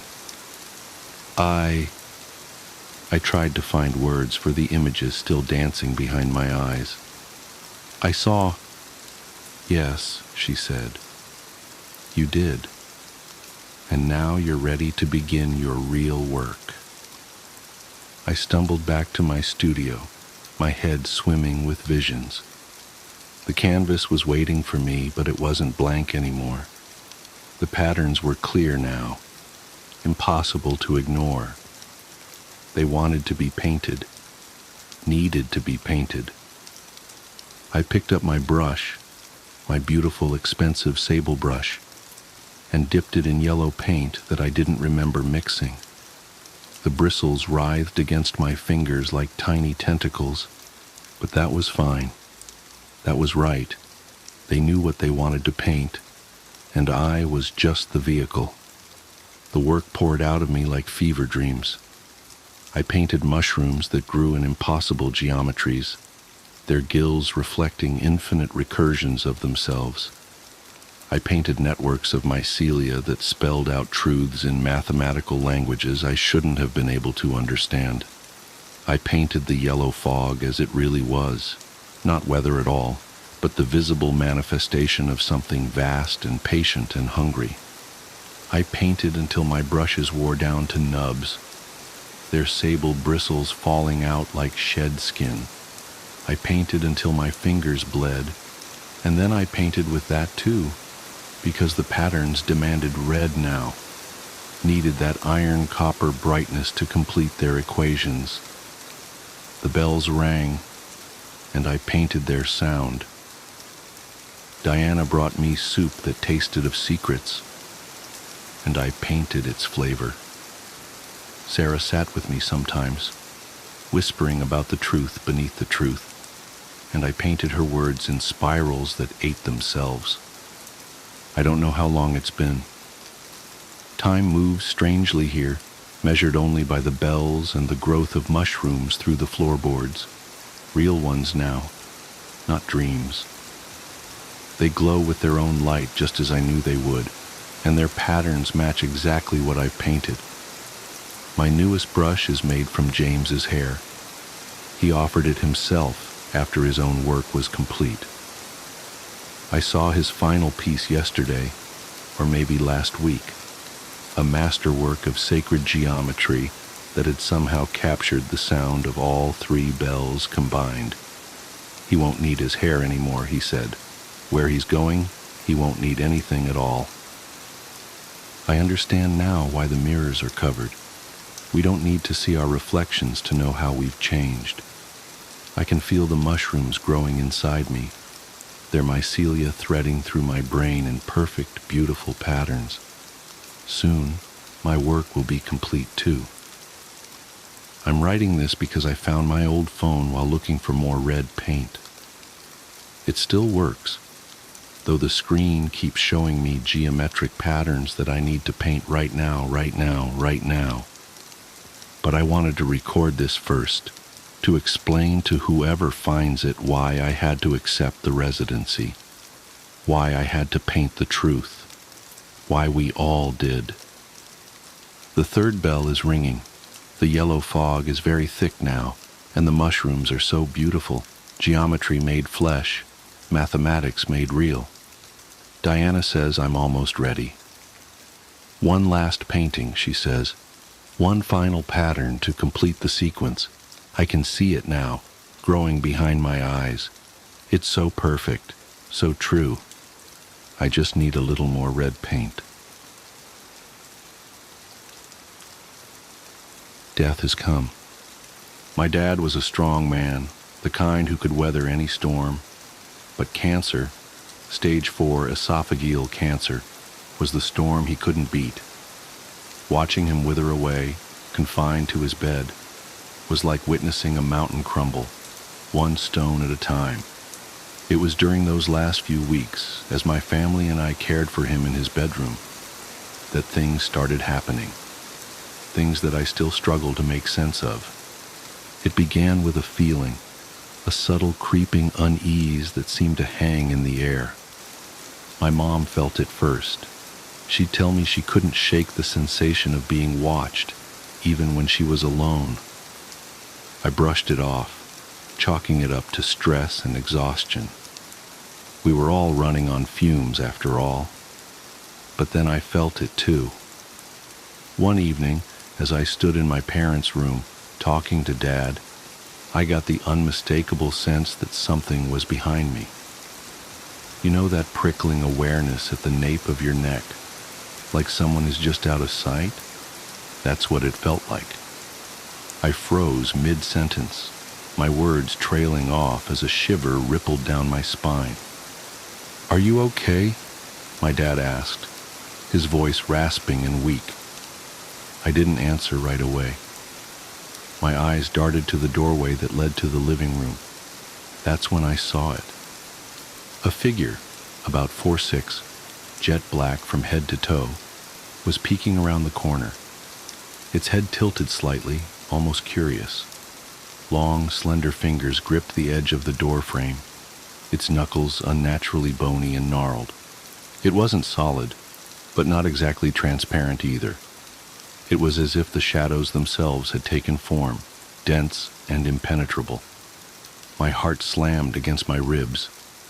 Without thinking, I bolted toward it. The figure slipped back around the corner, its movement impossibly fluid, like smoke dissipating in the wind. By the time I reached the doorway, it was gone. I stood there, breathing hard, staring at the empty living room. Nothing. No sound. No movement. Just the faint hum of the refrigerator in the kitchen and the ticking of the wall clock. I stepped out, searching every corner, but it was like the thing had evaporated. When I returned to my dad's room, he was watching me with a puzzled expression. "What's going on?" he asked. I hesitated, unsure of how to explain. Finally, I blurted it out. I saw something. I don't know what it was, but it was standing in the doorway. His brows furrowed, and for a moment, I thought he'd tell me I was imagining things. Instead, he gave me a look that I'll never forget, a mix of fear and resignation. Over the next few days, others began seeing it too. My mom was the first. She was sitting in the living room late at night, reading, when she saw the same black figure standing at the edge of the hallway. It didn't move, didn't retreat. It just stood there, watching her. She said she felt paralyzed, unable to look away until it finally faded into the darkness. My cousin, who stayed over to help with Dad's care, swore she saw it peering into the kitchen one morning as she made coffee. It always seemed to appear in the periphery, never in full view, as though it thrived in the edges of our awareness. By this point, we were all on edge. Sleep came sparingly, and every creak of the house set our nerves alight. My dad, strangely enough, never saw it. He would listen quietly as we recounted our experiences, but he never seemed surprised. One night I pressed him about it. "Do you think it's real?" I asked. "This thing?" He looked at me with tired eyes. "I don't know what it is, but I think it's here for me." His words hit me like a punch to the gut. The final days were the worst. The figure appeared more frequently, as though it was circling closer, its presence heavier and more oppressive. My mom started hearing whispers at night, faint and unintelligible, like a conversation just out of earshot. Once, she woke to find the figure standing at the foot of her bed, its featureless head tilted as if studying her. She screamed, and it vanished. The night my dad passed, the house was eerily silent. I was sitting by his bed, holding his frail hand, when the room grew cold, unnaturally cold, the kind of chill that sinks into your bones. I glanced at the doorway, and there it was again. This time, it didn't retreat. The figure stood motionless, its form darker than the shadows around it. I couldn't move, couldn't breathe. It felt as though the air had been sucked from the room. Then, slowly, it lifted a hand and pointed at my dad. Tears streamed down my face as I whispered, "Leave him alone." The figure didn't respond. It simply lowered its hand and stepped back, disappearing into the hallway. Moments later, my dad took his final breath. After he passed, the figure vanished. None of us saw it again, and the house felt lighter, as though a weight had been lifted. My mom moved out a few months later, unable to bear the memories that lingered in every corner. To this day, I don't know what we saw. Was it a manifestation of death, come to collect my father? A hallucination born of grief and exhaustion? Or something else entirely? Something darker and more inexplicable? All I know is that it was real, too real to ignore or dismiss. Even now, years later, I sometimes wake in the middle of the night, convinced I feel that same cold chill. And every time I can't help but glance at the doorway, half expecting to see it standing there, watching, waiting. Because deep down, I know it wasn't just here for him. One day it'll come for me too.